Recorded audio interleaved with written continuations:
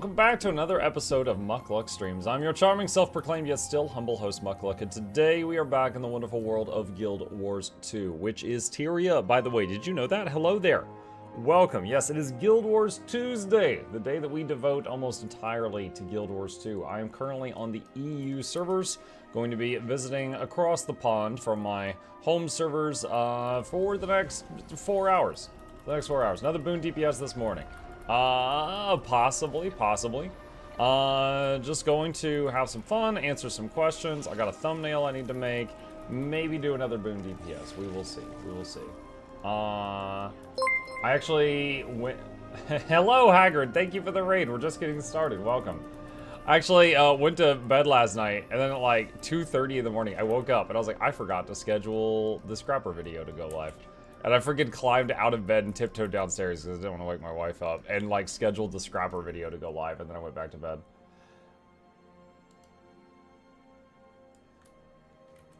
Funny enough, when I was trying to make the thumbnail for the Scrapper video, I was trying to come up with a funny thumbnail.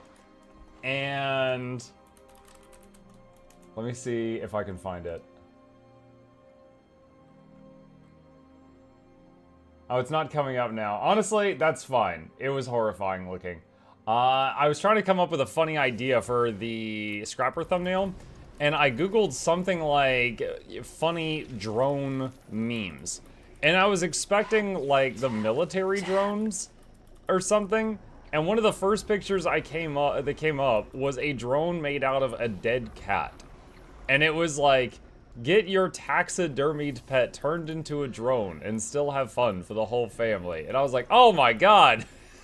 I was like, what is this? Like, it was one of the top searches at the time. I don't remember exactly what I typed in, but it was something like drone memes, and it, like, I got that.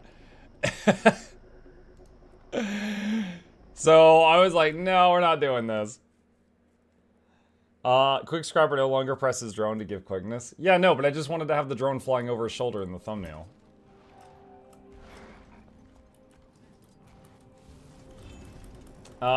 It's like a tier obscure AF meme. Chip immortalizes the drone. No! No. With guided missiles. Oh, actually, he might like that.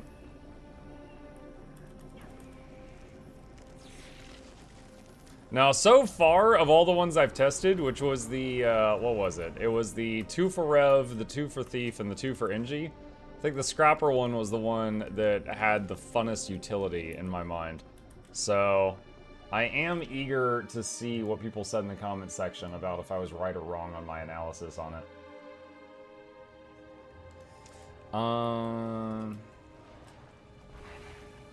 Musels instead of missiles. Let's see. Hey, Mike, I want to say your stream intro is awesome. Thank you, Marco. That was made by a couple of people, and they did a very good job. Are you going to try emotional support DPS Mechanist? Emotional? We actually already did Mechanist. That video is still in the works. If I did it again, I'd probably change weapons, but we ended up trying it with Hollow Sword / Pistol. That's what we ended up attempting it with. So if I did it again, might do like rifle or hammer or something. Oh my god, lag. What's going on? How to harvest multiple guild halls. You can harvest up to 5 different guild halls as long as they have different levels of the upgrade called synthesis output. If they have the same levels of that upgrade, then they share cooldown. Or they share, you know, the cooldown of like if you gather one, you gather both. Guild Wars 1 is having its 19th birthday this Sunday. What a long road has been for the Guild Wars in general. Yeah, definitely. That reminds me, someone over at Blish told me that I had some stuff that was out of date here. Where is it? I showed them a picture of Regions of Tyria being really weird, and they're like, "Oh, the latest update fixes that." And I was like, "All right, I'll update today." All right, it should be restarting my Blish HUD right now. There we go. All right. Fantastic. Mike, how do you look up guilds in the guild tab in-game? Everything is blank for me. How do I look up guilds in the guild tab? Are you referring to the LFG guild recruitment thing? Are you talking about this? Or are you talking about something else? I will say the LFG guild recruitment is a newer tool for the game. So there's a lot of people not using it because they don't even know it's there because it's like newish still. That's what I was looking for. Oh, contacts in LFG, LFG, guilds. That's it.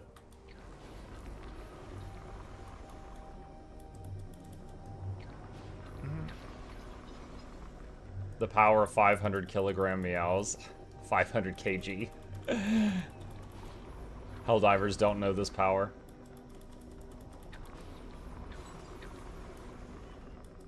Hey, my podcast with SC out yet? No, I'm gonna make the thumbnail today and post it tomorrow. Noxxi cleaned it up for me yesterday, which, you know, that was a 2-hour video, so it took a little while. And I need to make the thumbnail for it, which I'm gonna do during this stream. I sent them a couple of joke thumbnails. I was like, hey, which one do you want me to use? And both of them were like... Hang on. Let me pull them up here. Both of them were the kind of thumbnails that would, essentially... Let me see, open link. Like, start a war on Reddit. Okay. So, I sent them this one. Selling gear is useless. With me making that face. I sent them this one.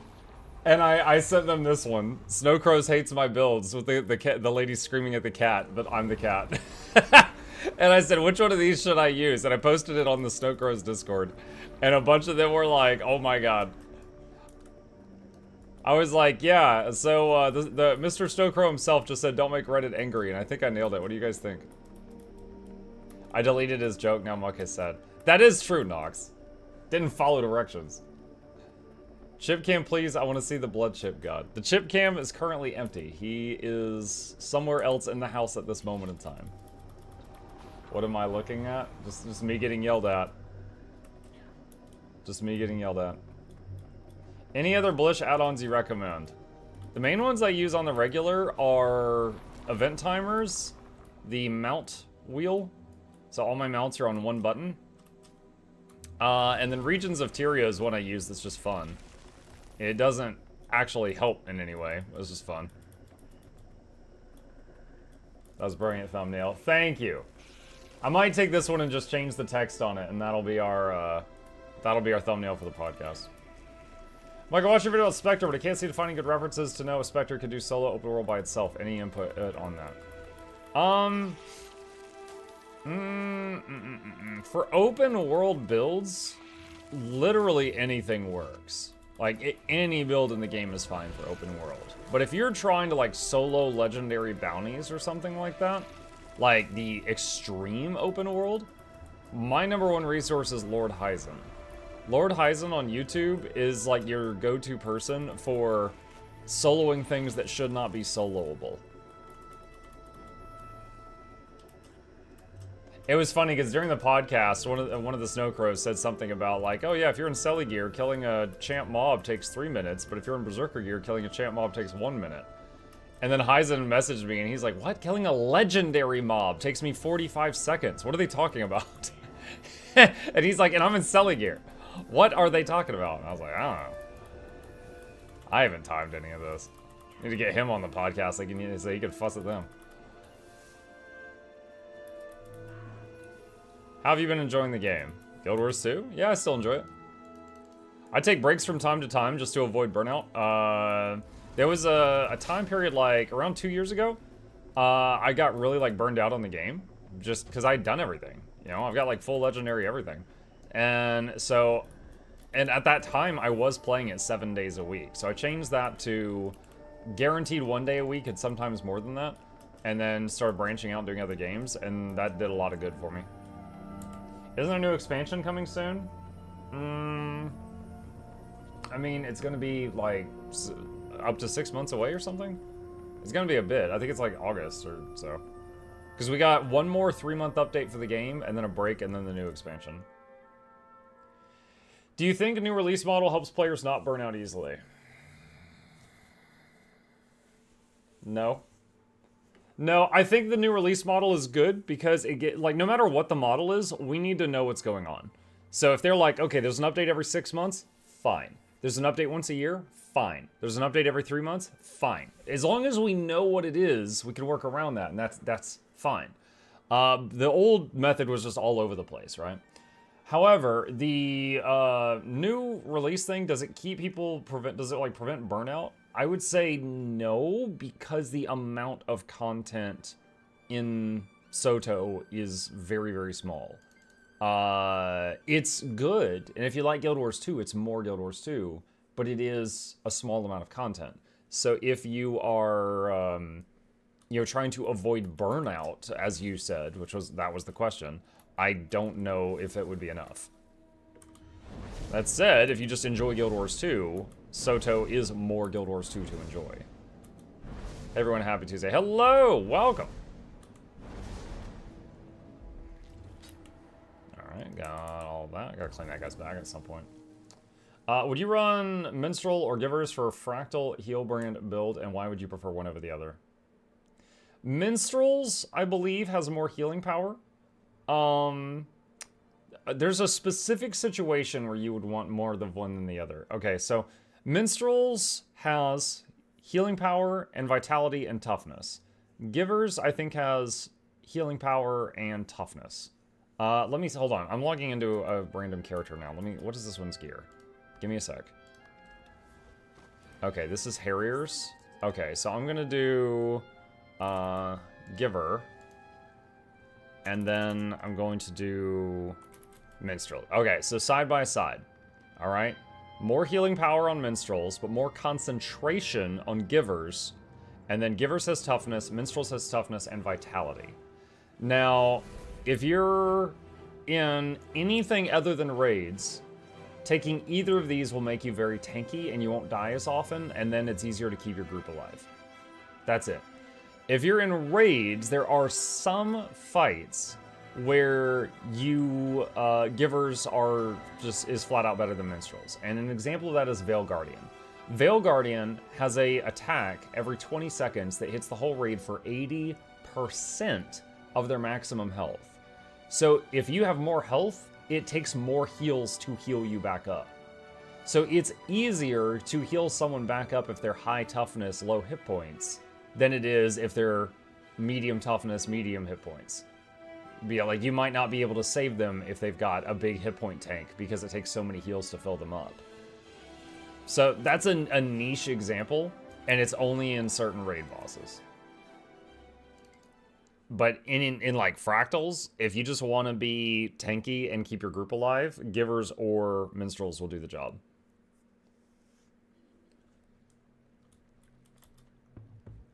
Okay, hold on, doing the whack-a-mole game here. Hello, hello, hello, Boone! I love your work. Many boons.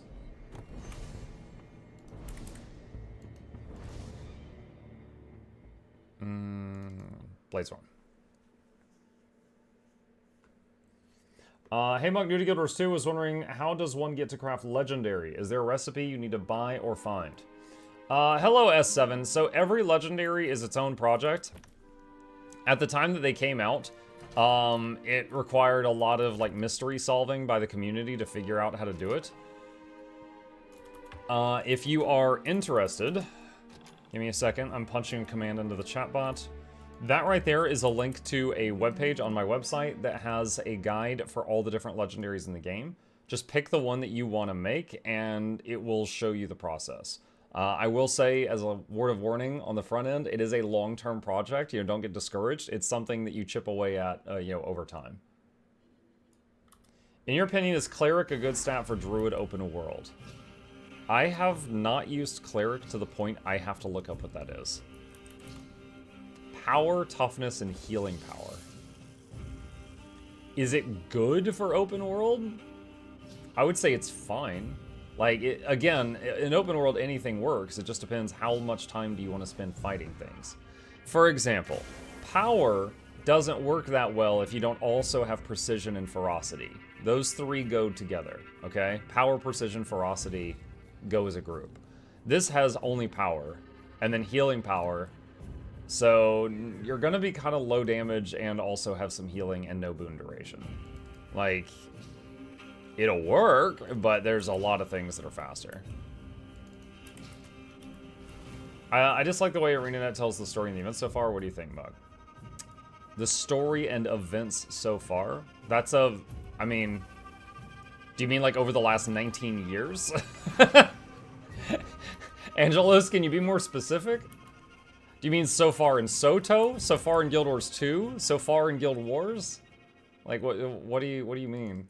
How many alt parks do you have? Like 7 or something like that? The Soto story. Okay, so the Soto story, I think it's okay. I don't think it's bad, but I don't think it's great either. And of course, this is just my opinion on it. I think the main thing is if you broke the story down to a storyboard, right? Like you wrote down the main bullet points on the wall, you know? Like, you know, Harry Potter's parents died. Harry lived with his extended family. They treated him like crap. Then he got a letter from Hogwarts. You just wrote down the bullet points of the story. I think there's the framework of a decent to good story. But when then it came time for them to show those bullet points in the game, I think they could have done a better job. As an example, there's a moment in Soto where you go to fight a war, and it's like you and one other dude versus like 3 NPCs. And I'm like, this is the war? Like, there should have been like little fights all around you. Like in Drizzlewood with the Char fighting, the Cold War up there. Like, there should have been like just pockets of NPCs fighting each other all over the place, like to kind of set the ambiance. But no, it's just like, you know, this guy's like, you know, Horns formation. And I was like, dude, there's 2 of us. Our formation is hold hands and pray. What are you talking about? So it was just like, they played it up, and then you finally saw it, and I'm like, this looks so dumb because of how much you played this up. So, like, again, the bullet point was there, but they did a very poor job showing it, in my opinion. So, like, that is a lot of the stuff in Soto. But, yeah, again, the overall story, like, what we're doing and, like, how we're, like, tricking some people into helping us and, like, you know, forcing their hand and stuff like that, I'm not opposed to it. But it's just like the way they displayed it ended up making it look silly. Gotta use your imagination. Man, I was trying. What would you like to see out of a new stat set? I don't know that we need a new stat set, but in PvP, I would like to see more stat sets allowed. Over the last 5 years, they have, anytime there was a problem, like, oh, hey, Renegade in PvP is too strong because of Selly Gear, they just took Selly Gear out of PvP for everyone. That's how they resolved that issue. Stuff like that. So there's been many times when there was, like, someone that was being problematic, and they just removed a stat type out of PvP as our solution. I would like those back. I would like them to put those back. But as far as just, like, in the general game, a new stat type... How are you today? In the general game as a new stat type, I don't know that's needed. Hey, Mug, citations from Coruscant. I loved you in Star Wars. Hello. Oh, look at all these skins, chat. Look at all these skins. I had bids on a bunch of Super Adventure Box skins to be able to use them for giveaway stuff, and it looks like I just got a whole bunch. Nice. Move these over here for you guys. This will be for later.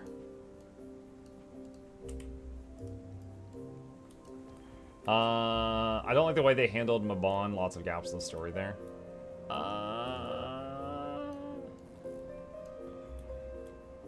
Hold on. That wasn't like fresh in my mind. I mean, I thought it was okay. I don't know. I'm kind of like fuzzy on the Mabon details. Clearly, I need to play the story again. Eternal Ice Shards are spilling over again. Oh, I need to use Light Energy Converter for the day. And Trophy Bag and Star of Gratitude. Okay, there we go. By the end of Ice Road Saga, after having played it up for years, a brother and sister dragon spit in each other's mouth and died. Good story, poor execution. Yeah. The ending of the Ice Road Saga, I think, is probably one of their biggest regrets. Like, I know there was a lot going on there at the studio. They were short-handed. They were trying to launch End of Dragons and stuff like that. But, yeah, imagine being a fan of Primordius, and they, like, announced him, what was it, 19 years ago? Or something like that? Like, they hinted at him, and then after 10 years, he's finally, like, shown in the game, and he dies without getting to do anything. Like, wow, what a bad time to be a Primordius fan. That was a really bad time for that. Do you think the next expansion will be more polished in terms of story? Will they be able to grow enough for that? I think it will be better, but in what ways, I do not know. So here's to explain what I mean is when it comes to, like, if you take a company and you're like, hey, you're going to do this process each year. Every 3 months, you're going to do an update, and every year, you're going to do a new package. The first year will be the worst one, because that's when they have to figure out everything. They have to be like, oh, this is our timetable, this is our workflow, I need to have this done by February and have this on Bob's desk by March, otherwise it doesn't work. You know, stuff like that. Like, the first year is going to be the clunkiest one, because they haven't yet figured out their order of operations. And that's just like a business thing. So I do think that they, as a company, will have a much smoother time making all future yearly expansions after this one. But what will that translate to? Will that translate to a better story? Maybe. Will it translate to better features in game? I don't know. But at the very least, it will translate to a better work experience for the people working on it. Like, that's the only thing I can say that I feel, like, certain about. Imagine waiting for the time of Primordius and Guild Wars 1. Haha. Yeah. Hashtag justice for Primordius. Can a leather worker craft 20 slot bags? Yes, Radu. Yes. Leather working and tailoring and armor crafting. The 3 professions that can make armor can make containers. Giveaway, sir? Hi, it's None me right being an second, interruption to Mook's wise words again. Sorry, Mukluk. Hi. Me being an interruption amongst wise words. Oh my gosh. Jack, I need to tell you the very sad news. Someone has started claiming the ad on YouTube, and I'm dealing with the fallout of that. I'm trying to wrangle that, because I'm not even sure if it's the people that, like, actually own the rights to the music, if they've changed their mind about it being available for use, because it just says, like, name withheld. So I can't even, like, fight it. It's so stupid. But it's like, anytime I play the ad, I better really want it. So I'm trying to figure that out. What's the name of the container or recipe that's the cheapest to craft as a leatherworker? Well, everything up to 20 slot containers, you can just find on the store. So like if I go to, I can't think, hang on. If I go here, and I go to inventory bags, and just search for 20. Like, look, here's 20 slot containers. Okay? If you want more than 20 slot, all of the crafting skill, the 3 armor crafting types can make 24, 28, and 32, if you're interested in that. And as far as what's the name of the item, it's not just one item. They've got a lot of different ones that they can make. You don't do the SAB. I did the new world stuff, like the World 3 beta the other day. In general, I love the skins and cosmetics that come from SAB. I don't love the gameplay. So, like, I do it just, like, once, just to clear it, and then I usually just collect skins and use them for giveaways and stuff. 20 is enough for now. I currently use 15 slot bags. Gotcha. If you do Living World Season 2, you get a bunch of 20 slot bags. There's also containers on the, I think in World v World, on the merchants there. If you ever do World v World and have some currency of that. Morning. Good morning, Calteran. Hello. Okay, let's see. I finished the Eternal Ice Shards. Let's head back to my slot.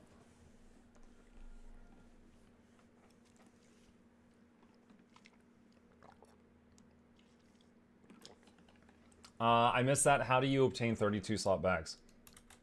Hang on. I'm gonna link you one of my guides. Just a second. That last YouTube link that's in the chat box that you're in says, here's a guide on getting 32 slot bags. Check that one. What was SAB? SAB is Super Adventure Box. It is the holiday that is currently active in the game. It is an 8-bit world. It's very unique and interesting. If you've never, you know what? Hey, here, hang on. Just for the new friends in chat, I'll show it just for like a couple of minutes. But it look, it's even on the loading screen. It's not usually here. My favorite holiday, yeah, is probably Halloween. So this is the box right here, and you just walk into it and load in. Halloween is good for bags too. Yeah, it's got like the trick-or-treat pails. Hey Muk, what do you do if Guild Wars 2 has new competitive mode? Something like Node War or Escort. This is Super Adventure Box for the new blood. Your class in here does not matter. You have when you go into the fighting area, you have very basic abilities like a stick and stuff like that. It's like if I go in here.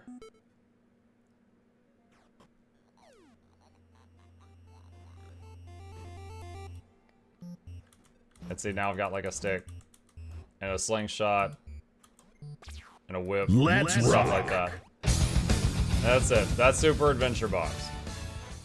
It's honestly pretty cool. It's very unique for this type of game to have this, but that's what it is. It's Minecraft, Zelda, Mario. Yep. Where can we find your guides? I wish there was a website I could go. Yes. Yes. MuklukLabs.com. Yeah, I did what I just did there when I just like logged out and logged back in. I was hoping that would put me back in Rat Assume, but it did not.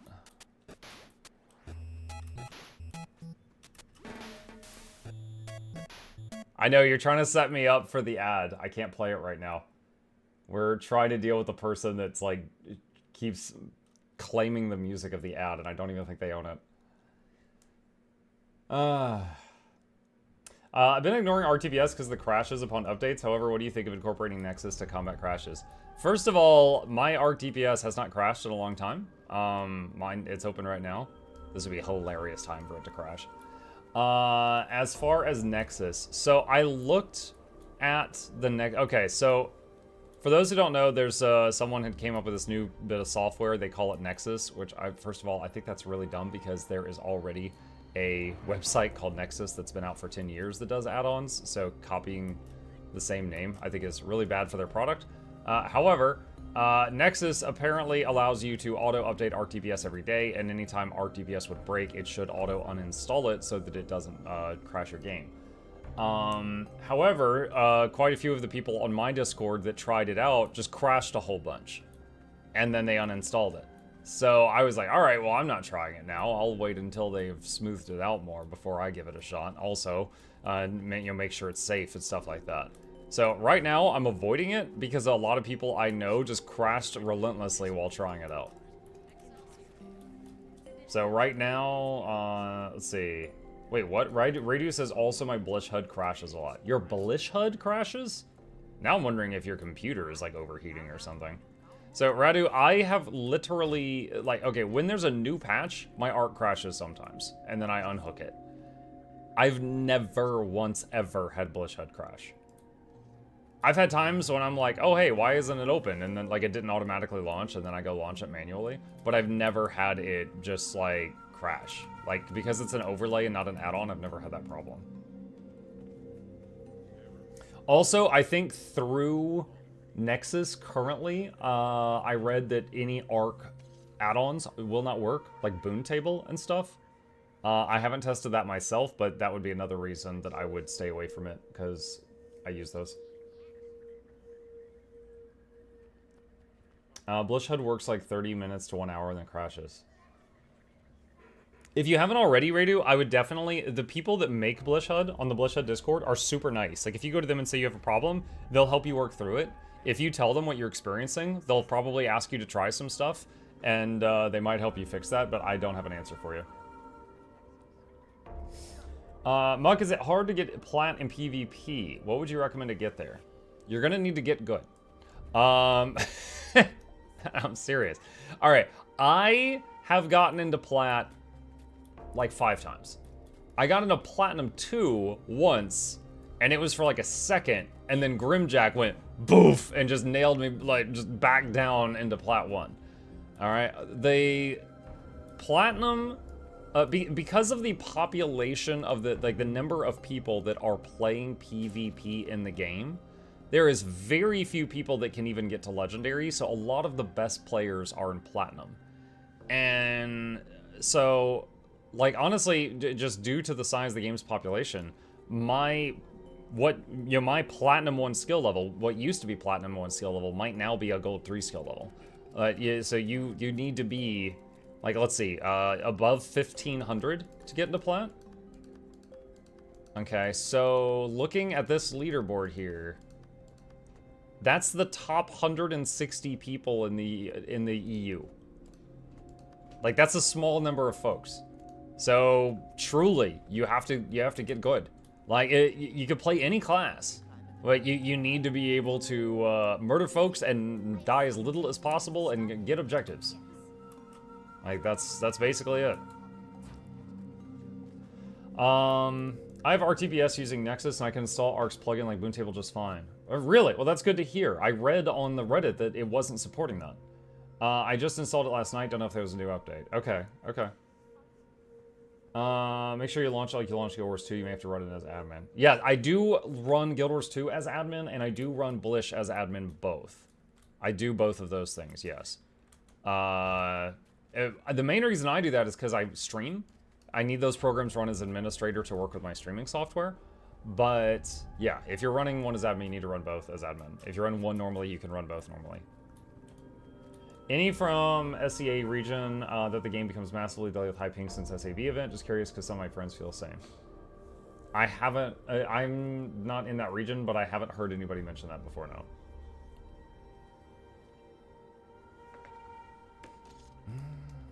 All right, I need to make a thumbnail chat. So this was one I made just as a joke, just to give Snowcrows a heart attack. So I was a guest on a podcast the other day with Snowcrows, and I was over there, and I was like, hey, can I record this and put it on my channel? And they're like, yeah, sure. And then later I was like, hey, do you care about the thumbnail? And they're like, just don't make Reddit angry. And so I sent them this thumbnail, Sally Gear is useless, and then me like that. And I sent them this. And I said, which one should I use? And they were like, dude, what the hell? They were not happy about that. Well, I mean, they thought it was funny. They knew I was joking. But, so I need to make an actual thumbnail for this. Hold on. I think I am going to use the lady yelling at the cat meme. So, first off, where was the image of that? Let's see, what size is this? That'll do. Okay, let's go back to this. Let's throw this over here. And da-da.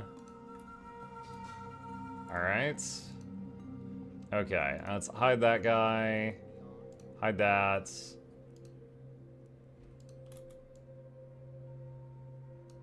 Let's do that. That one. There we go. Do that one. That one's smaller. All right. And then I need to copy the Snowcrows thing. Let's say Snowcrows. I'm trying to think of what to call it. Maybe like, you know, I taught Snowcrows how to play or something like that. That could be the new text that's on the title.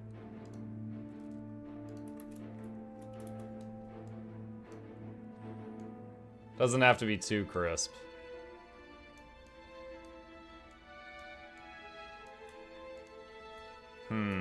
Should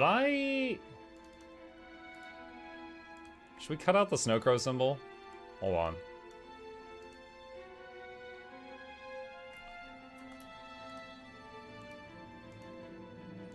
I don't think it's gonna look that good if I do that. Nah, it's not gonna look that good if I do that. Tell snow crows to get to the point. Top of the morning to you, Magic Beard Man. Hold on. Okay. Copy that and paste again. Okay, and then we need one for the other lady here.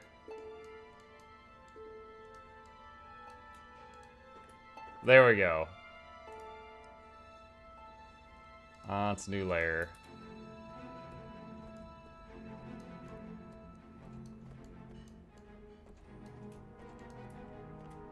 Perfect. Perfect, perfect, perfect. Alright, now I gotta think of what text can I put on here that would be funny, but people would know I'm joking. Mukluk explains Guild Wars 2 to Snow Crows. I explained Guild Wars 2 to Snow Crows. I taught Snow Crows how to play. Adobe user has exited the chat. How about a pic of Jon Snow laying dead on the ground with a caption saying a feast of snow crows? Oh my god. Too niche, too niche. Snow crows gets taught a lesson. Explains low intensity. No, we didn't really talk about low intensity builds.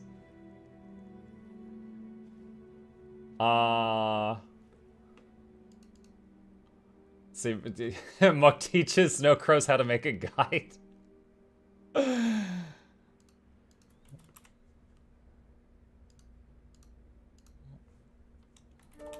Let's see. Wait, why is the font yellow? What the heck? Sally is not good. Mukluk, huh?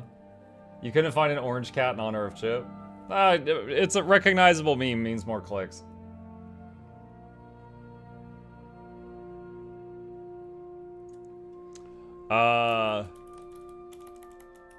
Teaching Snow Crows how to play. They invited me to a podcast. Maybe something like that. Just have that along the bottom.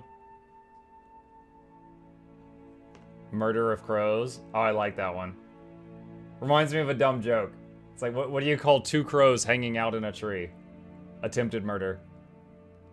You save that for when you need it. Tell them it's a skill issue. Can we change one of the Snow Crows symbols to the Reddit symbol? The Reddit symbol? Hi, wait, big fan. Hi, Antoine. Who needs openers? Dude, he got so mad.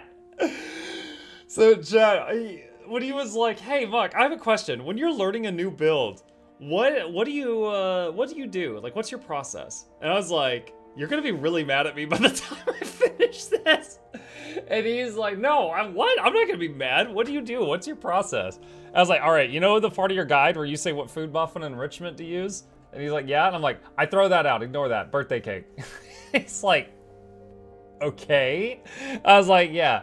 And then, like, if your build says, like, oh, use 9 pieces of berserkers and 1 piece of dragons. Nah, it's just full berserkers. Good enough. And he's just like, okay. And I can tell he's, like, dying inside. And then I'm like, then your guide usually is like, all right, this is your opener. And he's like, yeah. And I'm like, if that is, like, more than 3 steps, throw that out. It's not needed. And he's like, what? And I was like, look, the longer a fight goes, the less important that opener is. That's my logic, okay? It's more important that I master the rotation than the opener. And he's like, but every time the boss goes invulnerable, you have to do the opener again. Or when he monologues and tells you of his evil plans and he straps you to a jetpack, you have to do the opener again. And I'm just like, oh, and he went off for like 2 minutes. And I was like, I told you you'd get mad. I was like, I told you. I told you you'd get mad. Oh, man. And then I told him about, like, abilities. Like, sometimes on Snow Crows, if the guide is like, okay, you need to use Burgeon, then Germinate, then Cultivate ×3, and then Flourish, Oak, and Cudgel, and then Hunter's Call, and then Call of the Wild. And if it does that, and it's on a class I don't main, I have to look up every single one of those abilities. Oh, that's Mace 2. Oh, that's Warhorn 4. And it's so much time. So if there's another website in this specific example, if I go to Guild Gen and it says prioritize Mace 2 and then Mace 3 and then Mace 5. Wow, that's so much easier, you know?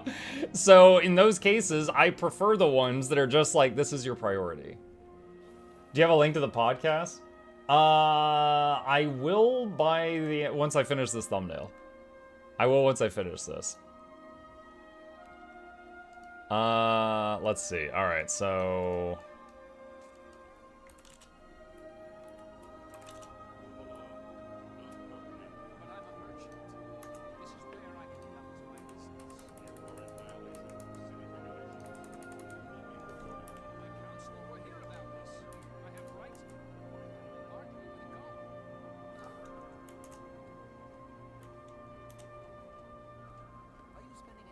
Hold on. Trying to get the, trying to figure out how I'm going to want the text.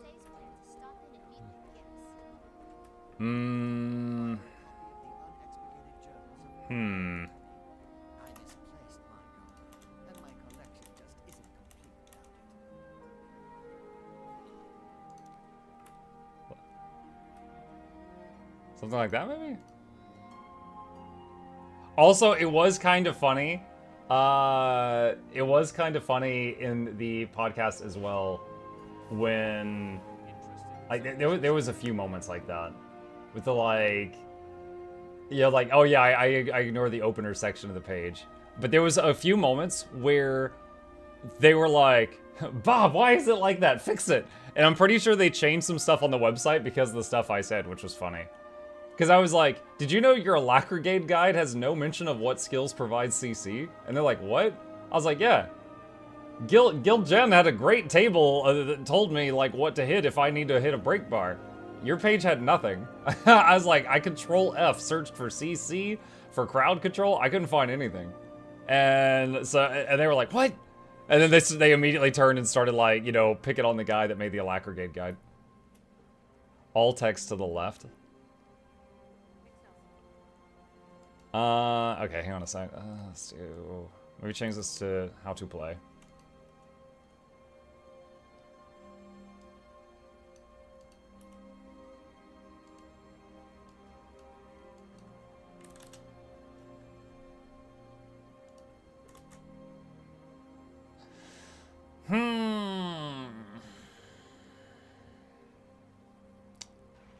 Trying to decide how much of the meme to cover.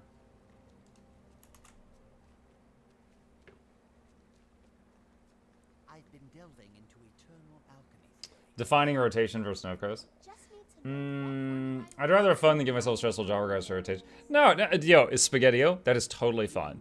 You keep in mind that there is some people that they're fun. They're like, I want to do as much damage as possible in this game, and I don't understand why anyone would want to do less than that.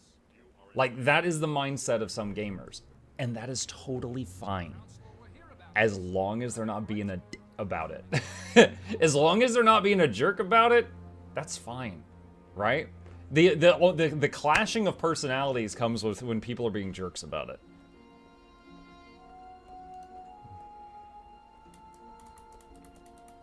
What if I put this over that side? Ah.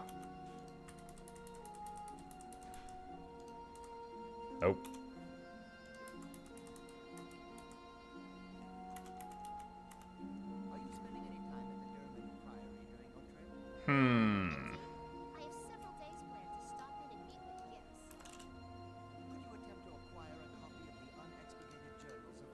I don't know. I might be okay with that. I might be okay with that. Let's do this. Let's give it a border.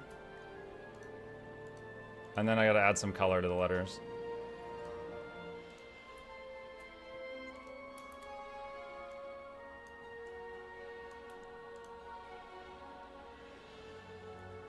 That.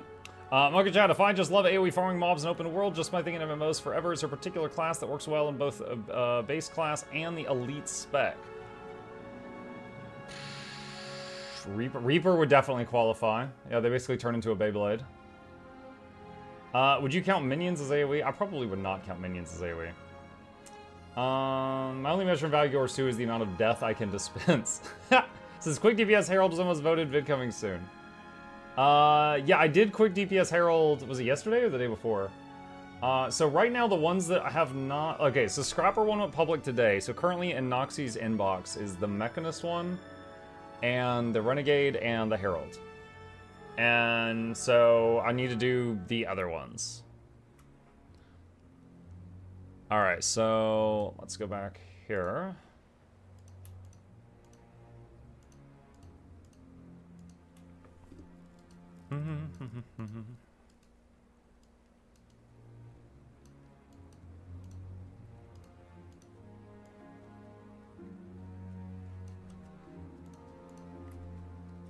There we go. That might be the thumbnail. Control S, save it. Can you use the green text from the Snow Crow's gradient as gradient for the Snow Crow's text? Maybe? I could try. It's a matter of seeing, if the text is still readable. Because when you look at a thumbnail on YouTube, it could be like that small, right? If you're looking at it on your phone or something. So there's a limit to how much you can cram in there before it's just unnoticeable. Where is the dropper? There it is. Alright, that one. And then that.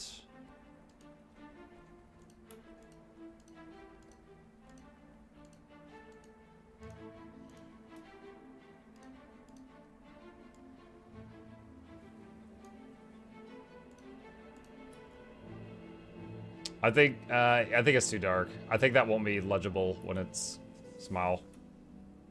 So I think I'll just leave it like that. Alright, let's see. Thumbnails. Snow Crow's podcast. Hello there. Hello, Lady Kara. The thumbnail timestamp will probably cover the bottom text. Probably. So they invited me to a blank.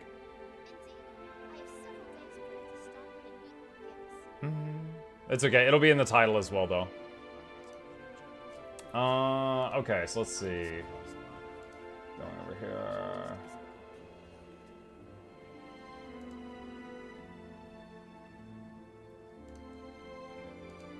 Contents. Okay. So, going over to this thing now. Let's just see if Nox at the end of outro. Hello, everyone. What is this title? So, for those who don't know, on YouTube, the name of the video is the name of the file name until you change it. And this is Noxxi's file name. Ma, look, Muck is being eaten by crows from the snows. Everyone, and welcome. If you have any feedback, obviously you can find us on the Snow Crow's help desk.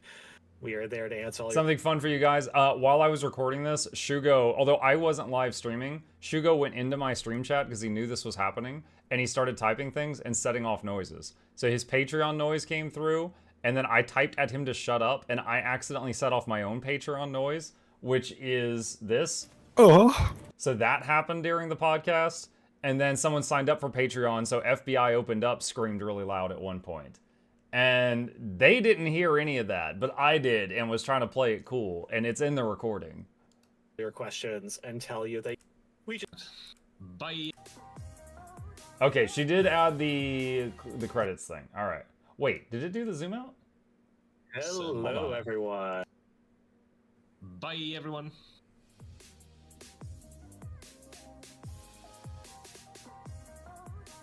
Yeah, it is doing the zoom out. Okay. Wasn't sure if she forgot that. All right, let's see.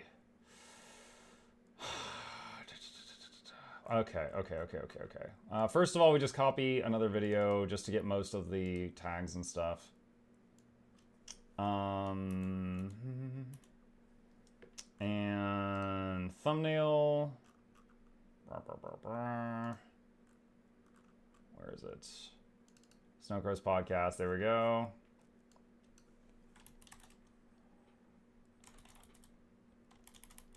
Let's see. I taught Snowcrows how to play. I was a podcast guest. I mean, is it even a podcast? I don't even know if podcast is the right word, but it's kind of accurate because you could literally just put this on your other monitor and listen to it for 2 hours.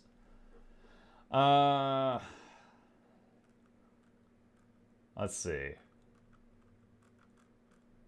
I like her. GW2, Snow Crows. That's probably it. Yours too. Okay. All right. And go through all these. The business checkboxes. Do you take notes, Noxxi? I don't think Noxxi watched it. Looking forward to this video. It's gonna be hilarious.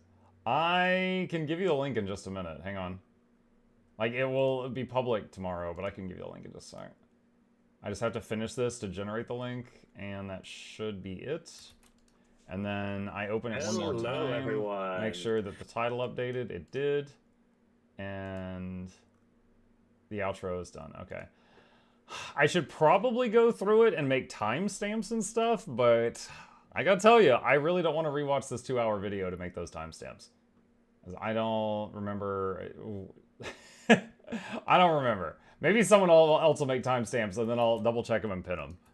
All right, if anyone wants it, that is the link to the 2-hour podcast where I chatted with Snow Crows about Guild Wars 2. And that'll go public tomorrow. On that note, I need my fan on. Oh. Just a second.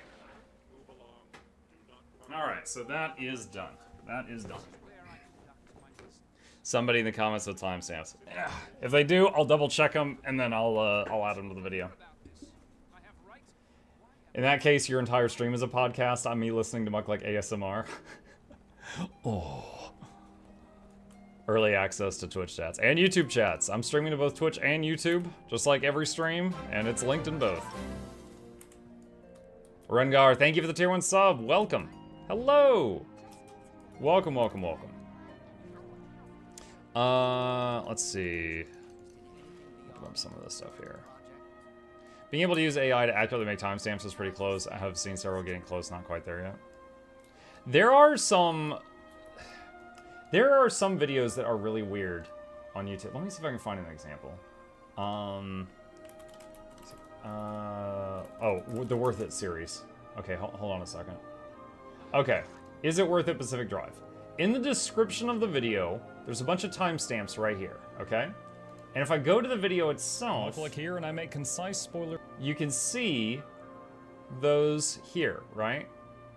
Now, I've got some really old videos that have this here, but no one made timestamps, and I don't know how it happened. I do not know how it happened.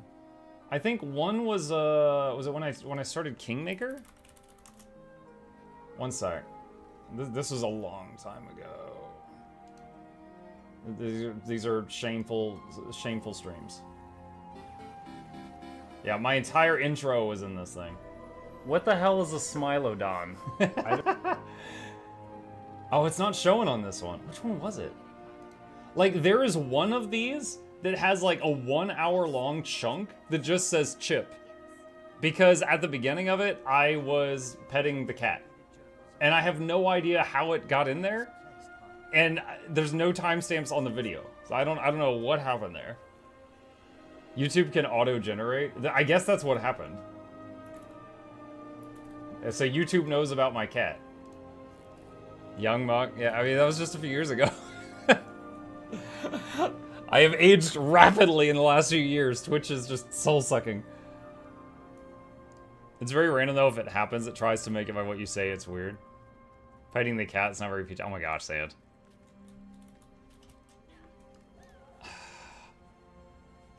Yeah, we finished off Horizon Forbidden West the other day, and near the end of it, the villain called Aloy, who, if you haven't played it, she's the redheaded girl you play, called her the Ginger Avenger.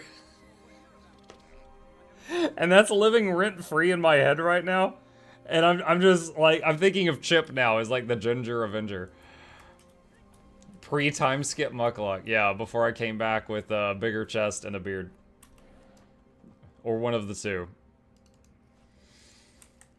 I've seen podcast ones that are audio only, nailing timestamps with the AI, but mixing audio and video seems to throw off the AI. Plus, Zargle kept just like going off the rails with topics. Isn't there an auto chapter feature that YouTube offers? I'm not sure. We need an emote of Aloy with Chip's face over her head now. Jessica. John, I am not reading that out loud. Okay. At this point, we got full freedom to do whatever we want, chat. I can't believe I've only been streaming for an hour. I've already finished the stuff that was on my checklist to do. So we can find another support build to test. The question would be which one to do. Which one to do? Looking at the classes. Pretty sure Mirage is gonna suck. Pretty sure that's gonna be awful. Quickness, Firebrand. Condi, Quick Herald. We did Power Quick Herald yesterday.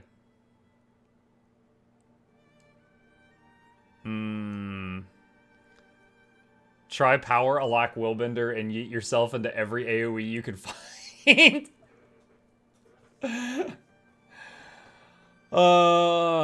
Chrono. I imagine Chrono is gonna be real smooth. Because it's, I did support Chrono recently and it felt really good. Holy hell, it's my first stream. I didn't know he's one character times 11. Oh, then you should see this. Okay. Break time. Thirsty.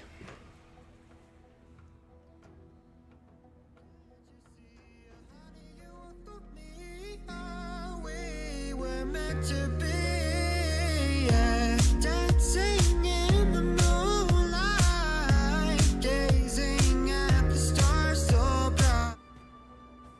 Oh, hey there, beauty.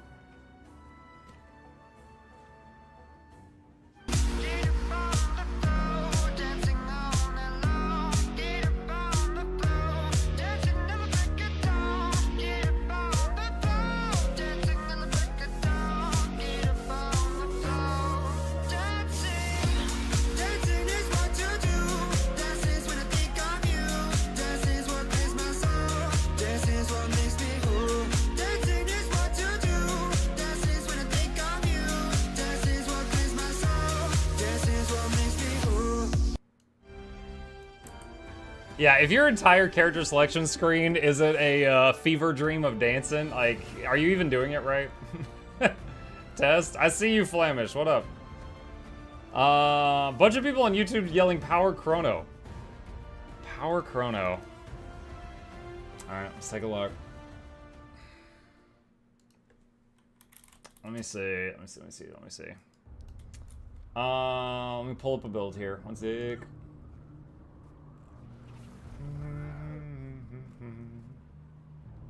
Power Chrono DPS quick or lag. Let's see.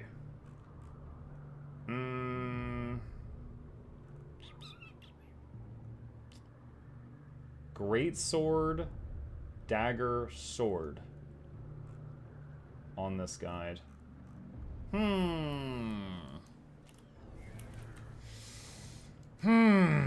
Alright. Let's go try this out. What happened to the potato, Mukluk? I need to hook it back up. We still have Wizard Dennis.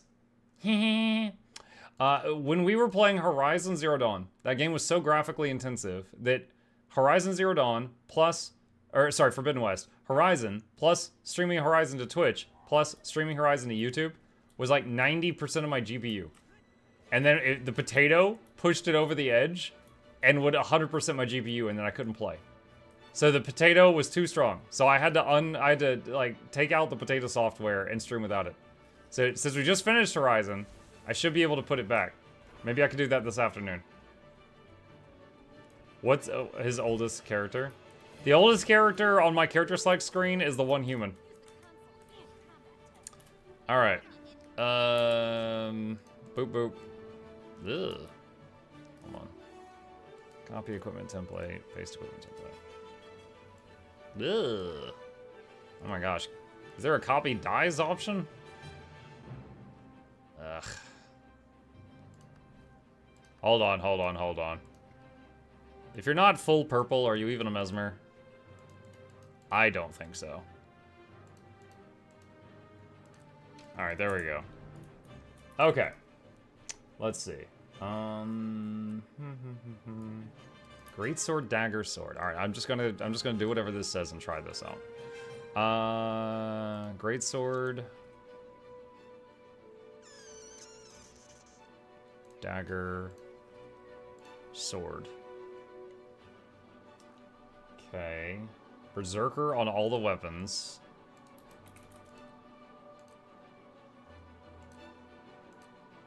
And assassin on all the trinkets. Ass. How do you make the map name appear on your screen as you load in? That is a Blish HUD module called Regions of Tyria. Berserker on all the gear almost. Rune of Infiltration. Just go full burrs. Yeah. This one isn't like 9 burrs and 1 assassin. This is almost like 50-50. So I'll actually do it. Let's see. Force an impact on the weapons.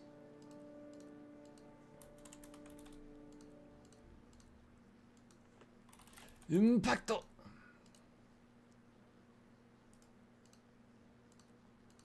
Chrono struggles to crit cap. Well, they should get good.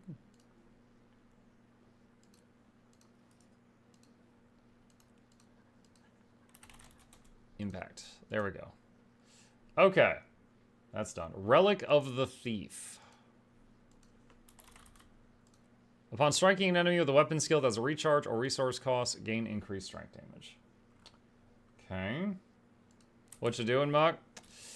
Trying power support Chrono. Alright, first off, let's turn off some of the special effects here. Wardrobe, dagger,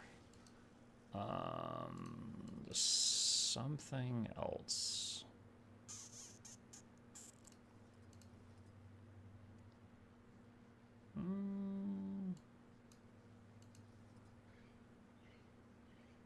Where's the chained one? I like that one.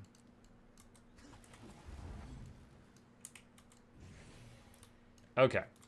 Oh, I forgot. So this is the transforming sword, Exordium. And it turns into like a cannon when a mesmer holds it.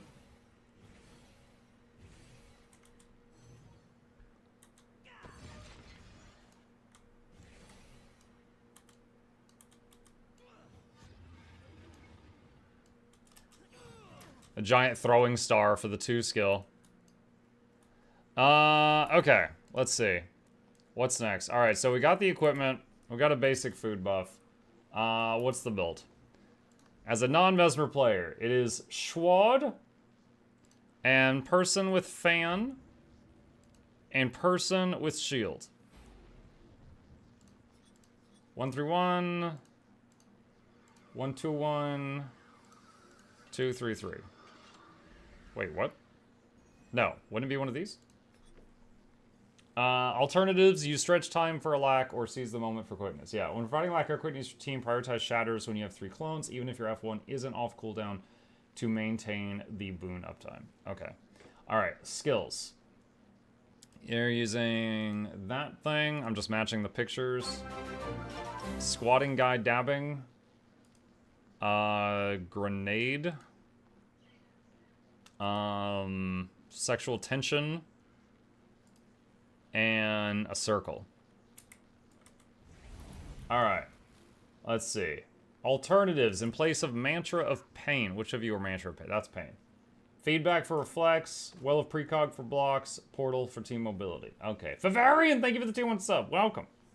Appreciate you.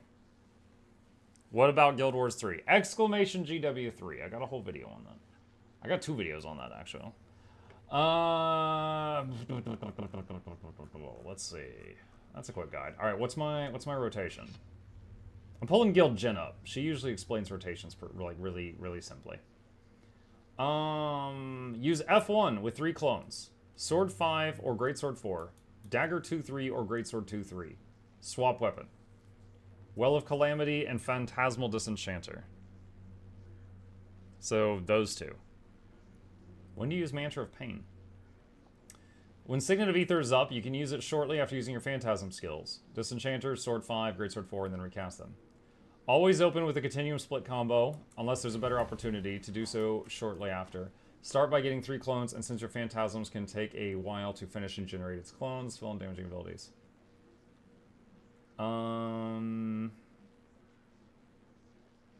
Okay. Okay, hang on.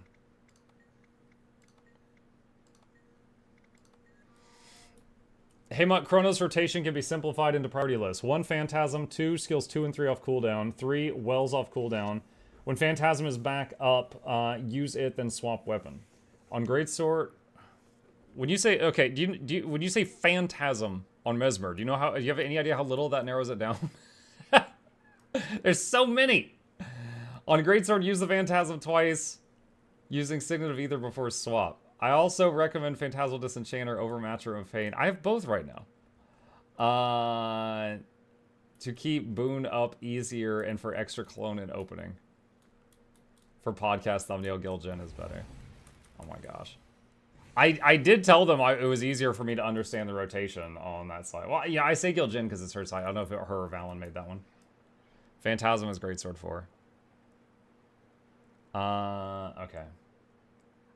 Alright, so Sword 5 is a Phantasm, and Greatsword 4 is a Phantasm.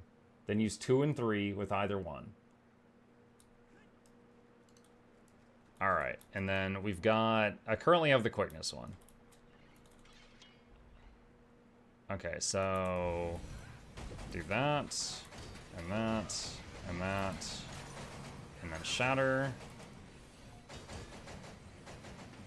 That's just a few seconds of quickness.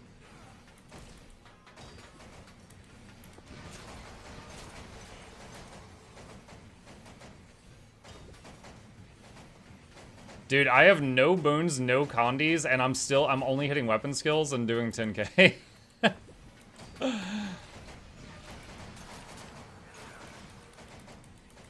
That's pretty crazy. Alright, so 4, 2, 3, do that, 5, 2, 3,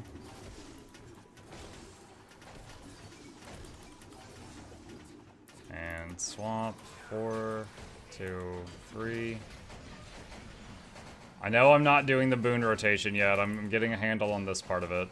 Breaking this down into its components.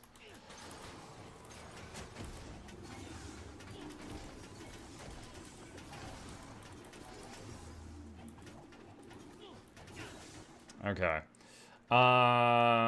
T sword 5 2 3 swap weapon F5 4 heal 4 you lost me. Okay, what food you on? Birthday cake. Always birthday cake. Okay. Use F1 with 3 clones, sword 5, dagger 2 3 swap weapon, Well of Calamity, what Phantasmal Disenchanter. Well of Calamity. What do you do? Let me read my traits. Let me get a handle on what's going on here. Gain vigor when delivering a crit. Okay. Your phantasms have fury. Illusions inflict bleeding on critical hits. Gain a stacking ferocity effect when you or one of your illusions strike with a one-hand sword or spear. Reduces recharge on sword and spear. Grant fury to yourself and nearby allies when you crit. Your critical hits deal more damage. Critical hit damage against disabled foes or foes below health threshold of 50% is further increased. Inflict vuln when you interrupt a foe. Improve greatsword skills. Mirror Blade bounces additional times, and Phantasmal Berserker summons an additional Berserker and deals less damage. Phantasmal Berserker. That's Greatsword 4. Okay. Dazing or stunning a foe applies vuln. Deal increased strike damage to foes with a lower health percentage than you. Deal increased strike damage for each stack of vuln on your target. You and your illusions deal increased strike damage to foes without boons. Disabling a foe removes boons from them. Split second. Activating a shatter gives your illusion super speed. Shatters deal increased damage to movement impaired foes. Gain alacrity for each clone you shatter. Alacrity applied to you is stronger but has a reduced duration. That one is always fun. You move faster, and then quickness or alacrity. Okay. Your heal recharges Phantasm skill, so you can 4 heal 4. Always main boon source and F with 3 clones. F? F. Anyway. Let's see. Base skill priority. Where's the boon thing? When providing a lack or quickness, prioritize using shatters when you have 3 clones, even if your F1 isn't off cooldown to maintain boon uptime. You mean F1 through F5? Oh, dude, I was literally looking at the F key. Like, what is he talking about? Focus can be used instead of sword offhand. Change the sword trait if you do this. That's if you need a pull, I'm guessing. Okay. Alright. Play around with this a bit.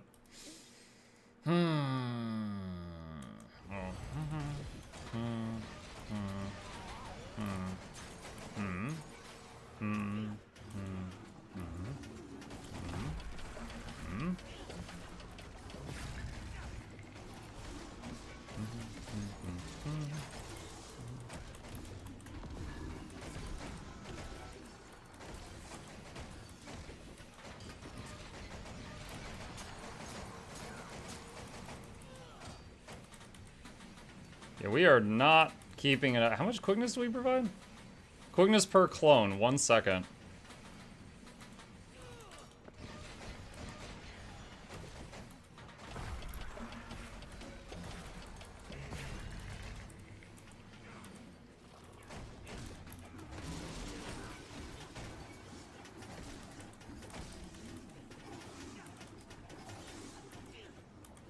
Oh, that's a wrong click.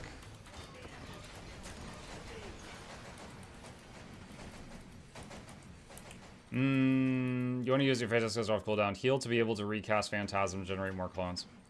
Heal yourself whenever you summon an illusion. Heal yourself and reduce the recharge of Phantasm skills. So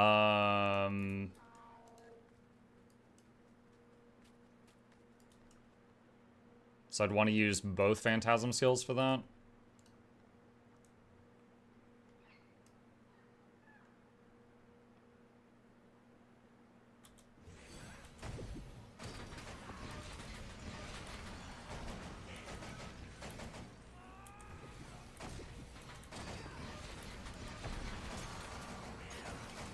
Okay, that sucked.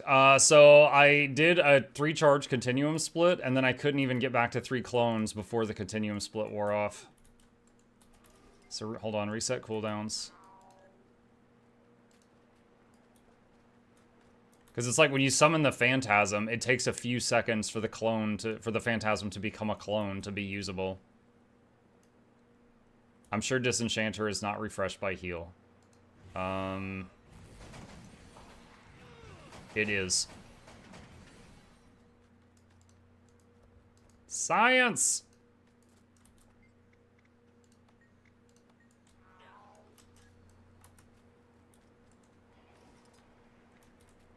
Alright.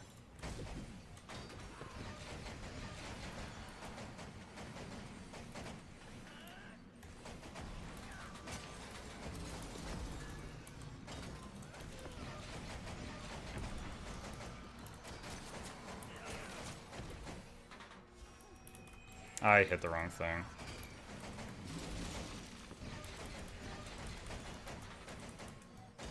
Dude. Okay. Keeping quickness up on this sucks. It's like, I'm just constantly staring at the shatter thing. Friggin' the duration of this. I forget, when I was doing heal, did I have boon duration on that? Yeah, I had doubled the duration when I was playing heal Chrono. That's why this didn't feel so bad.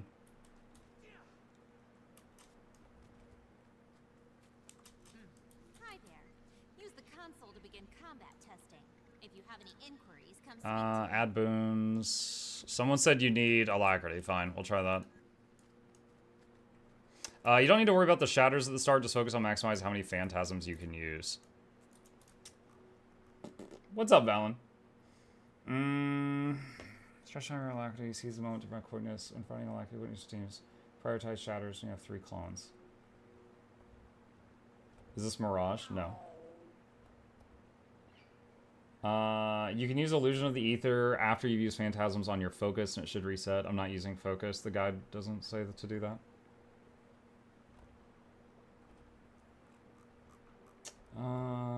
When Signet of Ether is up, use it shortly after using Phantasm skills, and then recast them.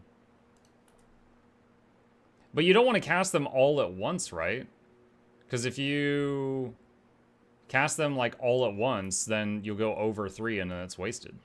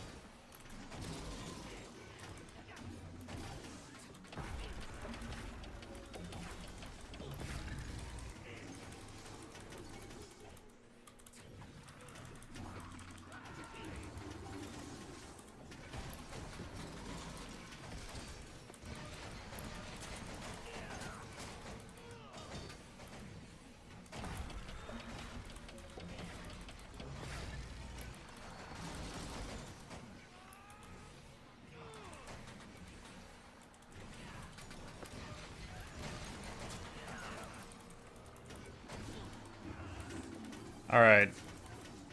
I think I'm actually getting quickness to stay up.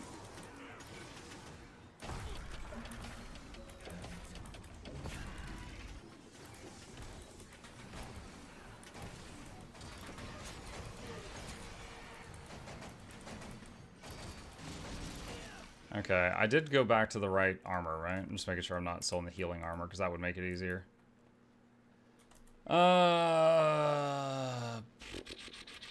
Okay.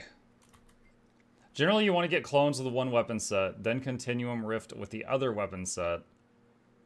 What's Continuum Rift? Are you talking about Continuum Split or a different skill entirely? Continuum with the other weapon set, that way you don't have everything on cooldown. You spawn 2 Phantasms at Greatsword 4 because trait, yeah, I know. And it gives more alac and more quick. That's why you do 4 heal, 4 for main source Moonshatters. Okay. Let's see. Gravity Wells for CC. What's the Mantra of Pain for?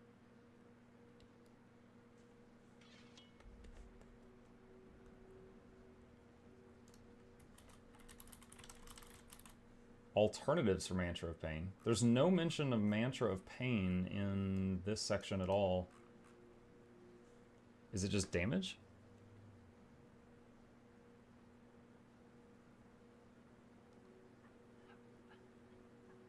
Tiny extra damage. Prefer to bring something more useful.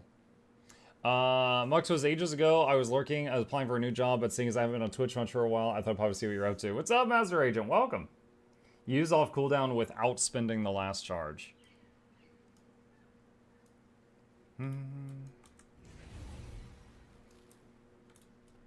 Alright, let me see. Adjust column settings. Add conditions. Just slap all of them all there. Go over here. So I noticed this build is pumping out some Fury. Does it do full Fury? No, it's like half. So it does some Fury to teammates, it looks like. Alright, add boons. 25 might. Fury. Defensive stuff's not going to matter. And we got Alacrity, and then we'll do Quickness. You could use Well of Action instead of the Mantra. What does that well do? I know Precog is Stab and Aegis.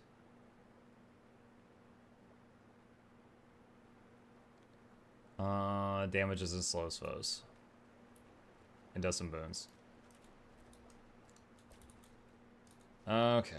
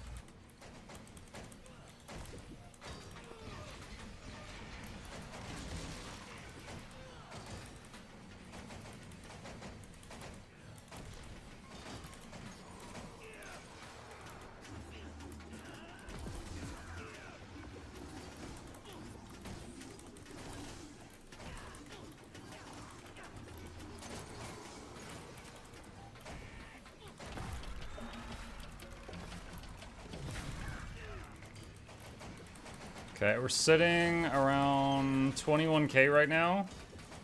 And Quickness has 25 seconds on it, so I think I'm doing that correctly. Certainly not mastering this, but I think I've got the basics.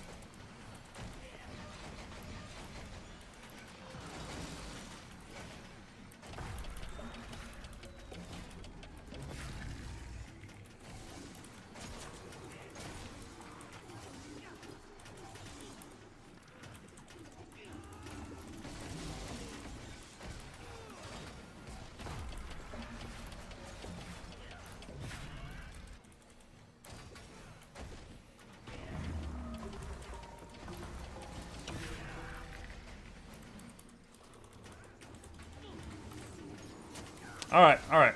So 21k damage, and we kept Quick up. Now, alright, so we know the basics of the basics of the basics. Certainly I'm not great at it. Target dummy should randomly slap you back every few minutes. Lol. You trying DPS? Boon DPS. So, right now we're doing Quickness. Could swap that to Alacrity. Let's see. Is full DPS version of this literally just doing that? Like, is it really just Alac Quick DPS?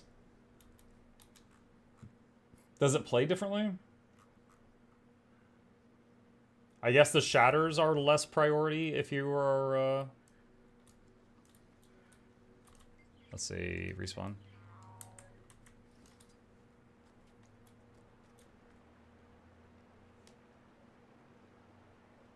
Clones are more delayed to DPS. I don't even currently, other than providing a lack, I don't even know what each of my shatters do right now. F1 is damage, F2 is confusion, F3 is slow, vuln, and daze. F4 is like immunity. I see that in PvP a lot. What are my CCs? Did Jen mention the CCs on this?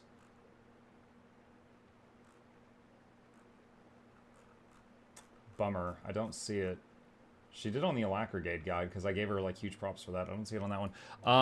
Let's see. So Greatsword 5 is a CC. I know that's the push. Gravity Well is huge CC. Or Moa Signet. What about Sword? I don't know Sword. Sword 4 Counterblade. So it looks like a double tap. Okay. And then the F3. Okay.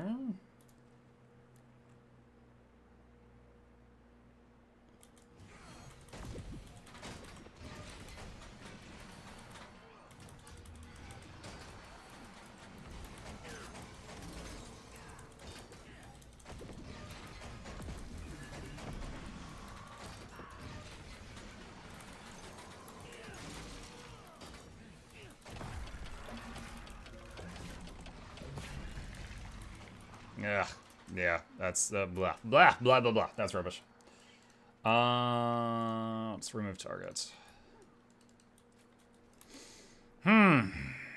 Yeah, because this is very similar rotation to when I was playing the heal chrono, except without the boon your boon duration is half. Because heal chrono has concentration gear and this doesn't. So this feels like I'm doing similar gameplay, but it's like way more stressful. Because each application of quickness lasts 1 second. Down from 2. So it's like, it's just way sweatier.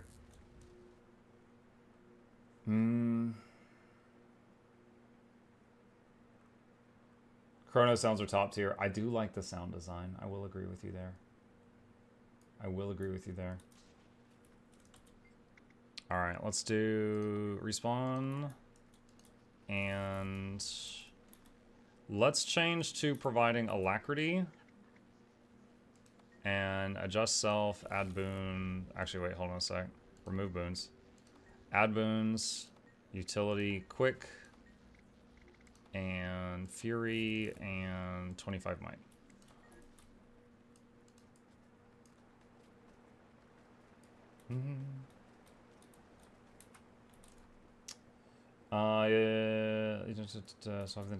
You can also swap Gravwell for Moa if you need more CC.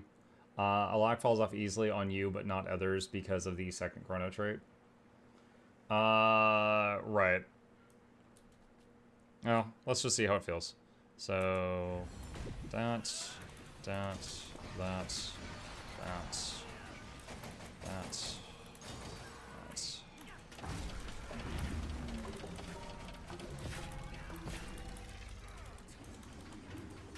I already made a mistake. I am aware.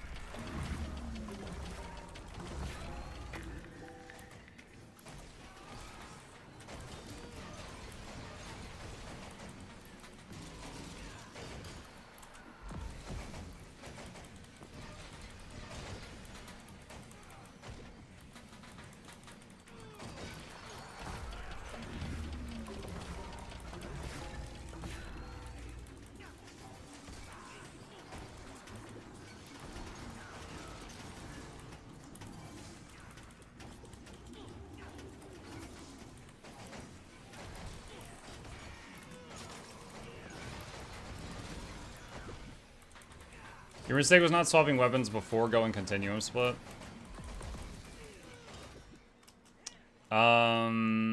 Okay. Noted.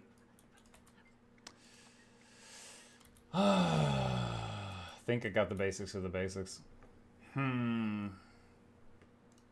So, thoughts so far. Thoughts, so we're pulling 22k. We're keeping up the boon. Thoughts so far. I thought I would enjoy this one more. Heal Chrono was really fun. Like, I was shocked at how much I loved playing that. This is... like, it works, obviously, and it's very effective, but it doesn't feel good to me to play. It's like, just, I'm constantly just staring at these 3 pink dots. Like, I'm barely having any awareness of what's going on around me. I'm just like, oh boy, this is the game. Fill the pink dots. Like, I feel like I'm playing a mobile game down here in the corner.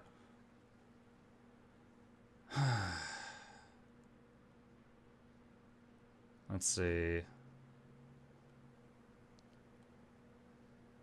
Nice thing with the build is a lot of freedom with utility skills. Yeah, true. It does say, like, I can swap this out for whatever. Like, if I want to have stability or feedback or something like that. Honestly, I feel like I hardly have the time to press Well of Action. I might... Like, my inclination would be to bring, like, Well of Precog, just because, like, I trust myself to stability when it's needed. And I barely have the time to hit that button anyway. It's also how I feel with Boon Chrono the first time I used it till I got used to the rotation. Yeah. Yeah, I mean, if you play any class long enough, you'll master it for sure. That's just, like, my first thoughts. So he said, try weapon swapping before you use Continuum Split. Okay. Okay.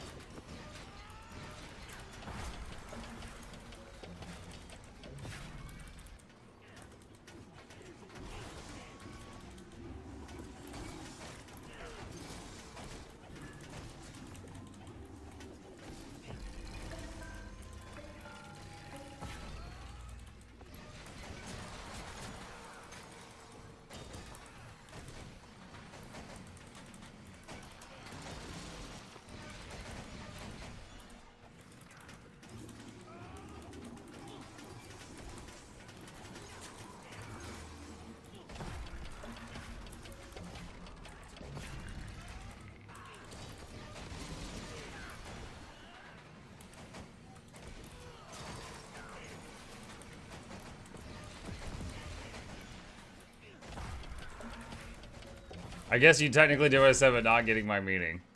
I'm very good at that. I'm sorry, senpai. I swear I'm trying. The main thoughts that I've put in my brain so far is every time I use Phantasmal Berserker, if Signet of the Ether is up, use it right after that. I'm doing that. I know this gives 2 clones. This gives 1 clone, that gives 1 clone. I'm trying to get the pink dots to 3, and then I just hit the furthest to the left of one of these that is lit up. Every time that happens.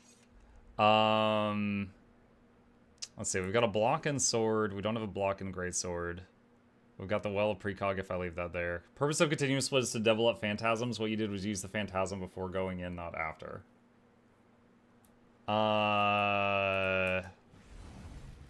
Right, that makes sense. I was thinking just using it to stack up more boons, so I was just trying to use this and then just hit all my shatters while I was in that.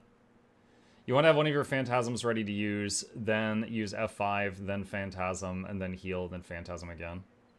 My lack of understanding is no longer my own for my assumptions. You want to go into continuous split with as many skills not a cooldown as possible. You could spam them all and get it easy. Yeah, I usually go into a continuous split and then just hit all the shatters. Just slam my fist on the keyboard. The shatters aren't that important. The Phantasms are because they give you the clones to shatter. But you need 3 pips for continuum split, right? Like 3 dots, otherwise you don't have time. At 0 clones, it's 1.5 seconds long.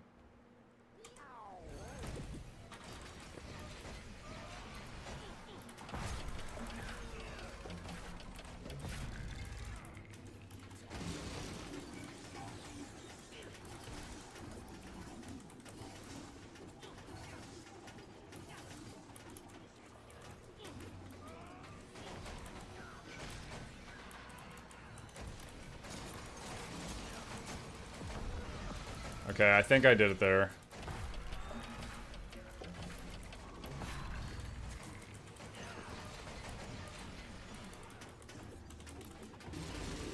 So, okay, so now what I learned from... Oh man, I hate the bugged clones like that. I see that in PvP all the time.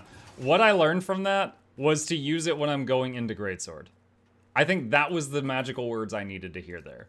Was when you're going from sword to Greatsword. That's when you do the split. It's like, because you were saying on weapon swap, but it seemed to be that you actually meant like on swapping to Greatsword because that has the double clone.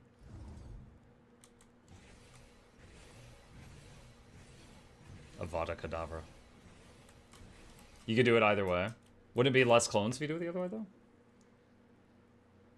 Those clones with that pose is the type of thing you don't want your parents walking in on. You can buy an emote for that pose now. Emote. Sword 5 gives you might for a start. Yeah, but it'll be somebody else's job to give might. Hashtag DPS logic. Make someone else do all that work. Okay, well, I think I've got the basics. Let's see. Utility on demand. We've got CC. We've got a block, but only in sword. Hold on, this does 350 Defiance Break. Is that 350 per pulse or total? Doesn't Moa do 600? Hang on. Guild Wars 2... Brick Bar. Defiance Bar. Here we go. Okay. Humility does 600. Gravity Well. This is 300 on the first pulse. Then 150 on the third pulse. That's 450. And 100 on the second pulse. That's 550. So Gravity Well does 550, Moa does 600. There's a lot of people in chat giving me different numbers than the wiki. So Gravity Well says it does knock down, then float, then pull. Or knock down, then pull, then float, sorry. For a total of 550. And it's AoE. Moa is 600 and single target.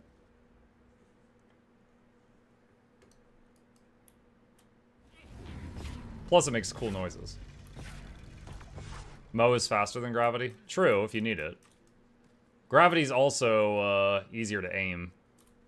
Because if it's something you're CCing that's not your target. I know for heal Chrono, it also does like heals and boons and stuff too. But for this, you could absolutely choose which one you want. Okay. Alright. I think I know it just enough to be dangerous. We're breaking 20k as a support. That's way better than Pugs. I think I'm ready to try it out in a real environment.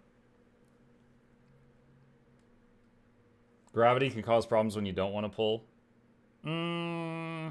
Yeah, but as far as like the easy raid bosses and strikes and stuff that I usually use for testing, I can't think of one where I wouldn't want to pull.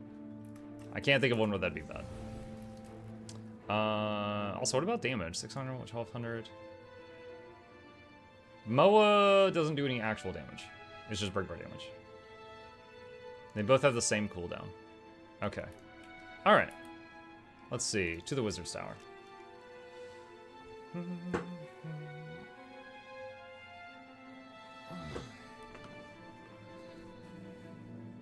By the way, Valen, it is good talking to you. I hope you're doing good. I saw you were changing things up with life lately, and I meant to reach out to you. I just hadn't gotten around to it yet, but I hope you're doing well. Courtnett says, as a new player, every time I hear Moa, I think of the birds. Well, it is, yeah. It's Moa Signet. It turns the person into a bird. It's like polymorph. Okay. All right, chat. Time to embarrass myself. I am going to make a squad. I am going to be either a quick or a lack DPS. Oh boy, flexibility. And if anybody on EU would like to join me, there is the squad join command. I am on EU. This is a European strike. Maybe we even do raids after. I don't know. But yeah, it's the skill is actually called Signet of Humility, Cork, but it turns the person into a Moa, and they have very limited control over their character for like 6 seconds. Nasty in PvP because they can't fight back well. But against a boss, because you can't, turn a boss into a chicken, it will just do a massive amount of CC to it, to the break bar.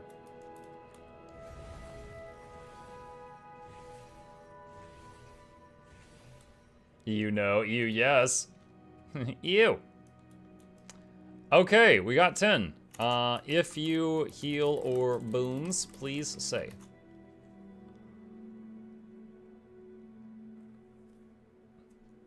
Mike, I already have the thumbnail for this review in mind. That means there are 2 wolves inside me.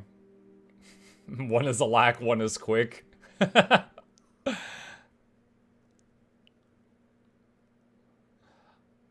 That would actually be... Hold on, shoot, write that down. Write that down. Hold on.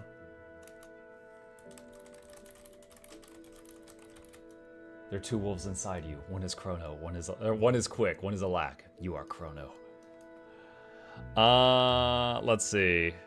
All right, let's look at boon heal first. So Soul Bear Soft says they can boon heal.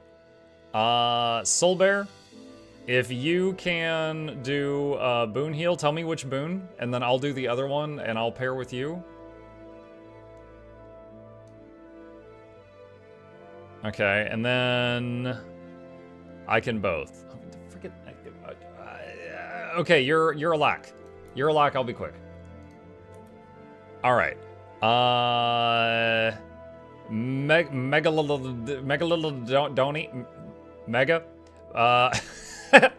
Mega, if you will please a lack heal.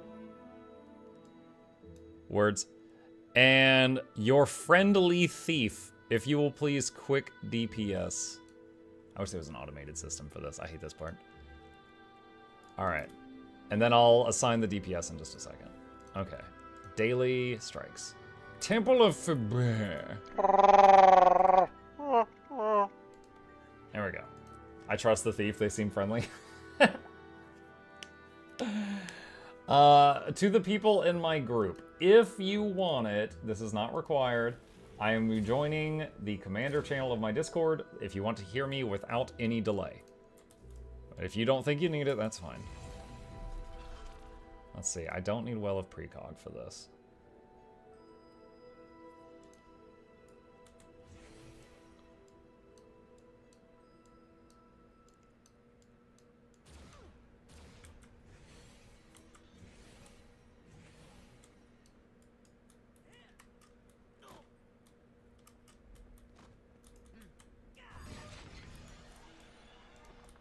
Have you tried CM or just normal? Phoebe? I have not tried Phoebe on CM, no. I asked once, I was like, guys, is this CM easy enough that I could pug it and make a guide for it like I did with Etherblade Hideout or Jade Junkyard? And everyone said no. So I haven't even tried it. I haven't even tried it.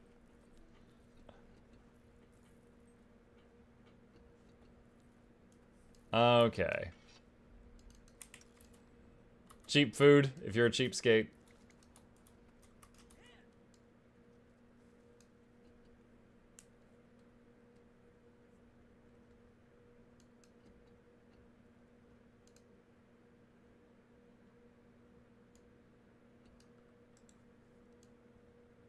That's 10. Oh no, someone did the good food. Oh no, I gotta run back. Sue's Spidey. I'm gonna go solo the boss. The ready check finished, but they're so far behind. Okay.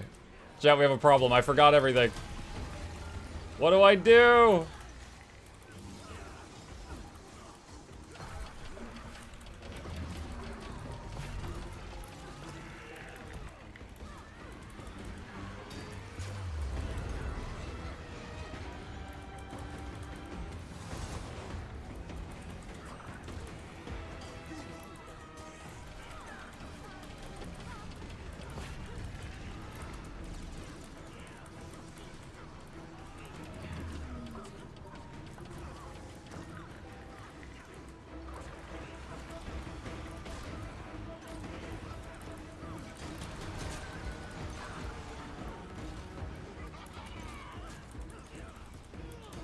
Body block the orbs. CC.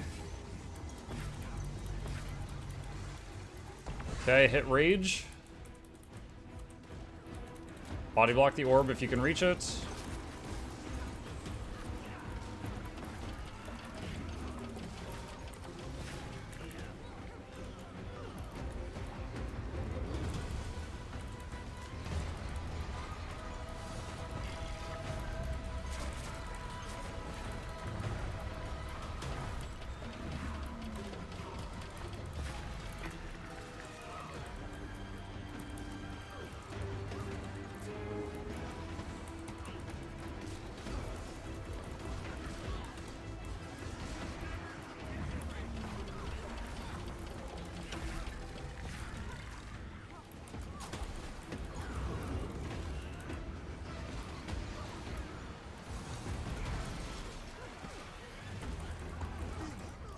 Okay, since I'm using my heal as part of my rotation, I do not have a heal on demand.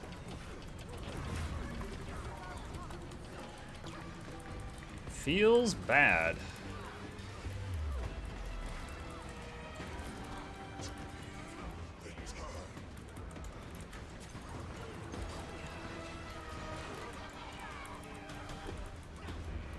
Block the orbs.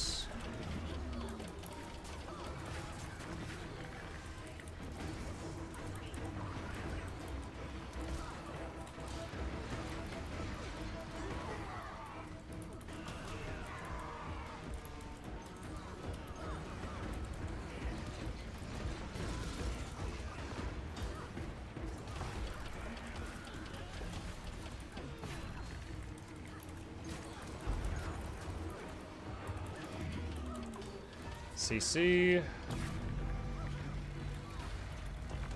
Malice. Block the orbs if you can.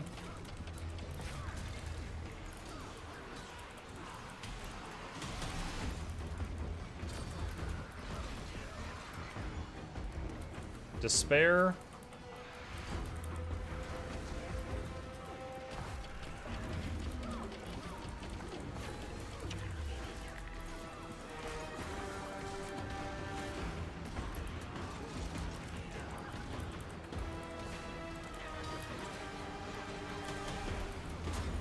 Stack the greens.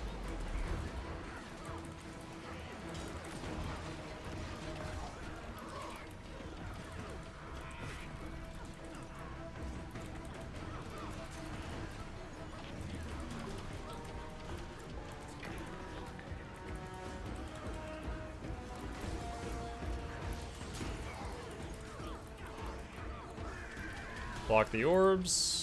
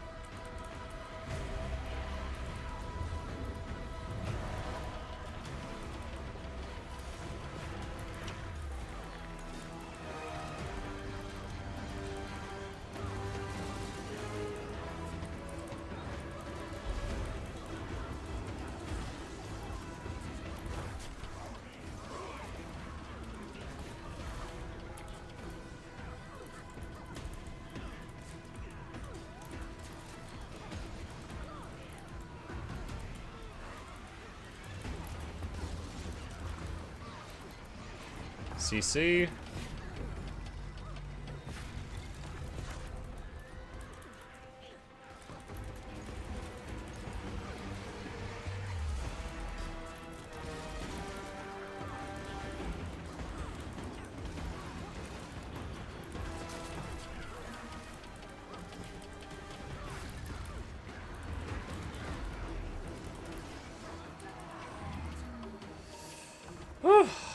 Oh boy.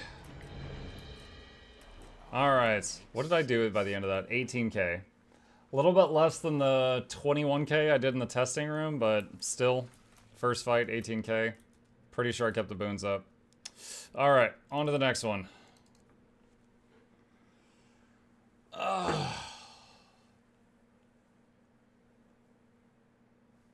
You do have F4 in case you need it. That one rarely needs to be clicked for boon uptime.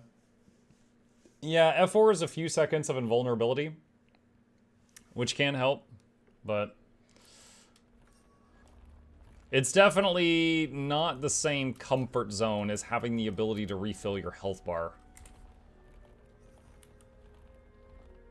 Obviously, what I'm saying is just observations. That doesn't mean the class is bad in any way, shape, or form. I'm just saying, like, oh, I consider it a con if I don't have access to my heal when I need a heal. That's it.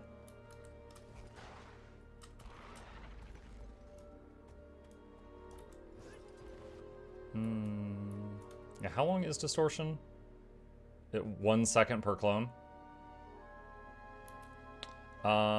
Let's see. What is the other strike? Harvest Temple. Oh boy, an easy one.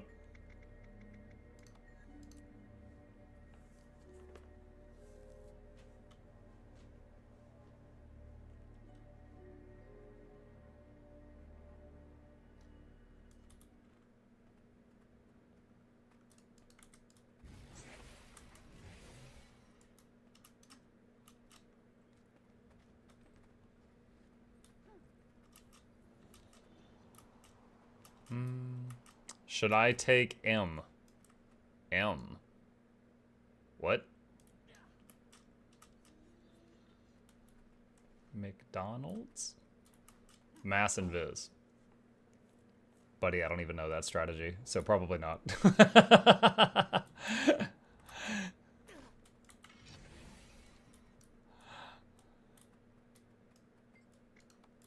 Alright, supports get ready to push the marble, everyone else get ready to kill the outs.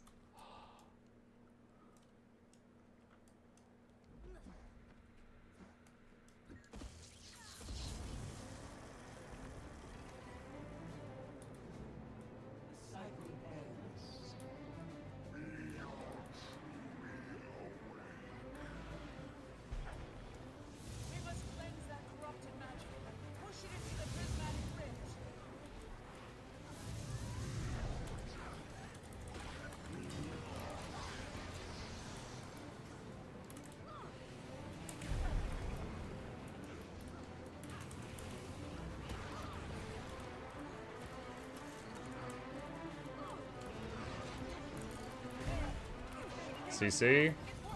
Oh my god, my gravity well didn't even spawn. You guys got OP CC.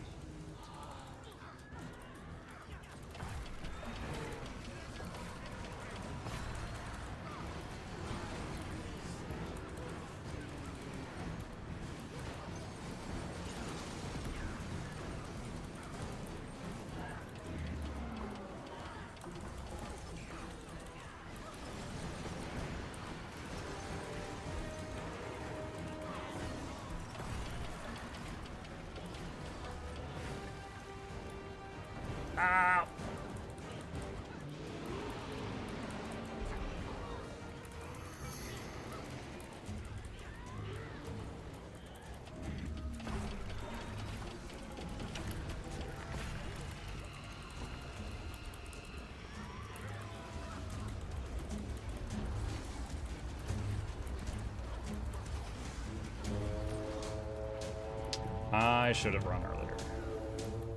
Nope, I'm okay.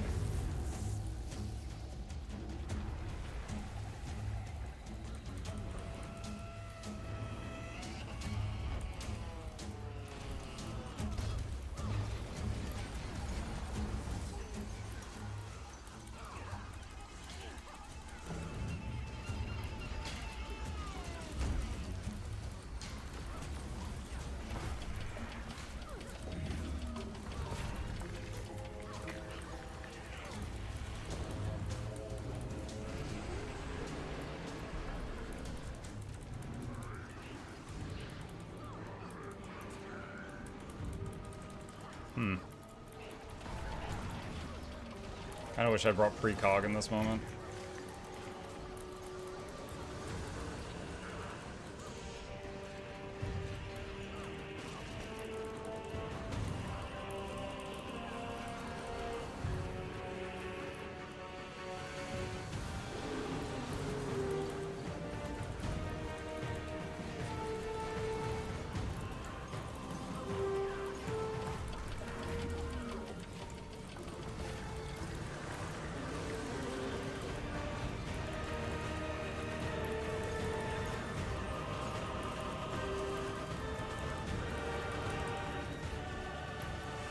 Oh no, an ad knocked me back into the laser.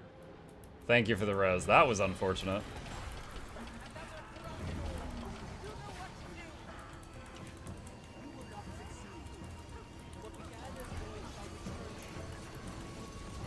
Definitely wish I had had that stability or stun break on my bar there.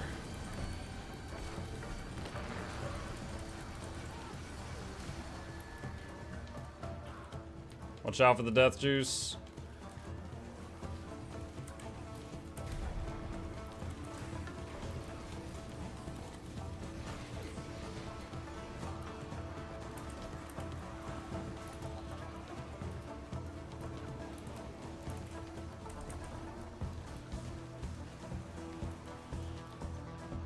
Get CC ready.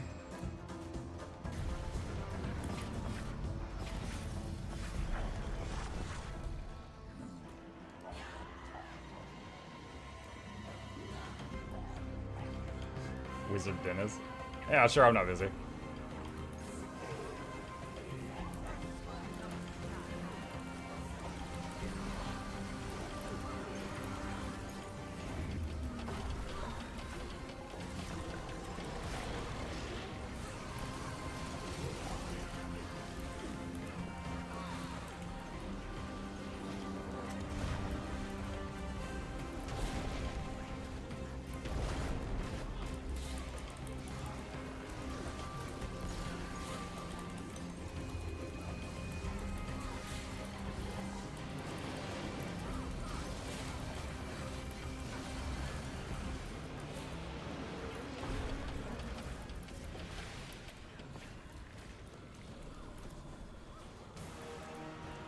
Trying to get the revives.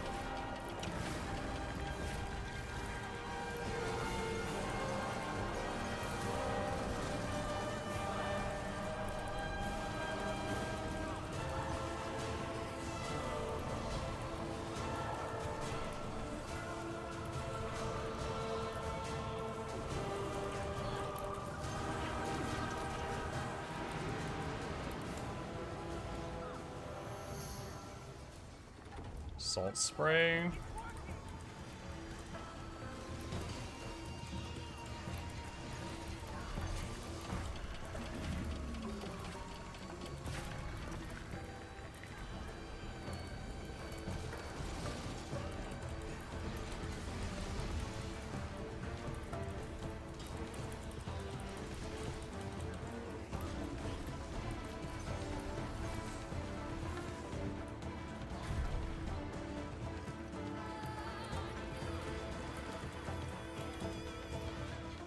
Really like having the knockback for these little ads.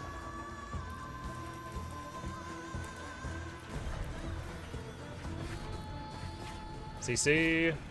Nice.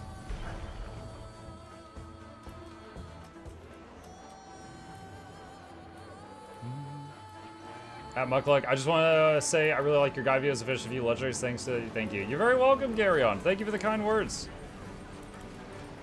Glad they're still helping.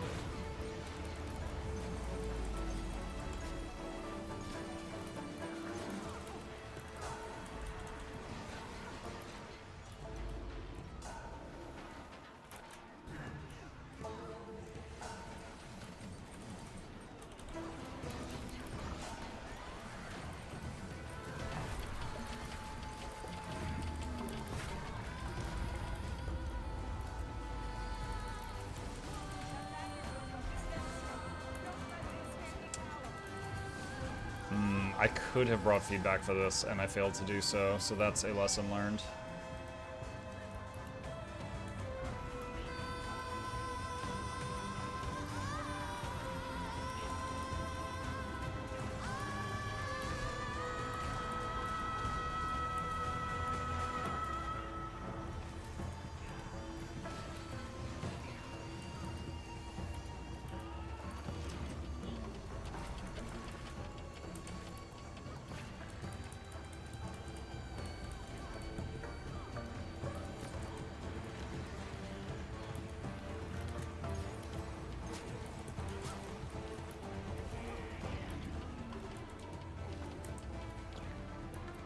Oh boy, oh boy, oh boy, oh boy. I tried to distortion it. I don't even know if it's possible or if I just timed it poorly.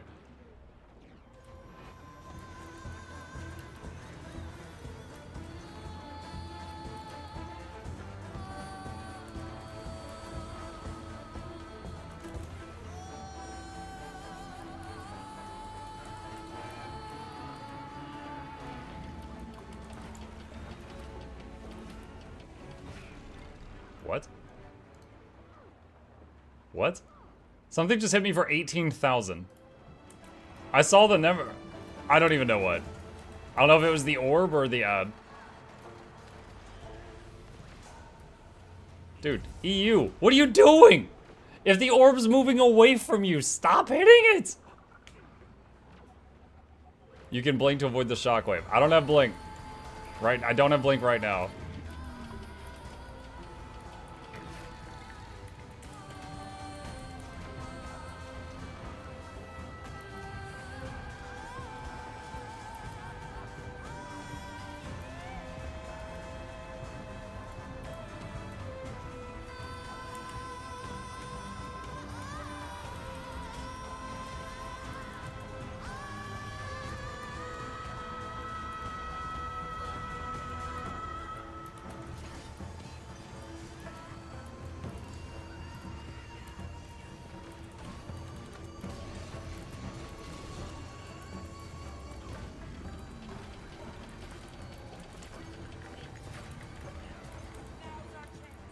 Oh my gosh.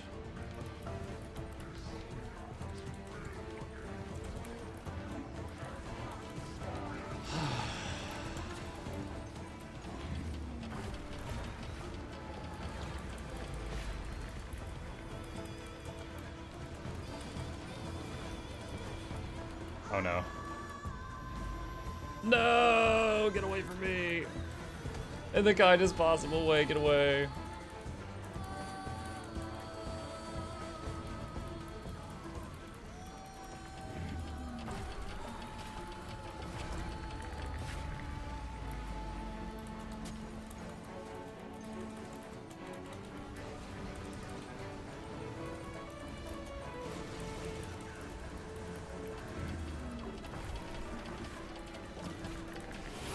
Easy. Oh my god, I wish I had brought feedback for the marble. Ugh. Oh man. Hey chat, second on DPS. With an asterisk after that. I love precog well here. Yeah. Precog well or feedback would have been really nice there, but I just I didn't think. Hey man, found yourself on YouTube, downloaded the game yesterday, really fun so far. Hello, Rylus. I hope you enjoy it, truly. Thank you.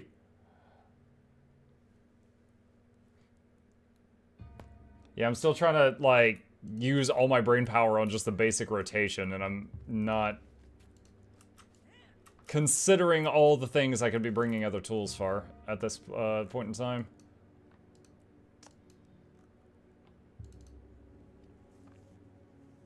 I will say that, like, when you get, what is it? If you have a target and you summon clones on that target and that target dies, you swap to a new target, like, the clones disappear. So, constantly trying to, like, keep boons on people at some moments when we would swap targets and all the clones would despawn kind of sucked.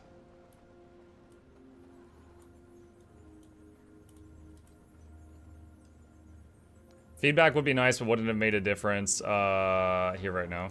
Yeah. Stairs and low deeps on Mux are DPS. Wait, what? You saying I'm low deeps? I was second. Shut up. Leave me alone. Pass. Is it poor vision or does Muck get cuter each day? It's deteriorating eyesight, but thank you.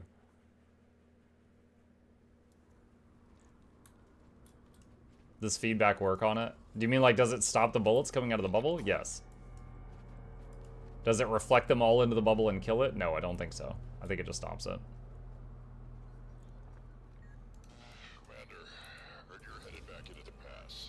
I'll be right there. Give me that. You stay put. Be careful up there. Conditions have gotten worse since Vanguard left. We'll have to find another way up.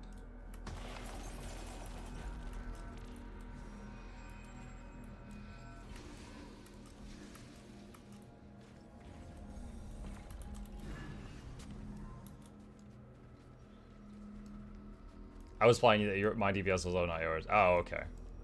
Sorry, it's the internet. I just assume if anyone looks at me, they're insulting me. Snowcrows taught me that. Single tear goes down my cheek. Watch yourself Ah.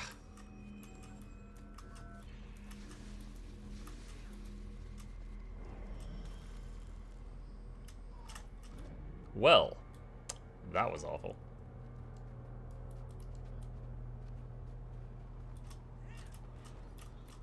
Bonked my head on that beam, and then I was too low altitude.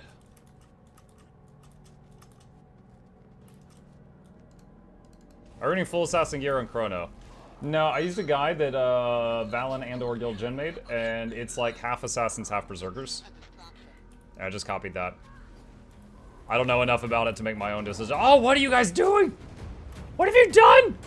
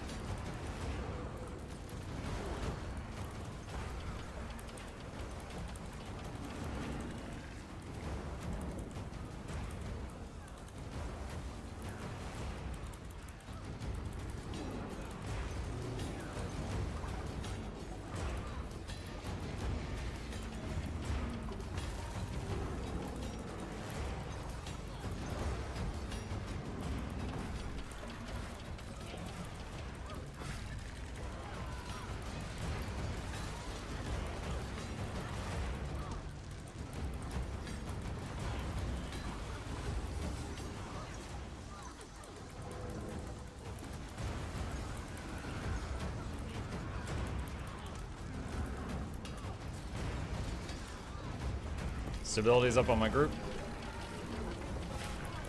But not the other group. Bye! Oh man, I completely botched the rotation there. There was one moment I thought I was in Greatsword, and I wasn't, and I was hitting Greatsword buttons, and they were the wrong buttons. It wasn't that thing.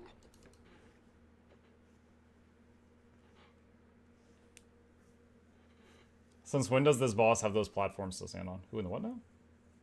I didn't see the platforms you're referring to. Do you mean the jump puzzle on the way to it? Is this for your Boon DPS? Yeah. Yeah, I'm trying to wrap my tiny brain around Boon DPS Chrono, which actually applies to quickness and also alacrity. Currently, I'm playing the quick version. Those two platforms stand on? I didn't see it. Valiander, thank you for the tier 1 sub. Welcome back, buddy. Appreciate that.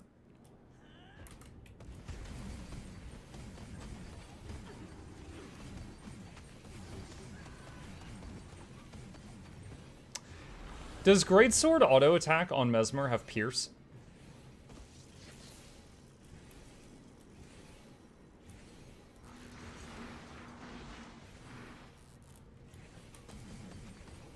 It does. Neat. I didn't know. Never really thought about it.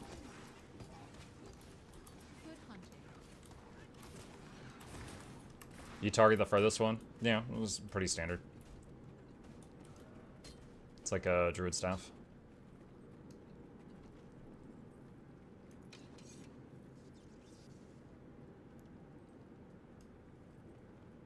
At Mukluk, these platforms.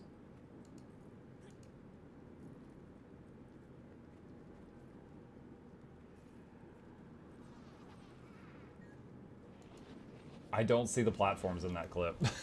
I guess I'm just blind.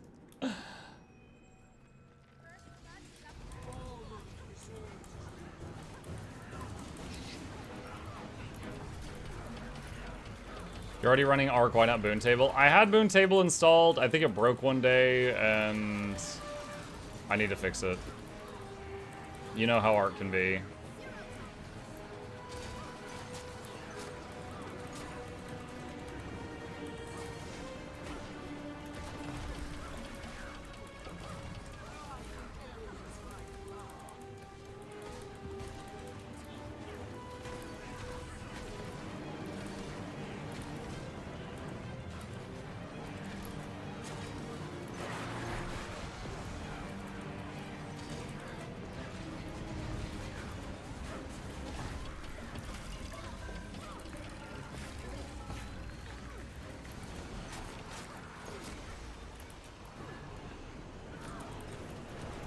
Unfortunate. I used He came over to do the hammer animation, and then he, like, stopped and canceled it. And I had already done well with precog to block the hammer stun. And he just, like, changed his mind.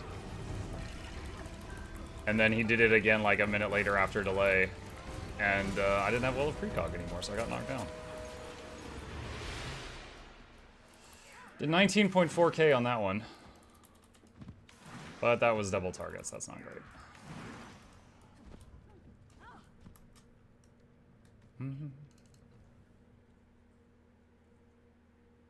In that clip, there were 2 raised platforms to the north and south of where you were standing. Oh my god, why are you pushing this issue? This thing? He always summons these. Like, that's where he punches, so I just don't usually stand there. Like, are you... If that's a platform, I honestly never considered it as such. If you're supposed to actually, like, stand on that, I never knew that. Smart mech standing on platform. It did have... Hang on a sec. There are tiny arrows here. I've never seen these. I've always just thought this was where, like, his punch was going to hit, and I moved away from that spot. There are tiny arrows. Maybe you're supposed to stand on it. Maybe you're supposed to, and we're just all doing it wrong. Alstrad said, "Hi, Muk. Last night I had a fever dream in which I was playing Guild Wars 2 with a new mechanic. When you change weapons, you change class. So you can play with 2 classes per 1 weapon." What? Last fever dream I had, all my teeth fell out. Probably because I drink so much soda. So, you have very different fever dreams than I do. Maybe you need to stand on both. This really wide leg stance. Since when do we as the players do mechanics how Inet wants us to? Since pre-Bone Skinner. I once had a fever dream Muk was good at Chrono. Yo, I'm confident if I main any class for long enough, I'll be good at it. But this is me after, what, 30 minutes?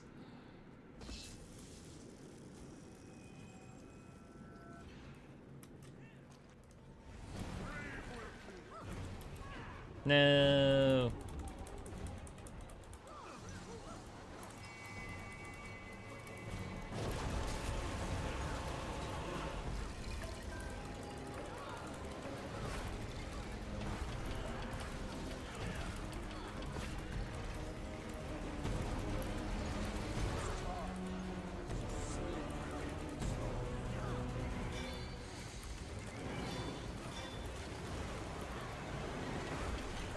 I didn't realize well, the precog was also a stun break. Oh, it's so good.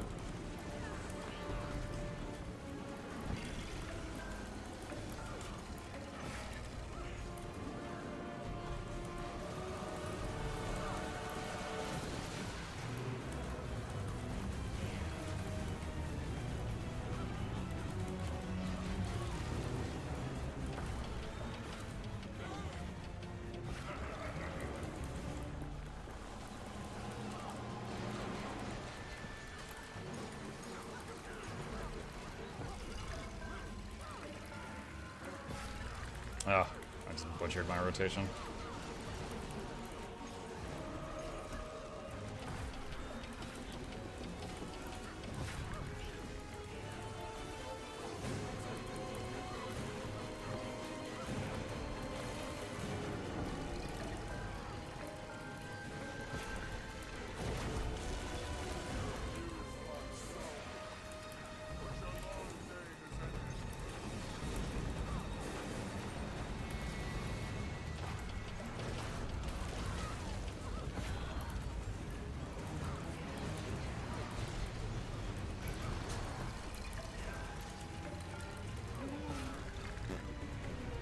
I see Chrono spacebar button still broken. Chrono spacebar broken. Wait, what? What?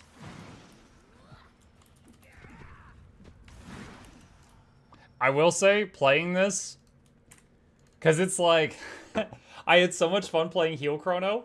Playing this, I'm feeling like 60% of that fun, and it's making me go, oh man, I should play Heal Chrono again. Like, man, this is, it's like when you haven't had soda in ages and you take a drink of like Diet Coke and you're like, man, this sucks. I could go for a real Coke though. That's me when I play this class. I'm like, man, this is awful. Man, I could really go for the good stuff, though. Whisper. It takes a long time to have fun with Chrono DPS. I truly feel like I'm playing this little whack-a-mole game with the shatters in the corner more than I'm playing Guild Wars. I hate it. No, hate's a strong word. I just said that off the cuff. No, I dislike it. It's okay, but I'm not a fan. Like, for example, right now, I have no idea what Great Sword 2 and 3 or Sword 2 and 3 do. I hit them because the guy told me to, and I know they do damage. That's it. Don't know enough about them yet. Let's read them. What is this? Great Sword 2. Throw a blade that makes a clone at the target and then bounces to enemies and allies, dealing less damage per hit. Might and Vuln. 3. Cripple. Sword 2... No, Dagger 2, sorry. Fan. 3. Storm of Dagger. Oh, that's the Blade Storm looking thing. Okay. Think you're focusing on the shatters too much since that's what Heal Chrono does? Maybe, but Heal Chrono, the duration of the boons is double, so you don't have... It's not, like, as sweaty.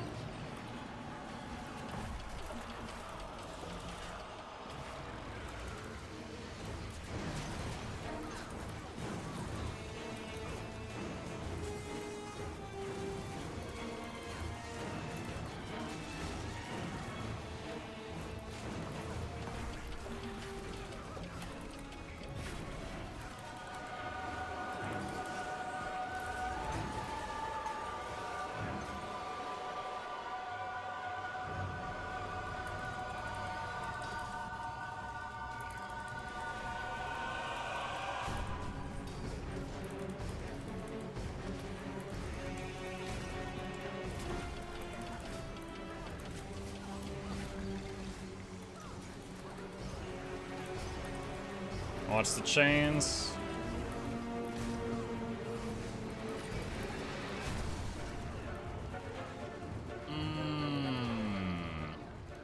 Hilda, I was trying so hard to run away from you. But you were like, where's my money?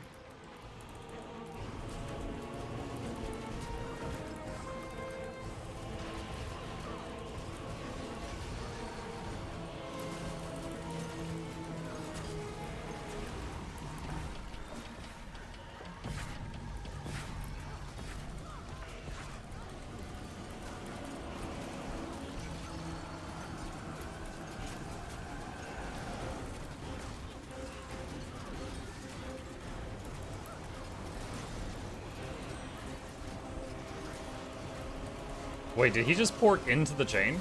Like, he was, like, on the edge, and then, like, he went further in.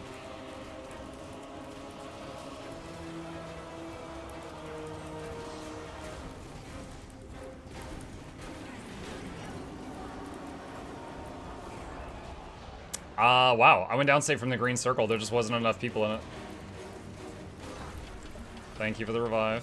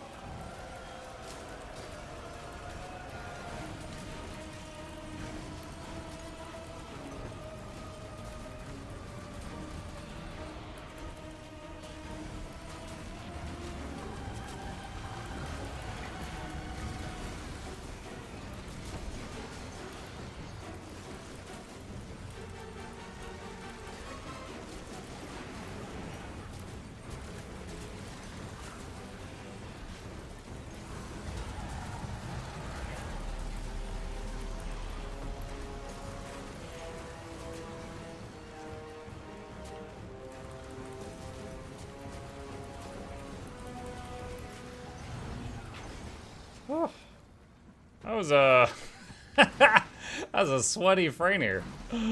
What the? Or sorry, Whisper. What the heck? All right. Well, now that we got the hard stuff done, let's go do an easy bone skinner. Is Heal Chrono supposed to run Harriers or Givers? I think in my experience on it, I was running Harriers, and I was like, I'm doing 2k DPS. And I'm dying very easily if I make a mistake. And then I swapped to, like, Givers or Minstrels, and I was like, this is much better. Like, I was doing trash damage. I might as well just give up the trash damage in order to be, like, an unkillable healer. And that felt better for me. But it depends on if you're min-maxing.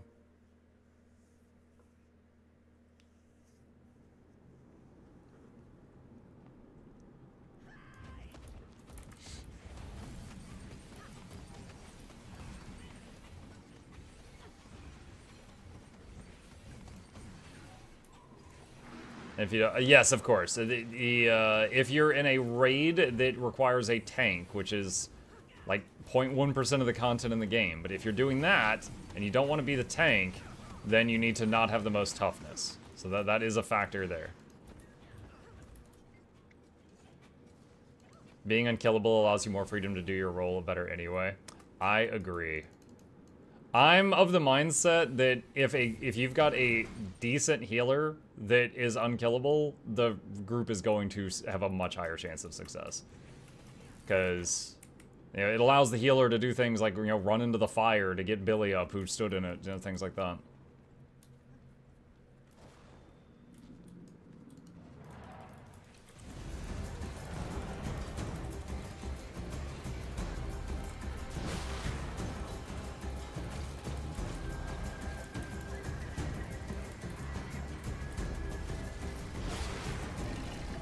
Oh, misclick.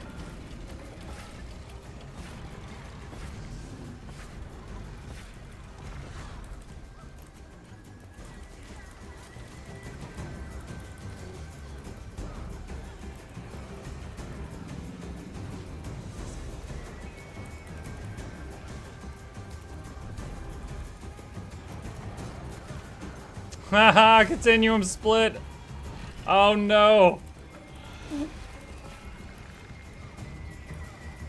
I did the thing, chat. It ported me back into the cone.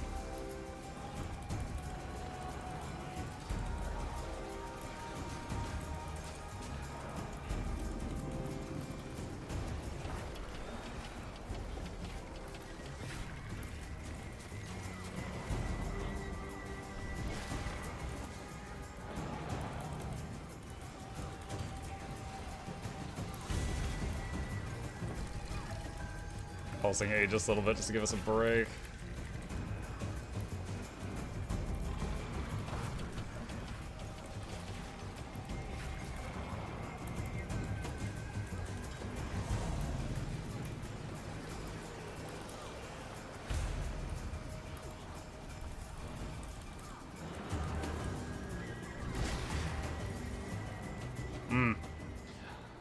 Just room damage.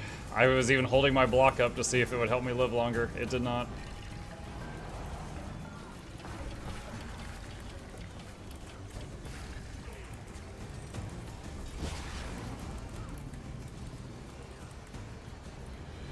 Whee!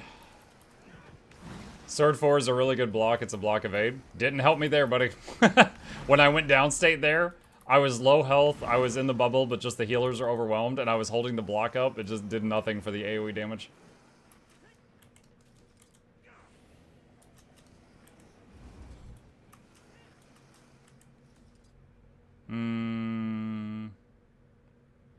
Evade for half a second, block for 2.5 seconds. Is the evade at the beginning or the end? Huh, I'm actually not sure. Because, like, for example, Greatsword 3 on Ranger, it's a evade, but only, like, at the end of it.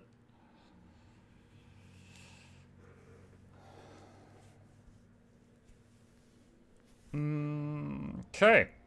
Quick and dirty 9-man bones get it easy. Easy. I didn't even realize we were down a person. Alright, thank you to the people in the strike group. Appreciate that. It was fun. Thank you, thank you. I'm gonna step out of the Discord. Alright. Time to go be judgmental, chat. Time to go be judgmental. 9-man only, yeah. What's really impressive is if someone is solo healing the Bone Skinner, which, judging by how bad that hurt, they might have been.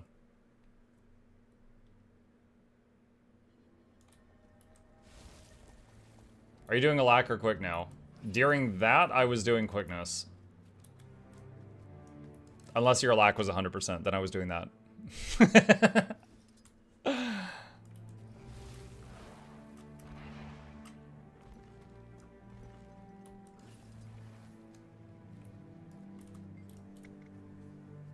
Okay, let's see. Spawn a golem, average, additional options, add condies, just slap all of them on there, spawn the golem. And adjust self, add boons, offense, might, 25 stacks, fury, and utility, give myself alacrity, and then I'll do quickness. Okay. Alright. Let's record a thoughts video. Just a second here. Okay. Alright, hello YouTubes, Mukluk here, and we have just finished spending an hour and a half playing Boon DPS Power Chrono. Usually I will say if it's quick or a lack, however Chrono is the only class in the game that with the same build, with the same playstyle, with the same gear, can change one trait and be a lack or quick. So that is a huge advantage to them. They can join a group and just say, hey, do you need a lack DPS or quick DPS? And the group says whatever, and then they can just change to be accommodating for that. Or the same trait can also be DPS down here, but that one actually plays differently. These two play the exact same. This one plays a little differently, but that's the pure damage version, the quick version, the lack version. It's pretty much never been simpler. The class itself. So as always, just to show a brief demonstration to show that I have sort of, kind of learned what I'm doing. So we're just going to hit this guy, and we're going to do this, and this, and this, and this, and this, and this, and this, and we're going to shatter, and we're going to use our heal to reset the cooldown of Phantasmal Berserker, and we're going to do more things, so I'm going to do that, and then weapon swap, and do some sword skills here, and do that. And try to get up max clones before we go back to the greatsword, and then we're going to do continuum split, berserker, heal, reset, berserker, shatter, shatter, reset, berserker, shatter, heal, berserker, and do like another shatter. And at this point we have got, we're in charge of quickness right now. We got like 25 seconds of quickness. I'm doing like 21k plus DPS in an ideal environment. All right. So, that's what I've learned so far. Not saying I played it perfectly, I'm just saying that's what I've learned so far. I got my knowledge for this one from the Guild Gen Power Chronomancer DPS build, made by Guild Gen and or Valen, and we are running the following equipment. I'll do this over here just so I don't blind you guys. Equipment, we have got a mixture of Berserker and Assassin's gear. Our weapons are Greatsword and Dagger Sword. There is Force and Impact on both weapon sets. Rune of Infiltration on the armor, and Relic of the Thief down here. This is the build, if you want it. This ability here can be easily changed for whatever you want. So, Mantra of Pain is a little bit of damage. Well of Precog, as a support enjoyer, I really like this. It is a stun break, it is group stability, it is group Aegis, and it pulses them. So, it will help get out of a lot of crap. Other noteworthy ones, feedback, you know, anti-projectile bubble, you put that down and it just stops all bullets and bounces them back. So it's a reflect and also it stops projectiles. Well of Action can help with Might and Fury uptime on your group. You know, there's a lot of choices here. The toolbox, this right here, for this class is very strong. There is a lot of really good stuff in here to use, and you can, you know, take what you see fit. Let's see. Playstyle. Okay, so the way that you generate quickness or alacrity, depending on which trait you take, is shatters. And the way this works for our non-Mesmer friends is essentially certain skills that a Mesmer does, like I'm going to do this. That summons 2 phantasms. they do, or phantoms, they do a thing, and then they become clones. You can see how many clones you have by these purple dots down here. When you use a shatter, which is any of these buttons up here, they each do different things, but they're all shatters, the clones shatter, and then they emit boons.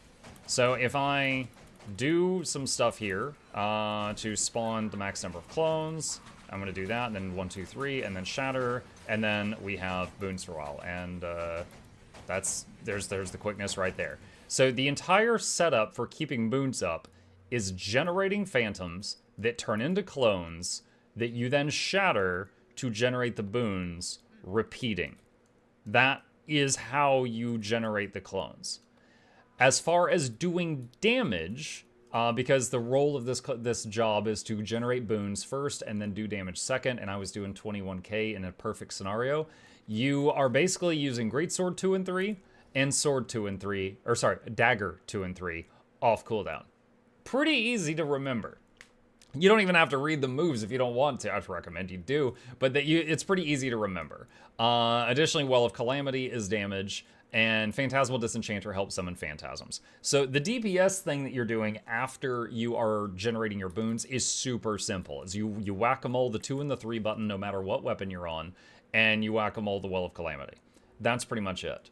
0 boon duration, yes. So we are running Berserker and Assassin's Gear as mentioned, which is an advantage to this build. It is it is absolutely possible to have no boon duration on your gear. You don't have to have concentration gear like Diviners, but you can keep up your boons on the party the whole time.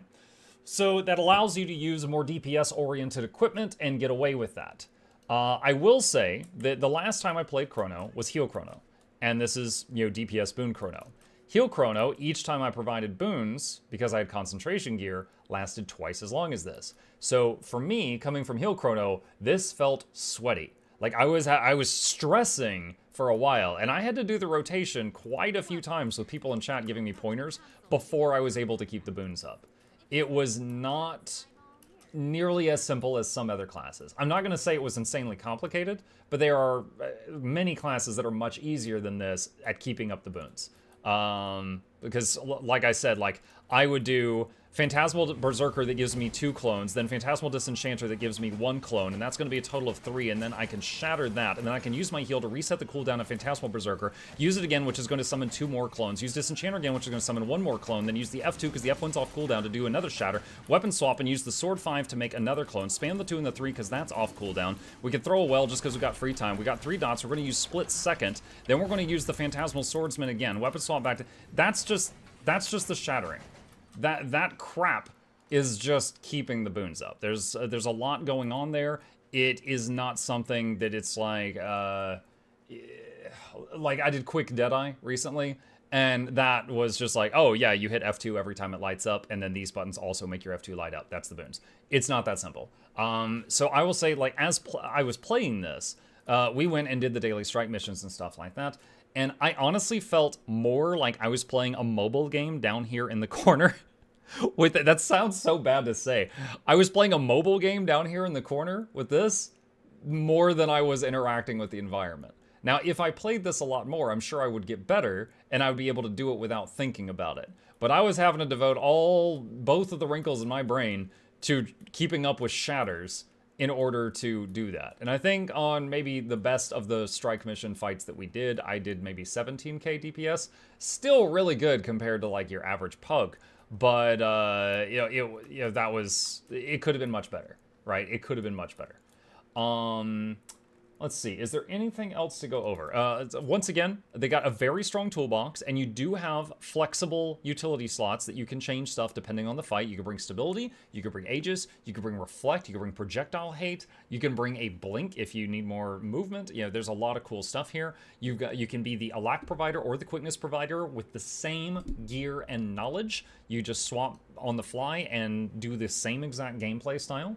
You've got a massive CC on your elite skill. The Moa Signet does 600 CC after 1 second. Gravity Well takes 3 seconds, but it does 550, so only a tiny bit less, but it's huge AoE and very easy to aim, and it does damage. So if there's no stress to get the break bar broken in 1 second, Gravity Well has grown on me because it does a large area, it also does damage, and it does almost as much CC, so that's a really good option as well. Mass Invis allows for some cheeky strategies on things like Harvest Temple.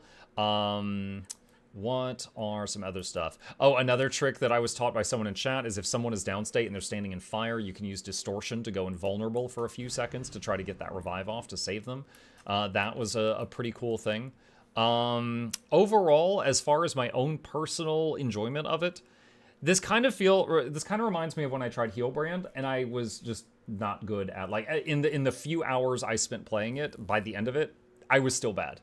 You know, like Quick Deadeye, by the end of it, I was doing 30k and I was 100% boon duration and I was doing great. But this was complex enough that in the less than 2 hours I think that I played it, it was, I was not able to feel like I had gotten a mastery. I felt like I had just gotten the basics of the basics. Like I knew enough to be dangerous, you know, like I could do 20k on a dummy, I could keep the boons up. But I was making a lot of mistakes other than that because I was having to stare down here so much compared to what's going on up here. But with more practice, you'd probably be able to do that without even thinking about it. You'd be a very flexible support in most groups. Again, you can use like full DPS gear and you can get away with it. I believe the reasoning for the Assassin's gear, because this is like half Berserker, half Assassins, and I'll have a link to the Guild Gen guide I used to put this together. I believe the reasoning for the Assassin's gear is it is tricky to get critical strike capped on this build, which is why some of the Assassin's gear is there, and why it's not just like full Berserkers. Think that's pretty much everything. Yeah, it's got a lot going for it. It's full ranged, I forgot to mention. Both the dagger and the greatsword on a Mesmer are ranged weapons and shoot like lasers and stuff. So, you know, that is an advantage as well. You've got high movement speed because Chrono always has 25% bonus movement speed, whether they have swiftness or not. Good utility, good CC. Not the easiest to pick up and play, but super flexible and viable. And that's it. That's my experience trying Power Boon Chrono. And if you think you would like it too, I'll have a link to the guide I copied in the description. Oh, and if you think I did anything wrong, tell me down below. Okay. With more practice, you get to the point where you automatically keep track of when it's time to shadow next. Oh yeah, no doubt. I believe that's true for any class in the game. Like, if you play any class in the game, you'll eventually master it. The point of this series is like a first impressions thing, right? Because if you, it's basically like me telling people, like, hey, if you're interested in trying this class, this is how it feels to go into it after a few hours for the first time. Because some people are like, oh, heck yeah, then I'm interested. And some people are like, oh, never mind. Mike, what is your favorite class or elite spec? Druid, I consider my main on Ranger. What are the 4 icons right of Blish? Event table allows me to see like the wiki event table page at any time. The chat shorts, I don't really use this one anymore. Item search allows you to search your whole account for something you've misplaced. For example, here's all the things with the word ectoplasm on my account. Material storage, that character, that character, that character. This is basically the same. It shows you where all your unlimited gathering tools are. So if you've misplaced any, it tells you where they are. What's the icon of the big red 4 on it? That is the Wizard's Vault. Blah, blah, blah, blah, blah, blah, blah. There you go. Are those Blish plugins? No, those are Blish modules. So if you open Blish and you go to module, you can just like check mark the ones that you want, and then it puts them right there. Reigns lets you kill ads while in the blob. Yes. Yeah, favorite class elite spec? I mean, there's lots that I like, but my favorite, like, total package would probably be Heal Druid right now. But honestly, playing this today makes me want to dabble in my Heal Chrono again. As Heal Chrono was very fun. It was fun, and it felt good to play. It had a good kit. I'm rusty AF, though. I haven't played it since I did the video on it. Muck's officially Mesmer Enjoyer. I don't know about that. Okay. Let me go put this guy back in the spot. Do raids as Heal Chrono. I've only got about an hour left. I don't know if I've got enough time to do raids right now. I've been having fun with Power Shortbow Renegade. Has such a satisfying damage combo. Power Shortbow Renegade. If that's a thing, I didn't even really know about it. I don't main Rev. I see Condi Renegades all the time. I cannot remember seeing a power one recently. Liking Mesmer is a personal illusion. Oh, I see what you did there. Let's go back to my park spot. Did you try Druid for Condi DPS? Yeah, I have. I felt like I had a really slow ramp up time. Like it took forever to catch up to the other people in damage. So if the fight was short, it just looked bad on the meter. But it's possible I wasn't doing it perfectly. Not sure. I still feel like, because it was just this year, I think, that Druid got access to the Condi build, or just like in the last year, so it still feels relatively new to me. Becoming the Ox. My favorite World v World is Shortbow, Jalus, and Shiro Renegade, but that's more Selly. Ah, yes. Selly Renegade. The reason that Celestial Gear got removed from Conquest mode. You jerks. You're the reason we can't have nice things. Do we get some fun stuff for giveaway tonight? Yeah, I've been scooping up some different weapon skins and stuff from the TP, just for giveaways to later tonight. Butter? I said weapon skins. I don't recall if anyone has sent me butter recently. If there is any, I'll throw that into the pot too. I'm a Rev enjoyer. Of course I break the game. Do you guys remember there was those people that were like constantly crashing and stuff like that, and it turned out it was only happening to people who had a Revenant character? Like, they didn't even have to be playing the Revenant character, but if they owned a Revenant character, they were having crashes in the game.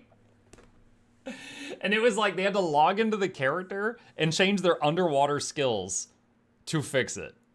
Like, their whole account was crashing constantly because it had like assigned Jalus underwater, or something that shouldn't be possible. And they had to, and if they entered water, it would crash it again. So they had to learn how to open the hero panel and like fix their underwater skills without going in the water on their Revenant so that they stopped crashing on their other characters. It was like such a peak example of you're the reason why we can't have nice things. The spaghetti code, yeah.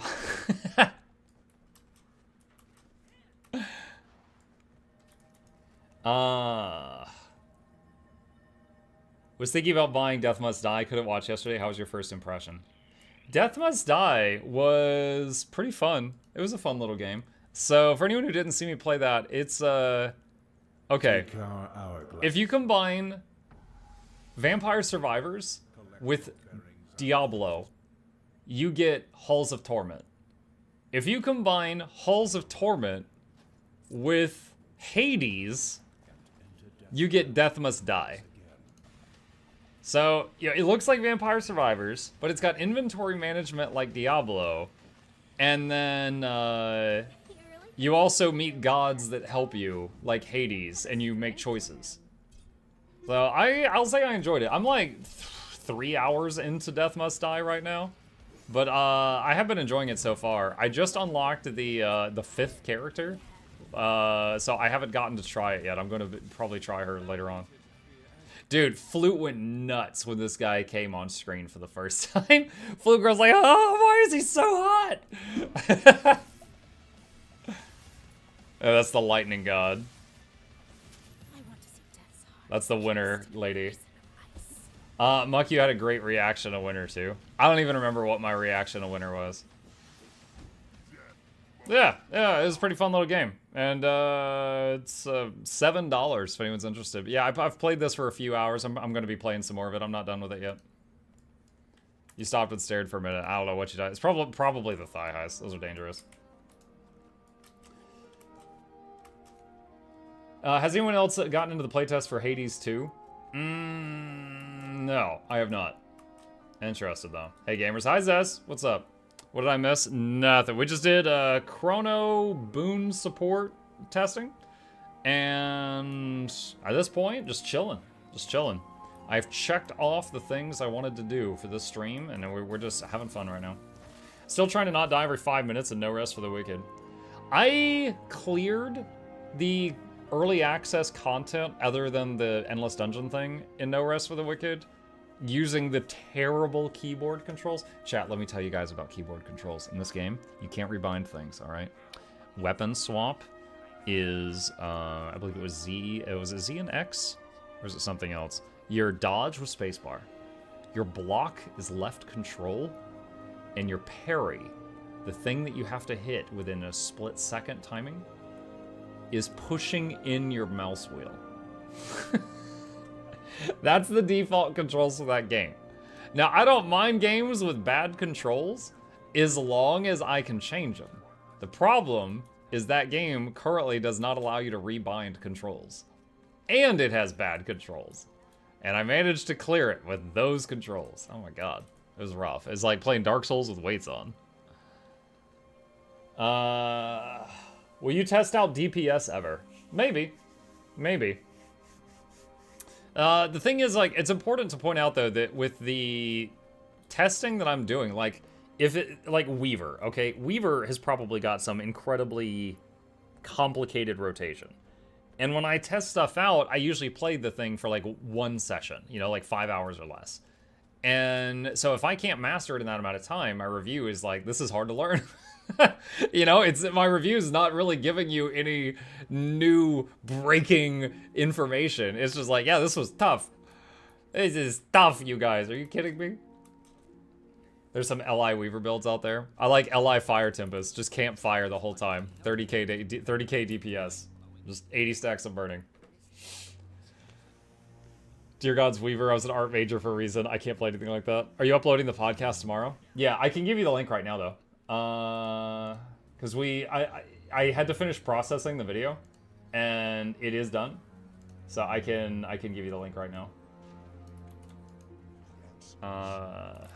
Snow Crows invited Mukluk to teach them GW2. There you go. There it is. What's the thumbnail? I used the angry ladies yelling at the cat, and I tweaked it a bit.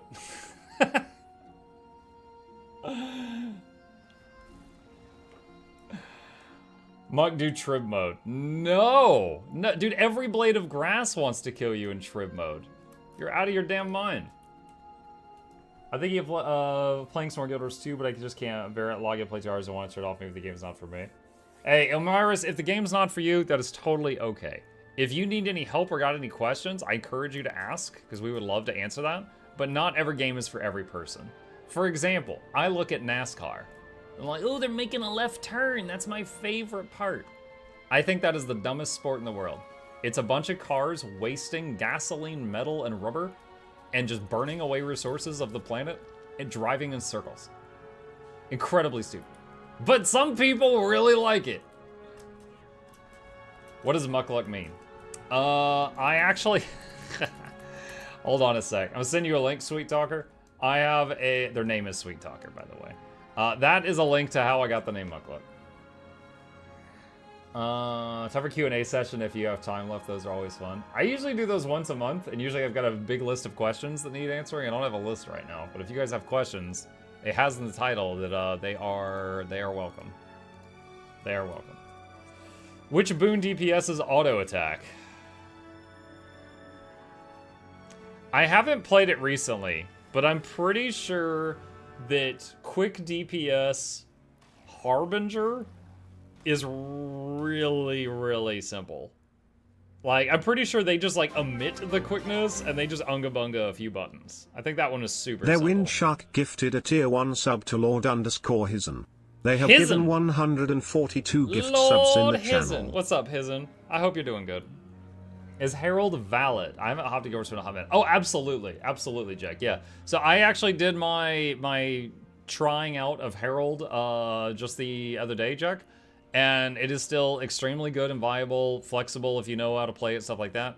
I said that I find it challenging to learn because I find, like, if you're not a Rev main and you try Rev, not only do you keep track of abilities cooldowns like you do with every other class, but you also have to be in the right legend and have enough energy.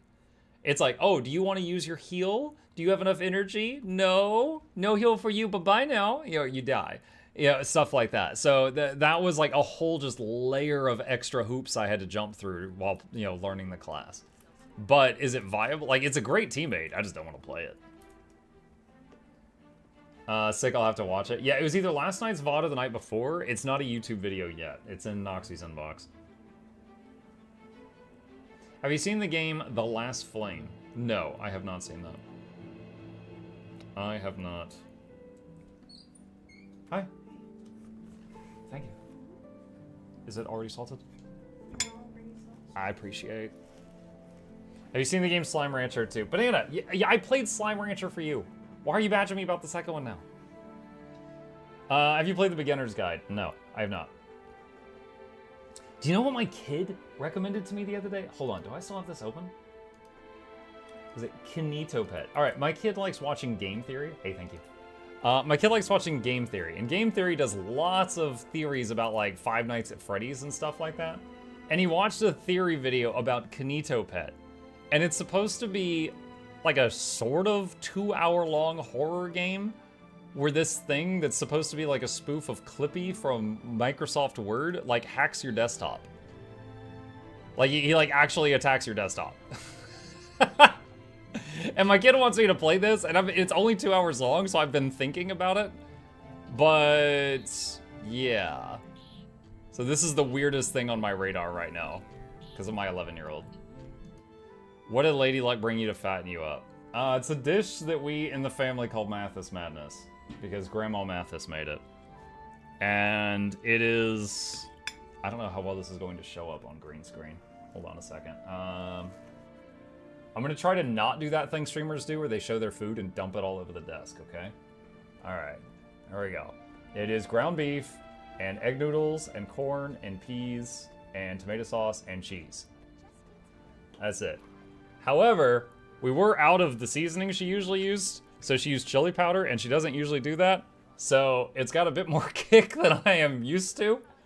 But it is, as Grandma would say, it's a way to take a pound of ground beef and feed 8 people. It makes it stretch.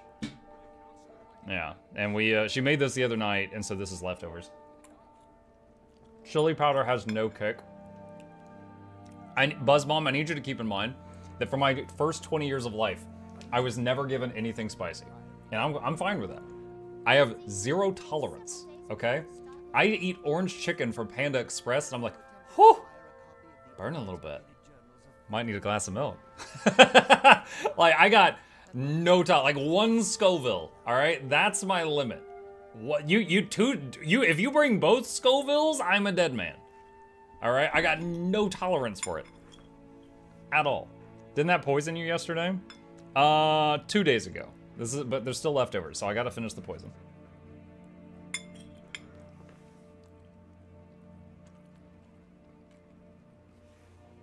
I cook with ghost peppers, lol. I wouldn't survive the air in your house. Might come to Mexico. No, look, hey, I like tacos. I just don't put spicy things on them.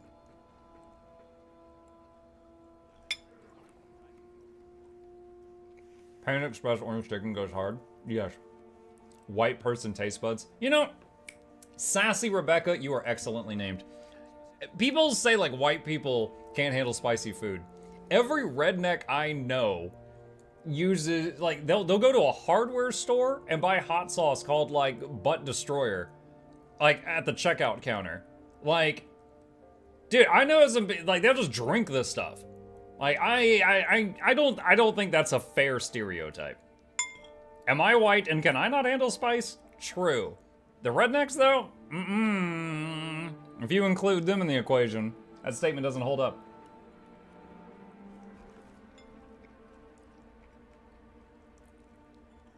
Mutt come to India? No, that's outside. I have to go outside for that.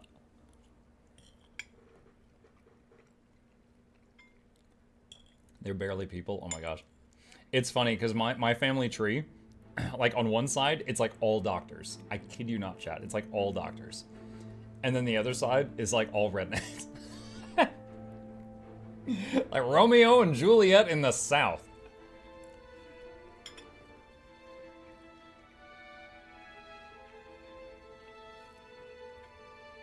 Just use waypoints. Use waypoints to go to India? Yeah, okay.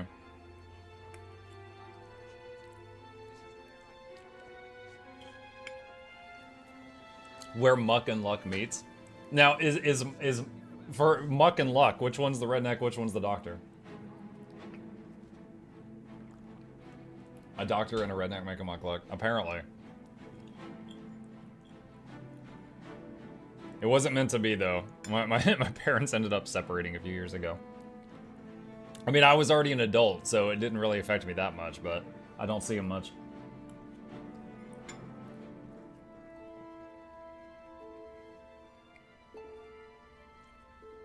You are the doctor and Lady Luck is the redneck.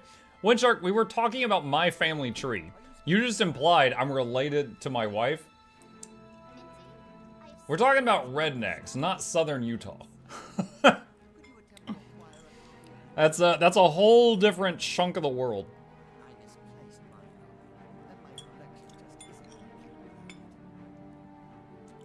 We know you can't handle spicy. What about Minimuck? Also cannot handle spicy. Minimuck... So Grimer is really good about trying new things. Like, he will eat chicken nuggets at a Mexican restaurant. He'll eat chicken nuggets at an Italian restaurant. He'll eat chicken nuggets at a Greek restaurant. He'll eat chicken nuggets anywhere. He is very cultured. He'll try so many new things.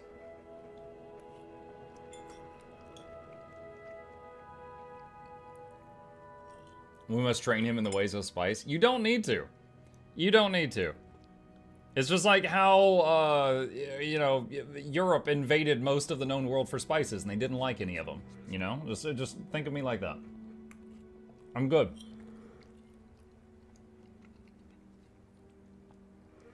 Muck will get used to spice once the Dune MMO drops. You know, I know nothing about Dune other than there's a lot of sand and there's giant worms. That's all I know about the entire Dune franchise.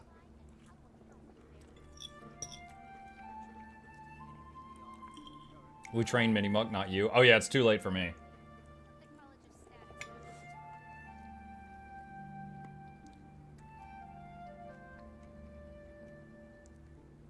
If the cost decreases, would you eat lab-grown meat? If it's nutritious for you and has no adverse side effects and is okay in cost, sure. Weird question, though.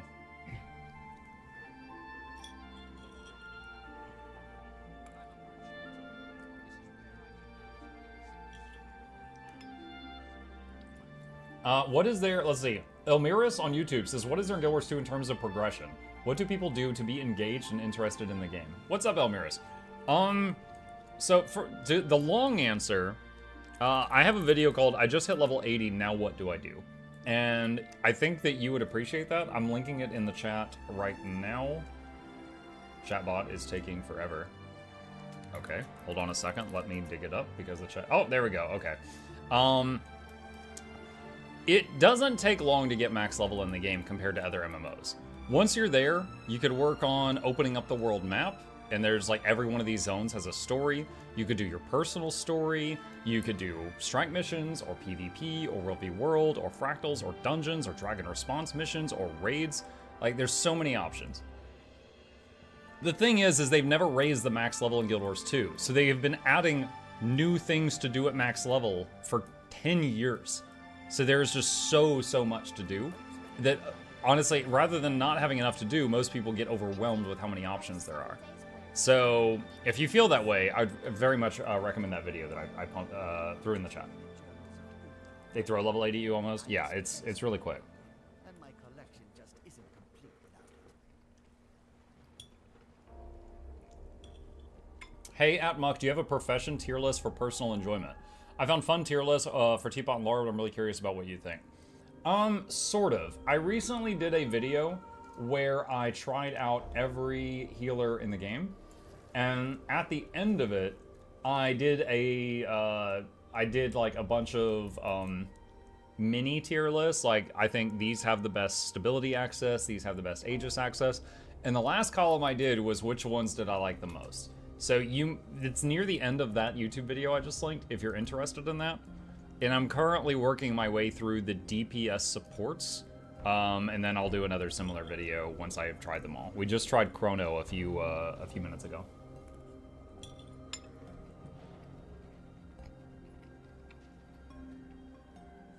Is Spectre Alakiel the worst healer? No. Okay, I want to phrase this very carefully, because so many people will be like, oh, don't play that. Muck said that class is bad. God, I do not want to freaking hear people do that. All right. Every one of the healers in the game is viable, and if you're partnered with one and they know how to play, you're gonna clear the content. That said, in my opinion, I feel that Alacrity Healing Spectre is the worst thing to play. It felt awful to me to play it. Like, and I'm choosing my words very carefully right now. I don't want to ever play that again. That felt gross. Like, I had to target the enemy, target an ally, target the enemy, target an ally, make my allies go invisible, turn their attacks off, target the enemy again. Is bleh. I was not an enjoyer of playing that class. But there are people that are like, this is my main. Shut up. Hyokata. Hyokata wasn't a real thing. Worse than Heal Willbender? Heal Willbender was very easy to learn. The only problem I had with it was if you ever had to run out of melee range, your heals basically stopped. And the roof, like how hard it could heal when you were pumping out the most healing you possibly could, that roof felt very low. But there were people in the comment section that was like, oh, you can get more healing out of it if you change this, this, and this. So it's possible there was a better version of it than what I tried.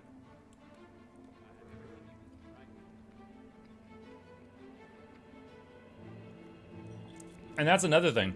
It's almost impossible to try every version of every build. Take Guardian, for example. If you ask the heal brand community, hey, what weapon do I use? They can't even agree on whether I should be using Mace or Axe. Like, they don't even all come to one agreement. Similar thing with Tempest. Some of them say to use Sword. Some say Dagger Warhorn. Some say Staff. Like, they're, you know, and then some say, oh, you should be using Arcane as your third specialization. And some say, no, your third one should be Earth. And like, there's so many versions, I can't try them all. Or it would just take a stupid amount of time. So I usually just try to pick the most popular one and then try that one.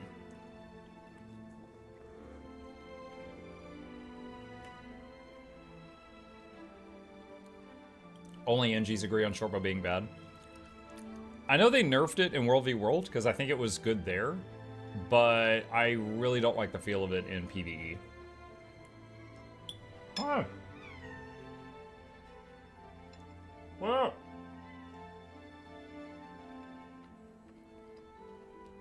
I beg to differ on Hyokata. That's fine. You can keep begging. I could not find a single guide on Hardstuck, Guild Gen, or Snow Crows about Hyokata.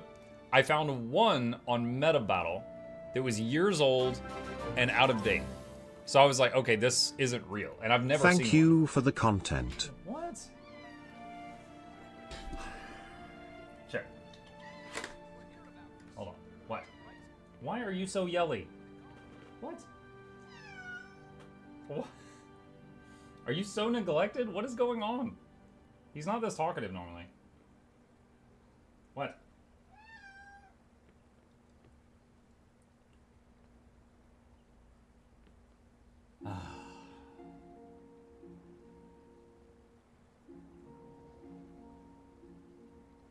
So screamy all of a sudden. Ah. Why you chomp me? And then you act like you love me again. Orange cat brain cell moment. Within 1 second, goes from attack to love to attack.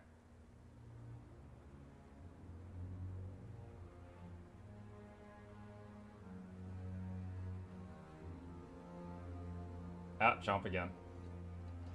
What? What?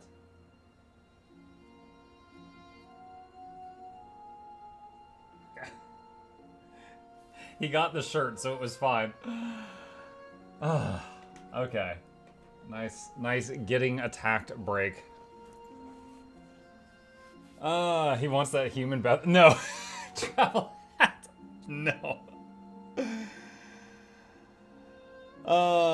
Anyway. Well, if heal catalyst is a real thing, I found almost no information on it.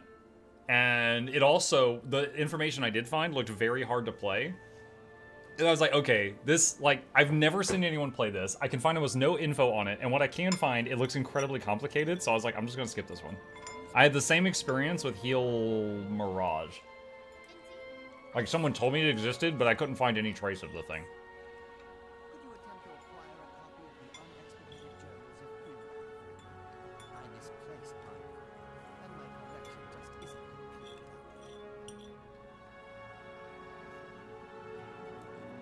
Heal Kata is a secret held by the Ellie cults. Mm-hmm. Hang on, friends, I'm almost done.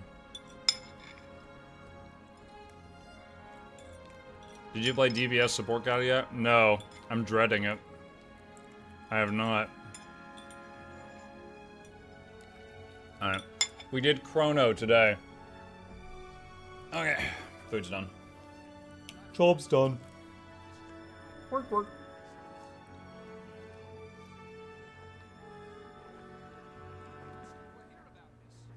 Engie, oh sorry, Mesmer versus Engie, what would you pick? If you mean for Boon DPS, I enjoyed playing Boon Scrapper the most. I loved the utility it had on hand. And dude, in my video on it, I completely forgot to mention super speed. And I hate that. But, yeah, I enjoyed that one the most.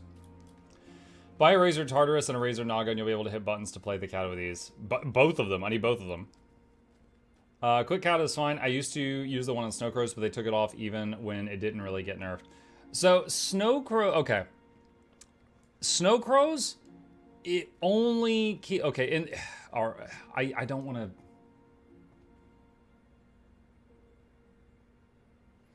I always try to choose my words carefully because I don't want to give misinformation.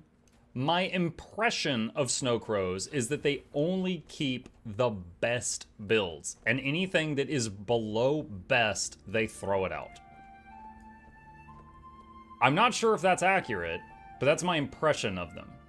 Now, there is the new beginner builds that they're making. I haven't looked at those at all, so those are probably a whole different thing. Are you at max level? Yeah, I'm max level. We're just chatting right now. Oh, let me see if I can find something to Unga Bunga on. Great Jungle Worm is up. Battle for Tarir is finishing. Jakar? Jakar's fun. Let me see if Jakar's going on. Are you planning on playing Heal Chrono or Heal Warrior in the future, or is Dudu still uncontested? I would say Druid is still my overall favorite. I really enjoyed Staff on Warrior. I think of all the new weapons that we got, so Warrior Staff is the best one. I hated the Warrior. the Warrior was awful. The Staff was great. Can we just have that? Can we just take the Staff over to somebody else? Like, the Warrior was awful, but yeah, the stick was good. Besides that, the total, like, the combination of class plus weapon that I think felt the best was Mesmer Chrono heal with rifle. But the Chrono was providing as much of what was good about that as the rifle was. So I would absolutely, especially after I played the DPS Chrono today. I mentioned it earlier, but having not played it for a while and then playing DPS Chrono, it was like, wow, this is some of the things I enjoyed about Heal Chrono, but not others. It was like, if you really had a craving for a soda and someone gives you a diet soda, and you're like, wow, this reminds me how good soda is. So like, I feel like I had a diet soda today playing DPS Chrono, and now I'm eager to go play the fun one, which was the Heal Chrono again.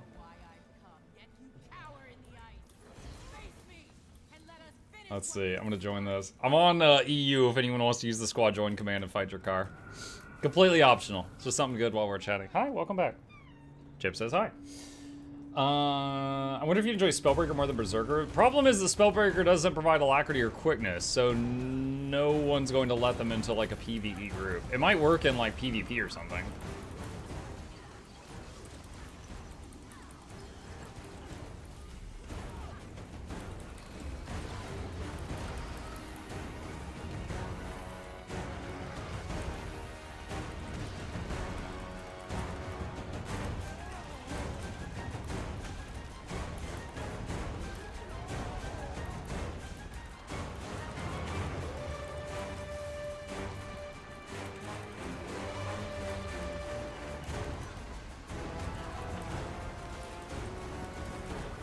Any Boon Reaper build? No. So, of the 3 specializations for Necromancer, the Scourge gives Alacrity, and the Harbinger gives Quick, and the Reaper gives neither.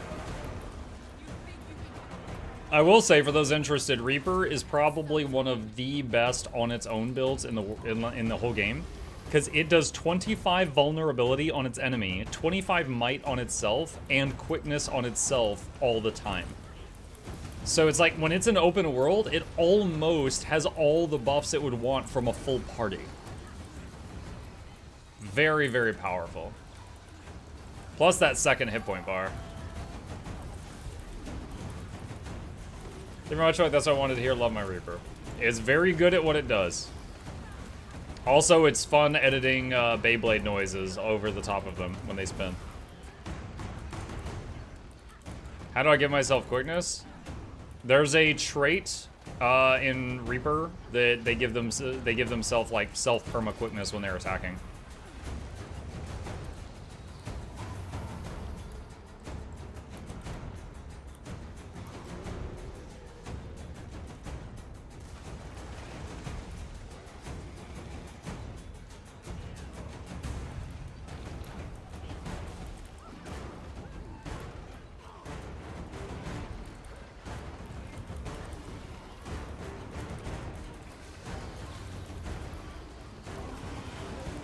Bank tabs are on sale. Haven't bought any of those in a while, but if anyone needs to know.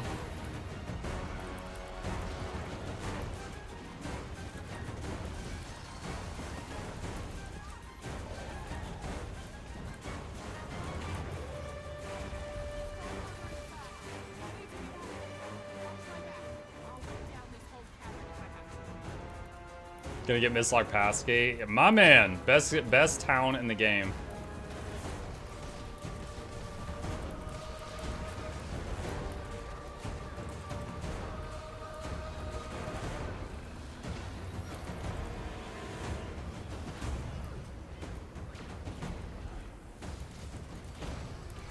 Is max still 17? Max what? Bank slots? I actually don't have max bank slots, so I don't know. Chat, is max bank slot still 17? Question from a YouTube viewer.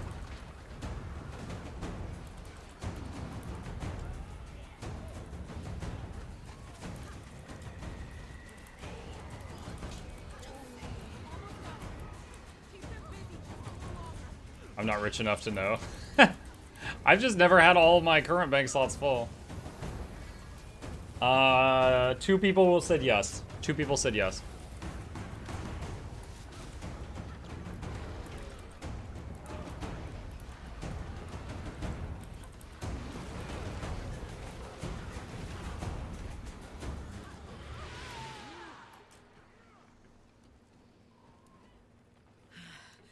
There. See? Easy. Arc doesn't work with radial mount menu. I'm using Arc right now, and I've got the radial... Now, I'm not using the original radial mount menu. I'm using the radial mount menu module in Blish HUD. So I've got this and that working at the same time. Some idiot just posted a YouTube video about how dead Guild Wars 2 is and said Valen quit playing and making videos about Guild Wars 2. No, he didn't. Valen was in the chat just like less than an hour ago giving me advice on Chrono. No, he's not done.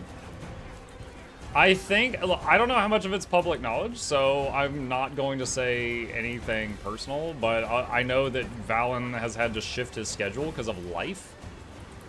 But I don't think he's just like quitting Guild Wars 2 because he hates Guild Wars 2 or anything.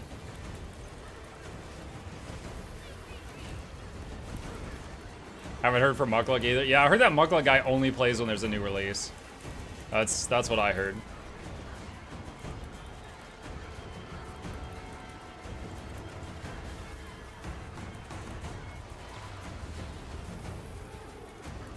Been hard debating on running Scourge Healer or Chrono Healer. Can you help me sway one way or the other? Oh, sure.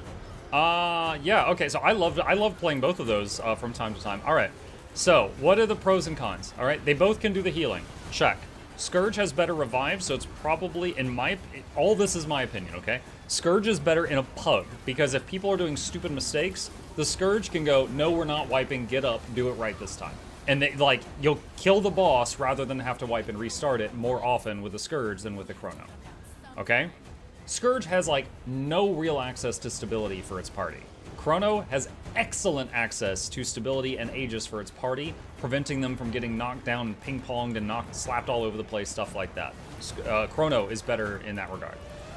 Scourge has barriers, shields that prevent you from taking damage in the first place. Chrono doesn't have that.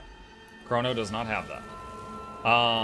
The barrier is very good, and you can, if once you're without practice, you can keep it on your whole group.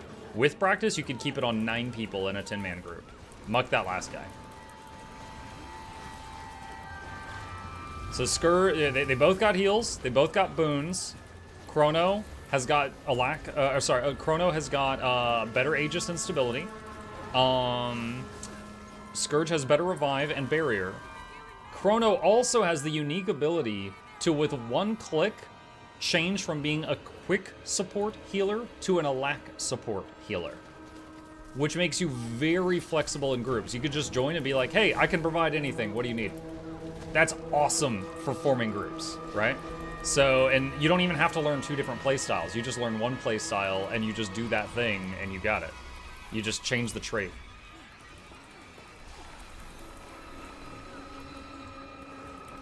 I would say, let's see, what else? They both have, let's see. They both have projectile hate, corrosive poison cloud on Necro, feedback on Mesmer. So they both have ways of destroying projectiles for fights that need it. I don't think Necro has a reflect. Chrono does have a reflect when it's required. Not often, but it's worth mentioning. I think among the supports, both do pretty low damage, but I think Scourge does a bit more damage than Chrono support does.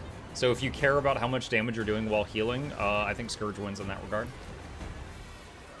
What time is it for you? 1:30.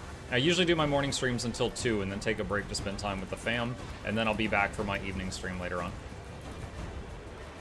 Which on Tuesdays is when I visit the NA Guild Wars 2. So I'll be back on Guild Wars 2, but I'll be on the NA servers this evening. It's 12 p.m. for me. You are... Well, it's 1:30. What are you, Mountain Time?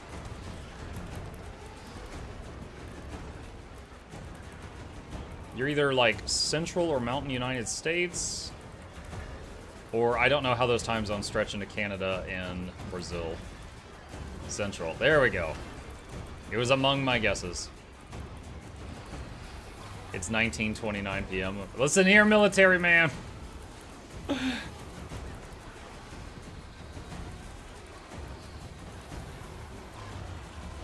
Been watching YouTube for a while, but this is my first time catching you live. Welcome, Bear. I thank you for stopping by. Yeah, if you ever want to chill, I'm here literally every single day because I have a problem. This May, actually, for those who don't know, we will be celebrating having been live on.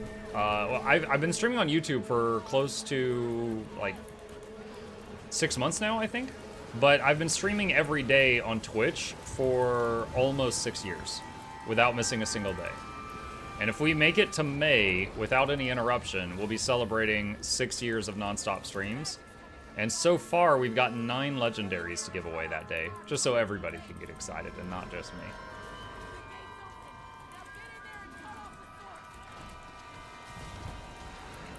So you just don't get sick? There was a couple of times I did a stream while sick, and I was like I remember one time I had lost my voice, and I was like, "Welcome to Mukluk ASMR." We did a 1-hour ASMR stream where I was just like, I'd be in PvP like, oh my god, this fucking Willbender, I hate Willbender so much. And I'm just like hissing, and then after an hour, I'm like, all right guys, I'm gonna go lay down, and they're like, bye. So yeah, the streak stayed alive that day. It stayed alive. Yeah, the worst was my whole household got COVID, and fortunately, my wife and kid, for them it was just like a cold. For me though, it was like one of the worst flus I had ever had. It felt so awful. I was like, I am dying. And when I remember one day I did like a 30-minute or 1 hour stream when I had that at its worst, and then I was like, all right, I'm going to bed. But we kept the streak alive. Muck, what module in Bliss are you using for event? The event timers? Isn't it called event timers?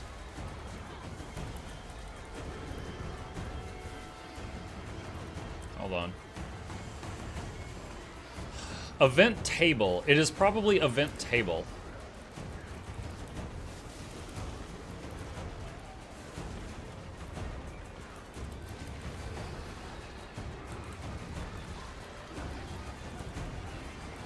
Thanks, sure. At this point, Muck will keep streaming after he dies. After I die. Oh my god. Coffin cam.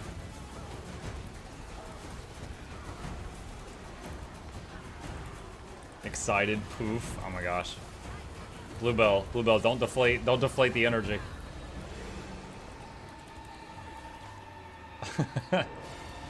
Mini Muck takeover.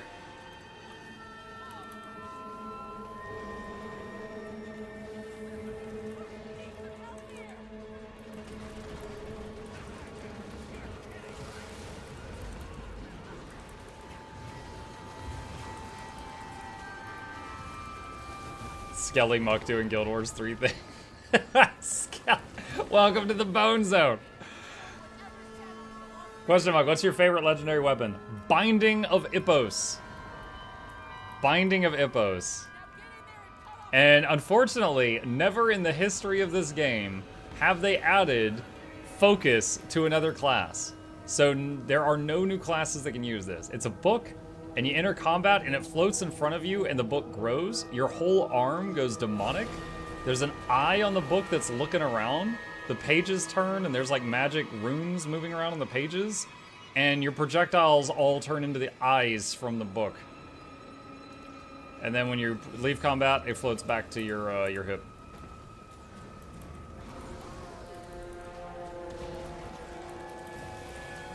But I rarely get to use it because not many classes get access to focus.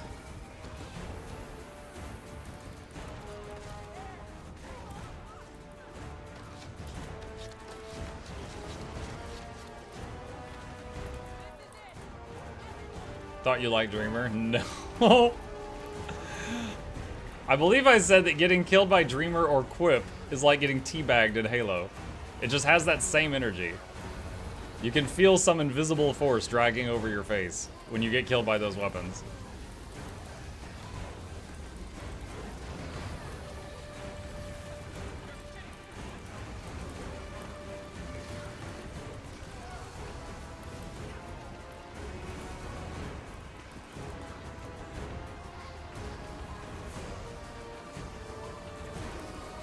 What do you like most, Dreamer, Quip, or Moot? I don't use any of those on the regular. I own 2 of those, but I reskin them whenever I use them.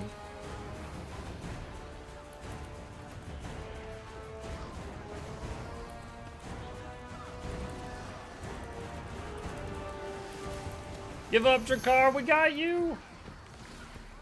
Monk needs Quip. I actually have done some build tests lately where I didn't have like a second sword or I didn't have a pistol.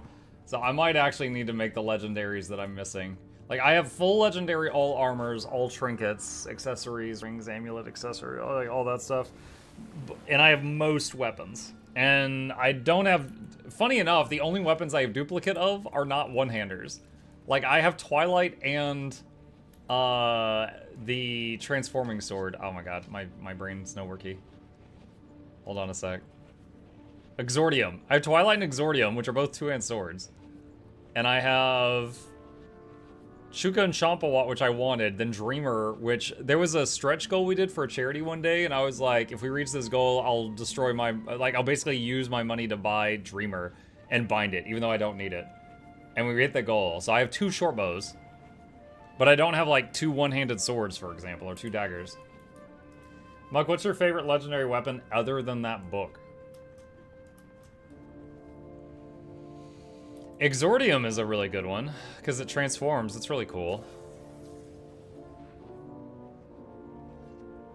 Juggernaut's pretty cool. I gotta tell you, a lot of my legendaries I rebind. Like, this mace, this is the moot. Like, this is Bifrost.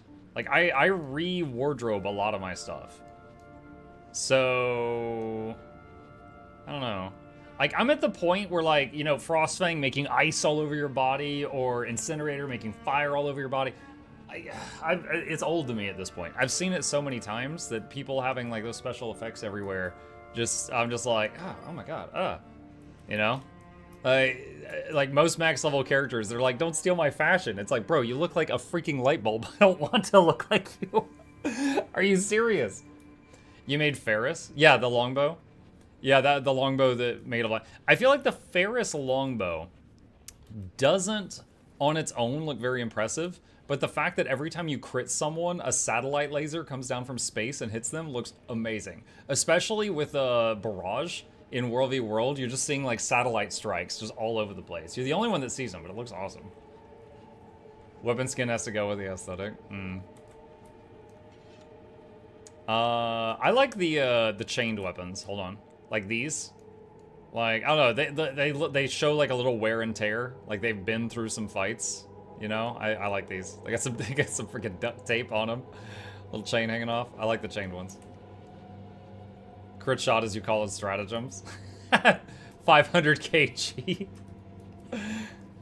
Can't wait for Gen 4. Need something to spend gold on. Hyzen, how much gold are Hyzen? You just made 3 full sets of obsidian armor. How much money do you have right now?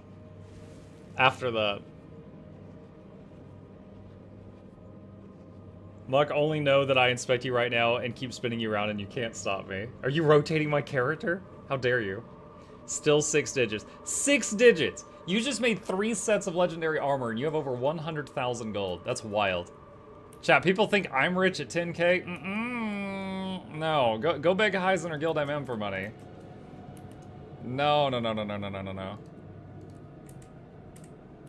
Not rich. Let's see. Advance on the Blighting Towers. Aetherblade Assault. Aetherblade Assault. I like the Aetherblade Assault meta as a healer because at the end, there's no shortage of people dying and going downstate.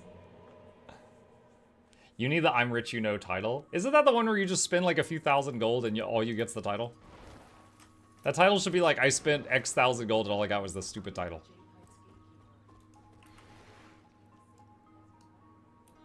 You get 5 AP. I don't care about AP. Let's see. Is anyone doing this? No one's doing this. That chili powder, chat. I feel it. I got the burning sensation. That one Scoville. It's beating me up right now. What was the other thing that was going? Oh, Dragon's Dam. That's the other one that's happening. Which class do you think is the best for solo farming? I think it depends on what you're farming.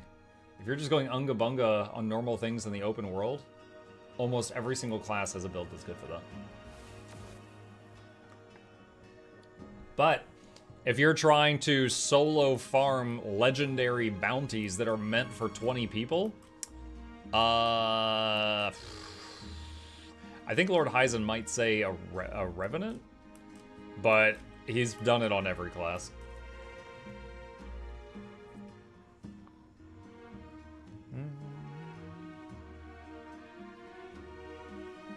Let's see. Do we have a group over here doing stuff?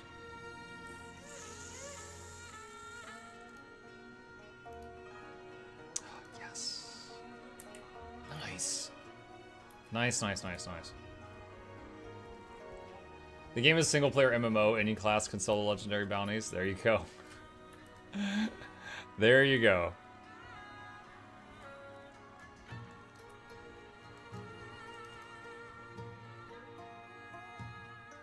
I got both Kudzu and Ferris for longbow. You made 2 legendary longbows? There is a build that uses 2 legendary longbows. I invented it.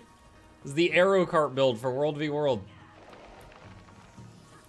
Dude, so many people gave me so much crap for that build when I made it, and so many people use it now.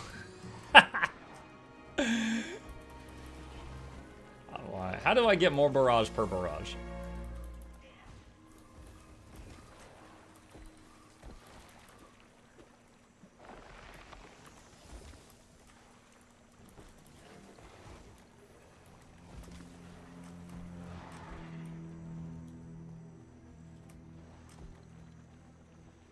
I won over 6-digit gold now. Start saving. It only took me like 5 years to get to 10K, so like another 45 years, I'll be there. Easy.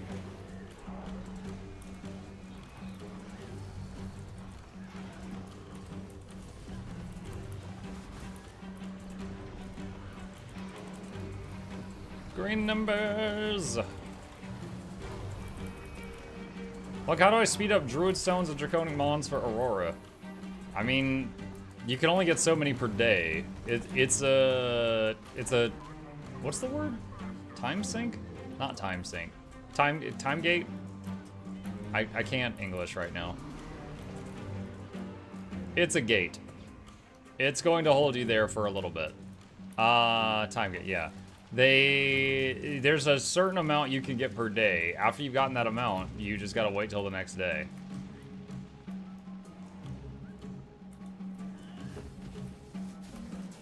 Time doored. There we go. That's the word. Time doored. With the creation of Heal Vindicator, gave me the goal of having 2 of each type of legendary. Heal Vindy. Heal Vindy? I have seen some, I think it was some Valen videos of it in, like, World v World, PvP.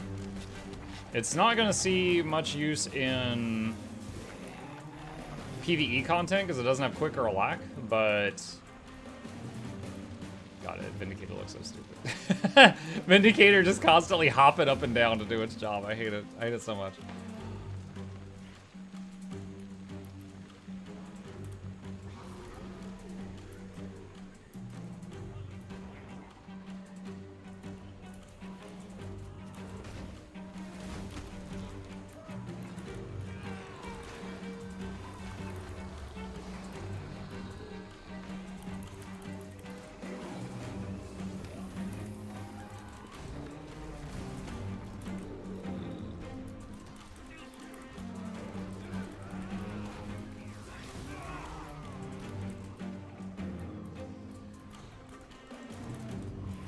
You can hate yet, but you gotta admit it's hell strong. Oh yeah, I absolutely admit the Vindicator is strong. I just think it looks stupid. I think aesthetically, someone leaping into orbit every 2 seconds, even if there's a ceiling above their head, is really dumb. Like, if your calves are strong enough to leap you into orbit every 2 seconds, just kick the guy. He will explode. That's it, you win the fight. It's done. Like, I think the entire concept is so stupid. It's so stupid. If your legs are that strong, just kick him. It's over.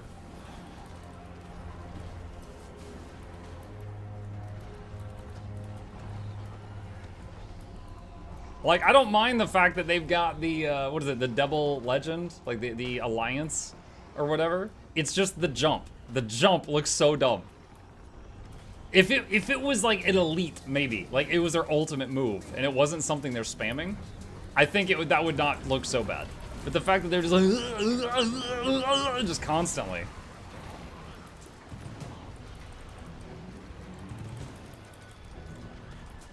This is like someone hacked Overwatch. Meteor strike, meteor strike, meteor strike.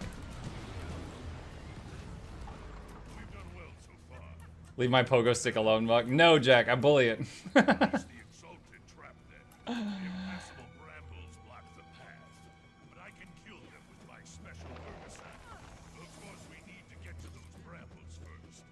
I thought you played Herald anyway, Jack.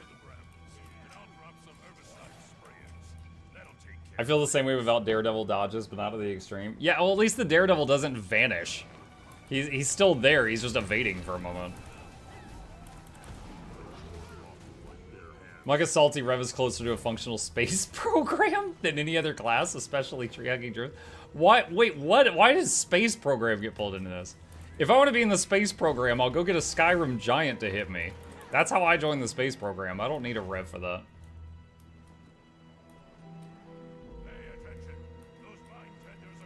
Vindicator plus open world trash mobs plus superior sigil stamina. Just to spam jumps? No.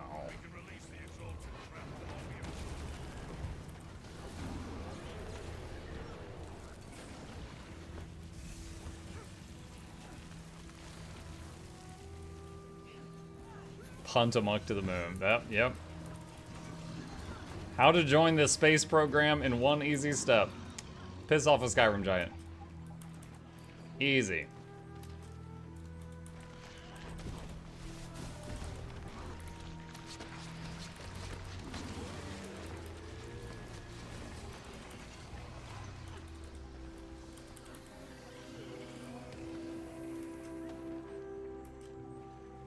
It's so stupid, but I love it. FF14 Red Mage for my next trip, I shall backflip. I don't know enough about FF14 to laugh at that. No wonder the Exalted were here. Once we get troops up here, we can support the final push. The Exalted should help. Your help was critical. Thank you. If I never see another bramble again, I'll die a happy note. Kind of curious what Anet is going to introduce to the next expansion. I mean, we're clearly going back to Guild Wars 1. We saw that in the teaser thing. Clearly. Like, I recognize that tree anywhere.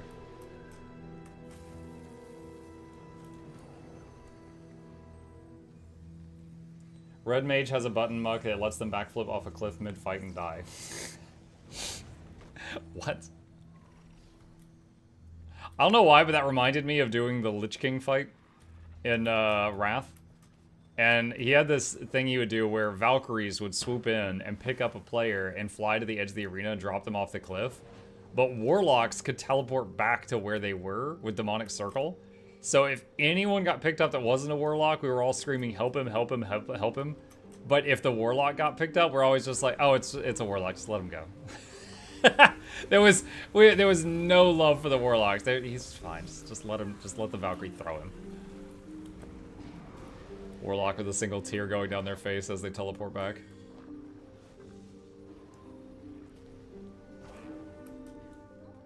Muck, is there an easy non-Tempest Ellie build? I'm sure there is, but I don't know it off the top of my head. Like, if you're just trying to do damage, I can absolutely tell you there's like a 37k DPS spam fire Tempest build. As far as for Kata and Weaver, not sure.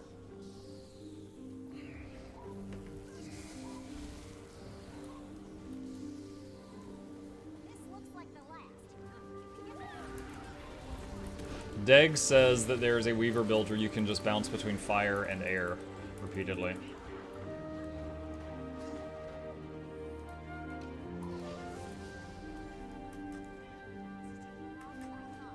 Keep the area clear so I can finish.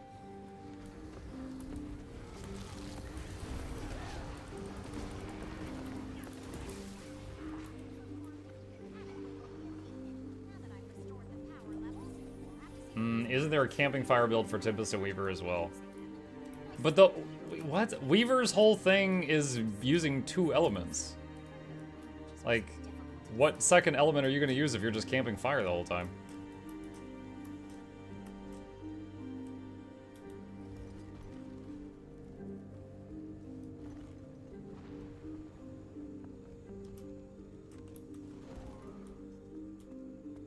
Fire for more Bernie. You're just gonna go fire twice? More fire per fire. Yo, dog, I heard we heard you love burning. So we added fire to your fire, so you can burn while you burn.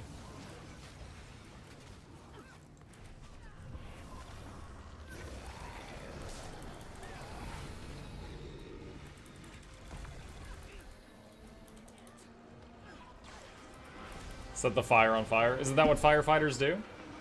In Trial of the Crusader, you could place your demonic circle right in front of the portcullis that closed when the boss fight started. My guild really wiped a lot there, but I didn't. You would port out of the arena? Dude, I remember Trial of the Crusader. We, there was an achievement for it's like, during a weekly reset, beat the final boss on the first try with no one dying. And it was like no one dying during that week. So you had to beat the first, second, third, fourth, and fifth boss one shot each with no deaths the first time after a weekly reset. And my guild managed to do that on 10-man mode. On 25-man mode, we were never able to pull that off. There was always someone that died.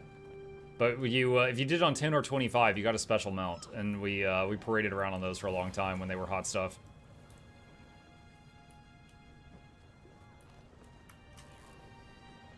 Muck, I've only ever done PvE and just enough World v World to get a War Claw. What would be a good next part of Yours 2 to try? I have no knowledge of build, trinkets, or anything fancy.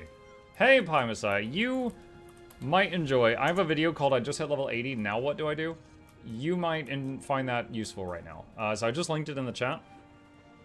But there's a lot of different game modes. And I definitely encourage people to try them all. Because you might hate them, but you won't know what one you like and what one you hate until you try it. Like, I dug my feet in about not doing raids for years, and then I finally did them, and I was like, oh, you know, after I learned the fight, this is actually pretty fun, and also very profitable. Stuff like that. Do you have any gear recommendations for spellbreakers looking to be more of a bruiser? Every build seems to be raw damage berserker stats. I would say it depends on the game mode. Like in PvP, for example, people that want a little bit more survivability than berserker, the most common thing they swap to is marauders. But yeah, if you're just min-maxing damage in a PvE scenario, berserker is power and viper is Condi. Like, it's really easy to pick the best one just because the math. But if you're trying to be somewhere in between, then you've got a lot of options.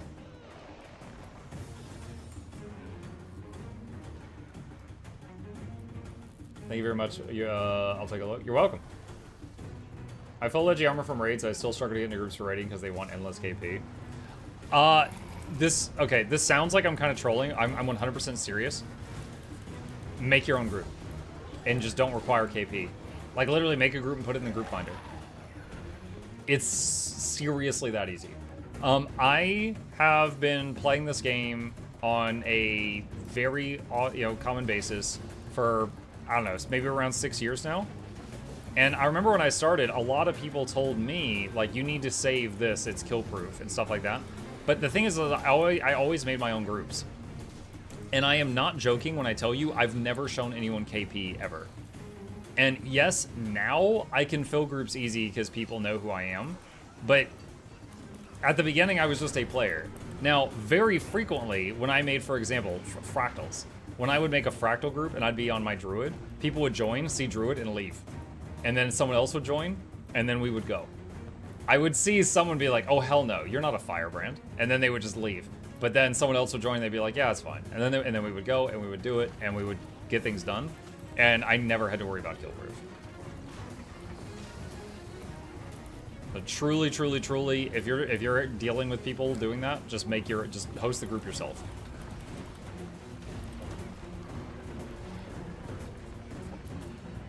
Last time I made my own group, I forgot to put up commander, and halfway someone else did, and they kicked me. That's sad and kind of funny, but yeah, don't do that. What would be a good support to start out with? I only have POF and hot expansions. A good support to start out with? It depends. Do you want one that's like really easy to learn? Or do you want one that might be harder to learn but will offer you a lot more flexibility? Like, Druid is from Heart of Thorns, and it's pretty easy to pick up and also is very powerful. Firebrand is from Path of Fire, and it has more utility, but it is harder to learn. It effectively has 5 weapons, and you have to learn all those bars. Scourge from Necromancer Path of Fire. Scourge is very good also right now.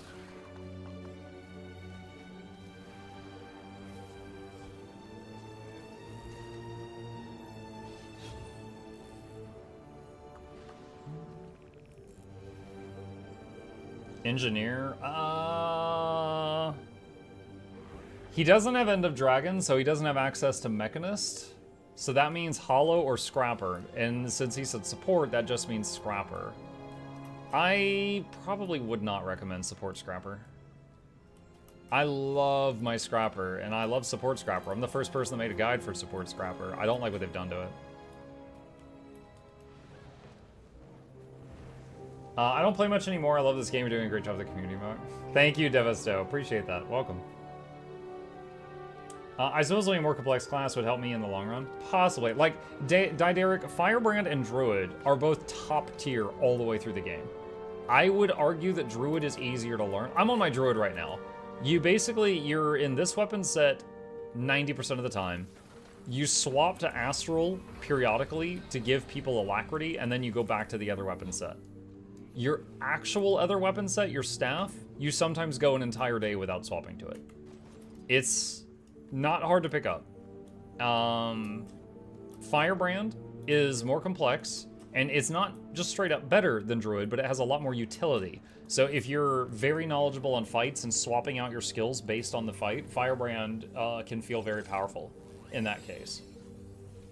Scourge is also pretty easy to pick up, I feel like. And it doesn't have as many hotbars as Firebrand.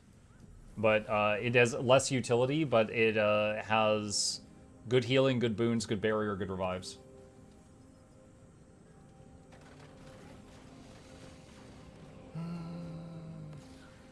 If I could actually do that, I wouldn't be broke. The only time I broke 100 gold was after being gifted gems. Trinity, I have a guide on how I make... what was there? 12 minutes a day makes you rich in Guild Wars 2. That video, if you haven't seen it, I strongly recommend it. I get like 10 to 15 gold every day for a few minutes of work. And it's just a habit I do every day, and I never have to think about money again. Like, you do that each day, and you, like, literally, you just told me you have 9 gold. You do this one time, you'll double that.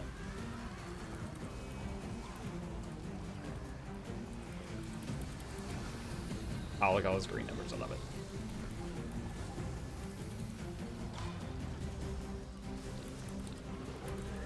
Like, I essentially found a lot of things that you're only allowed to do once a day, but they give a lot of money for a few seconds of work, and then I just do them every day.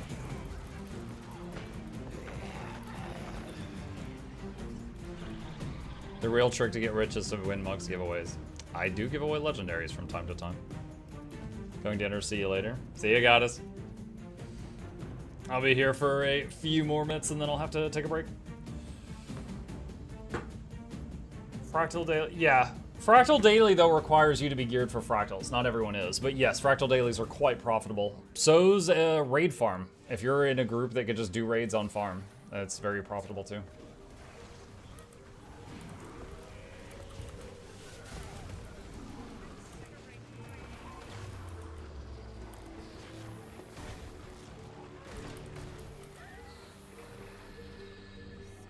But the giveaways are rigged. Yep, Flute wins them all.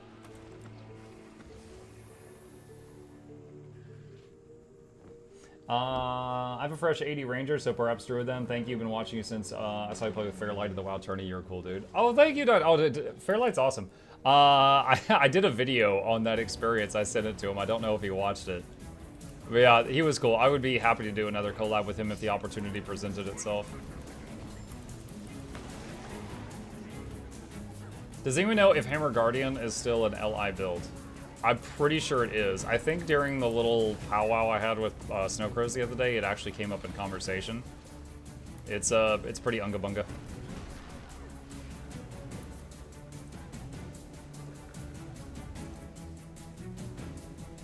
Thrice what I passed with the ad last time. Yeah, now if this thing on YouTube continues, then anytime I play the ad, I have to later cut it out of the YouTube VOD, which is really dumb. Because otherwise they take half their revenue for that day. It's usually, okay, so what's going on? For those that don't know, yeah, I've got the ad. Hold on, a few seconds. All right, that's it, because it's dangerous. I've got the ad. A work of art, a genuine work of art. And recently, when I play it, then I finish the stream on YouTube. It's like, this person has claimed half your revenue for today because you use their music. And then it says like, name not disclosed. And I'm like, what? Because like, if you, I don't know, if you play like a Mariah Carey song, it'll tell you Mariah Carey took half your money. It just straight up says that. But this one says name undisclosed. And I looked it up and like, I Googled it. And it says, if you see that, that means that you're playing music from an unreleased album. I was like, no, I'm not. I've been using this for like a year. No, it is not an unreleased album. What are you talking about? So I don't know who's doing it, or if it's even the actual rights holder, or just someone screwing around. But anytime I play the full ad on stream, they're messing with me.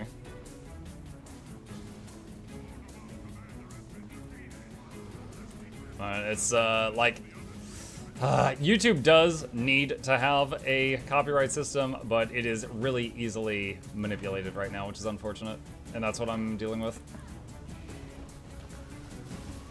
I will find them and then it won't be a problem. Oh, thank you, Jack. That'd be great.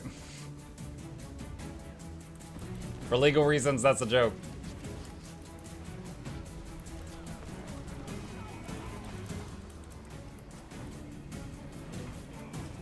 Send Flute Girl after him. Yo, I really enjoyed playing Vermintide with Flute and the gang last night. I'm really looking forward to next Monday to do that again. Last night they convinced me to try out the Sister of the Thorn character, and I thought I wasn't gonna like it, and I ended up really liking it. I want to practice it more. It was like, I was used to being like a sniper that also healed others in that game, but then I changed to a class that did like less damage and less healing, and I was like, this is gonna be stupid. But I had the ability just to like instantly stun lock any elites we fought, and it made certain parts of it just so much easier and chill for everybody.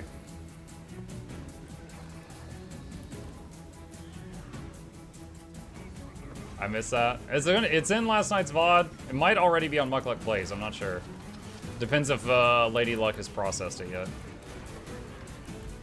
Too bad your evening streams are in the middle of the night for me. Yeah. There is Mukluk Plays, though. For, I mean, here, quick shout out. For anyone who doesn't know, I've got 2 YouTube channels. Most of you know me from the first one. The second channel has got a playlist for every game I'll do on stream. So if you want to see me scream and panic a lot while I play, Amnesia or something, there's a playlist for that.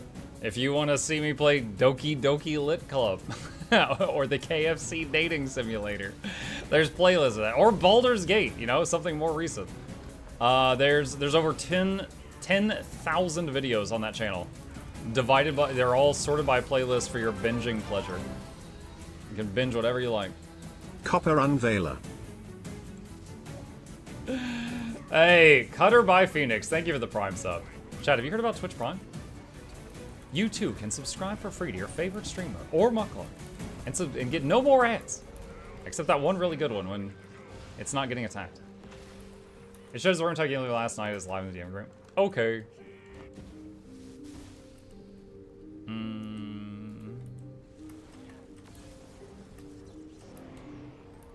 Any South Park games? I have not played any South Park games, no. There is a lot there. 10,000 videos. There's a lot of content there.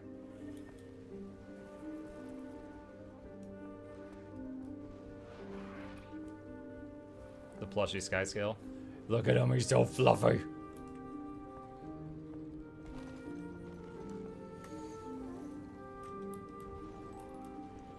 I'll probably kill the dragon, grab the main loot box, and then step out. This is meta. This is where we fight Jormungandr. The thickest nope rope in all of Tyria. Those islands are condensed ley energy. Keep them out of water while absorbing all the ley energy. Spread out. Don't let it seize those islands. Where is he? Where are you at, Jormungandr?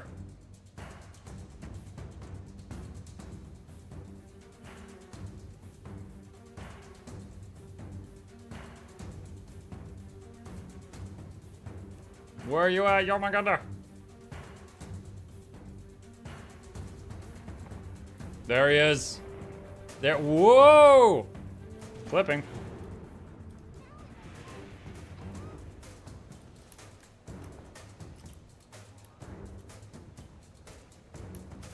There he is.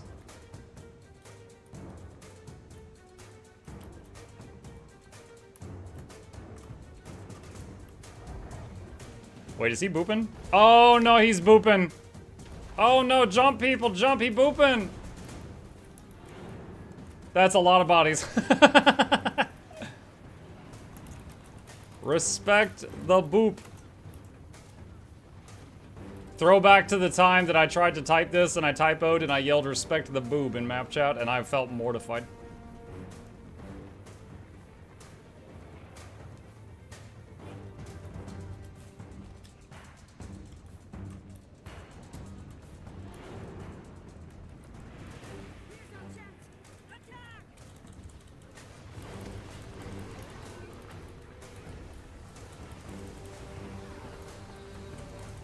Don't know if you even answered the question, but what's your opinion on gacha games like Genshin Impact? Like, compared to Gore 2, the amount of money people spend in these games is terrifying.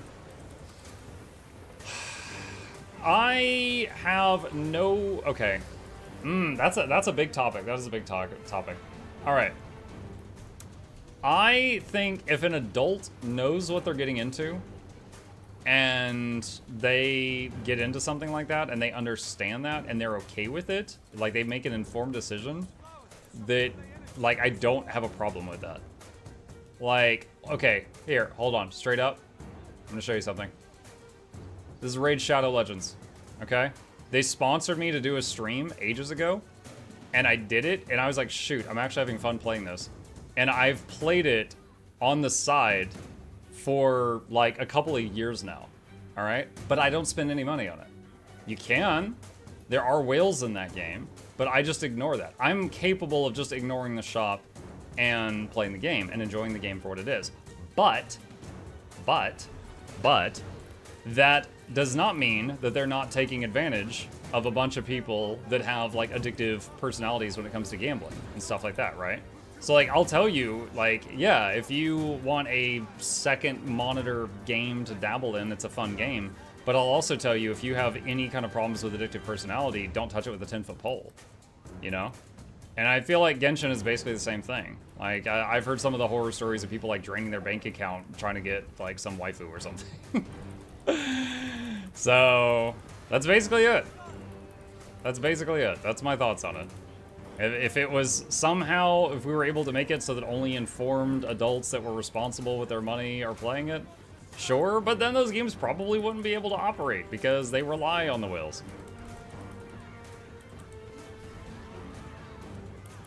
I mean, if I could snap my fingers and just have that entire genre be gone, I probably would.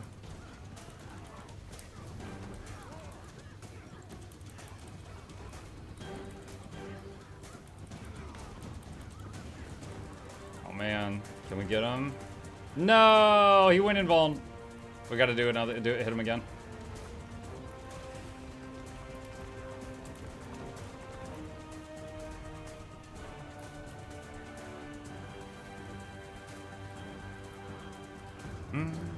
Monk made a successful will save against Gacha. Yeah. I mean, some of the prices are outrageous. It's like, oh, for a pack of cards, it's only, you know, $20, and there's a 1% chance of getting a legendary. And I'm like, wait a minute, what? There's a 99% chance that I spend $20 to get nothing? Wait, what? Like, that's not even tempting.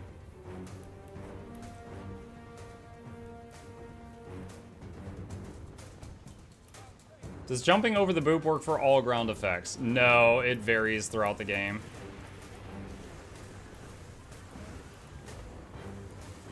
Pet's resing that guy. I think the fight's over.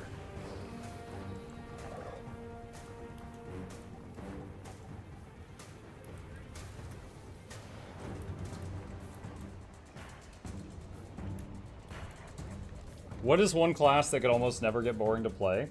That's absolutely going to depend on who you ask. Like, I have played Druid for years, and I find it fun. There's other people that are going to get bored of that in a day.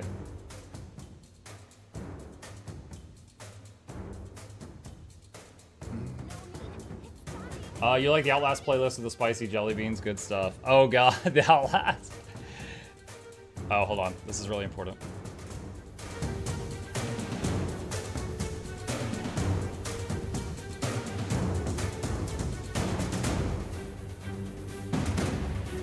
Wait, did we miss it? Did she already say we got it? No! I guess I missed it. Alright, we just vibed it. Sad vibes. I wanted to hear, we got it! Yeah, for those that don't know, I've got this one playlist where I was doing Outlast and Outlast 2 back to back. And there was a charity I was doing it for. And so we set up some things where it was like, if anyone donated, what was it, like $3, then I had to eat, oh, I gotta backtrack. I made a jar of jelly beans. And in the jar, there was normal jelly beans, there was Bean Boozled, which was a tragic mistake, and there was these prank beans called Kick-Ass Jelly Beans. And they were spicy instead of sweet. And the Bean Boozled ones, if you guys have never played Bean Boozled, it's a party game where like someone eats, like there's a brown bean that's chocolate and there's a brown bean that's poop flavored. I don't know how they got poop flavored, but that's how the game works. There's a speckled bean that is birthday cake flavor, and there's a speckled bean that is dirty dishwater flavored. There was one that was like a dead fish. There was one that was like a stink bug, and they were atrocious. And anyway, anytime someone donated $3, I said I'd eat a bean from the jar for charity, and I was just donating all the money to charity. And there was also, if someone donated like $6.66, it would do the copper scare, where you'd hear my voice scream copper in my own ear, and I would jump scare myself. And I was doing this, and then one mad lad donated like $100 to charity, and I had to eat like 33 beans in a row. And dude, oh man, some of them, dude, I was wretched. For a while, because of the spicy beans, I was drinking milk to wash it down, and then I got to a Bean Boozled bean, and it was spoiled milk flavor, chat. I almost threw up. And after I ate that bean, I could no longer stomach drinking the milk. So I no longer had a counter for the spicy, and it was just like this loop where I was just destroying myself. It was so awful. And then I remember the dead fish and stink bug one. I tried to just like chew it up quickly and get it down, and I couldn't get it down. So I spit it out, but because imagine when you start chewing a jelly bean, it gets like all gummed up in your teeth. I was like clawing my face. I was like clawing my teeth trying to get the jelly bean out of my teeth. I was like, ah! Anyway, yeah, you should watch the Outlast playlist on Mukluk Plays. It's me eating poisoned beans and getting scared. Get you some of that. I imagine there are people that love that. Oh yeah, probably. Get Noxxi making a bean montage. Oh my gosh, we don't need a bean montage. When will the next jelly bean stream be? Dude, I'd have to up the cost. I do not want to do that again. What's funny is I thought I was so clever, because there were people in the charity drive thing that are like, if we raise $100, I'll dye my hair blue, or I'll shave my head. I'm like, man, I don't want to mess with my hair. I'll eat these beans. That's a good cop out. That's a good cop out. And then I don't have to do anything drastic. Man, I wish I had just shaved my head. Those beans were a tragic mistake. That was awful. If you watch Twitch, you're partially a sadist. We love seeing our favorite streamers in mild pain. Lol. Stream idea, IRL cooking stream, but you cook ascended food we use every day but IRL. Gussie, if I make a bowl of cereal, I burn down the kitchen. We don't need that. My wife would be very mad at me for destroying the kitchen, for making like a Pop-Tart. No. All right, chat. With that, we do come to the end of our evening stream. Thank you guys, or our morning stream. I can't English right now. Thank you guys for being here. Couple plugs on the way out. If you happen to be new to my channel, my name is Mukluk. I stream every single evening and every weekday morning. I will be back in about 5 hours for the evening Guild Wars 2 stream. There will be a giveaway. I do giveaways every Tuesday, and any day I have a sponsored event. Today's Tuesday. I'll be doing a giveaway tonight, and afterward we'll do some variety gaming, something other than Guild Wars 2 for the second half of the evening stream. Hit the follow button if you're on Twitch. Like and subscribe if you're watching me on YouTube. It really does help us out. These are links to my 2 YouTube channels. If you're not already subbed to those, check those out. And lastly, a special thank you to our dear patrons. Could not run our website without these wonderful people. They're the reason I'm able to pay for all the guides, stuff like that. And yeah, there's a link to that if you're interested in being a supporter. With that, I am going to wrap things up here. Let me see who is live right now. Oh, you know what? Artyo is live. I really like Artyo. He's good people. And I think we might be able to give him like one of the biggest raids of his life. So I'm gonna raid Artyo. If you like him, hit the follow button. If you don't, that's fine. I'll see you tonight for the good stuff. Again, I'll be back in 5 hours. You guys have a great rest of your day. Stay safe. See you later.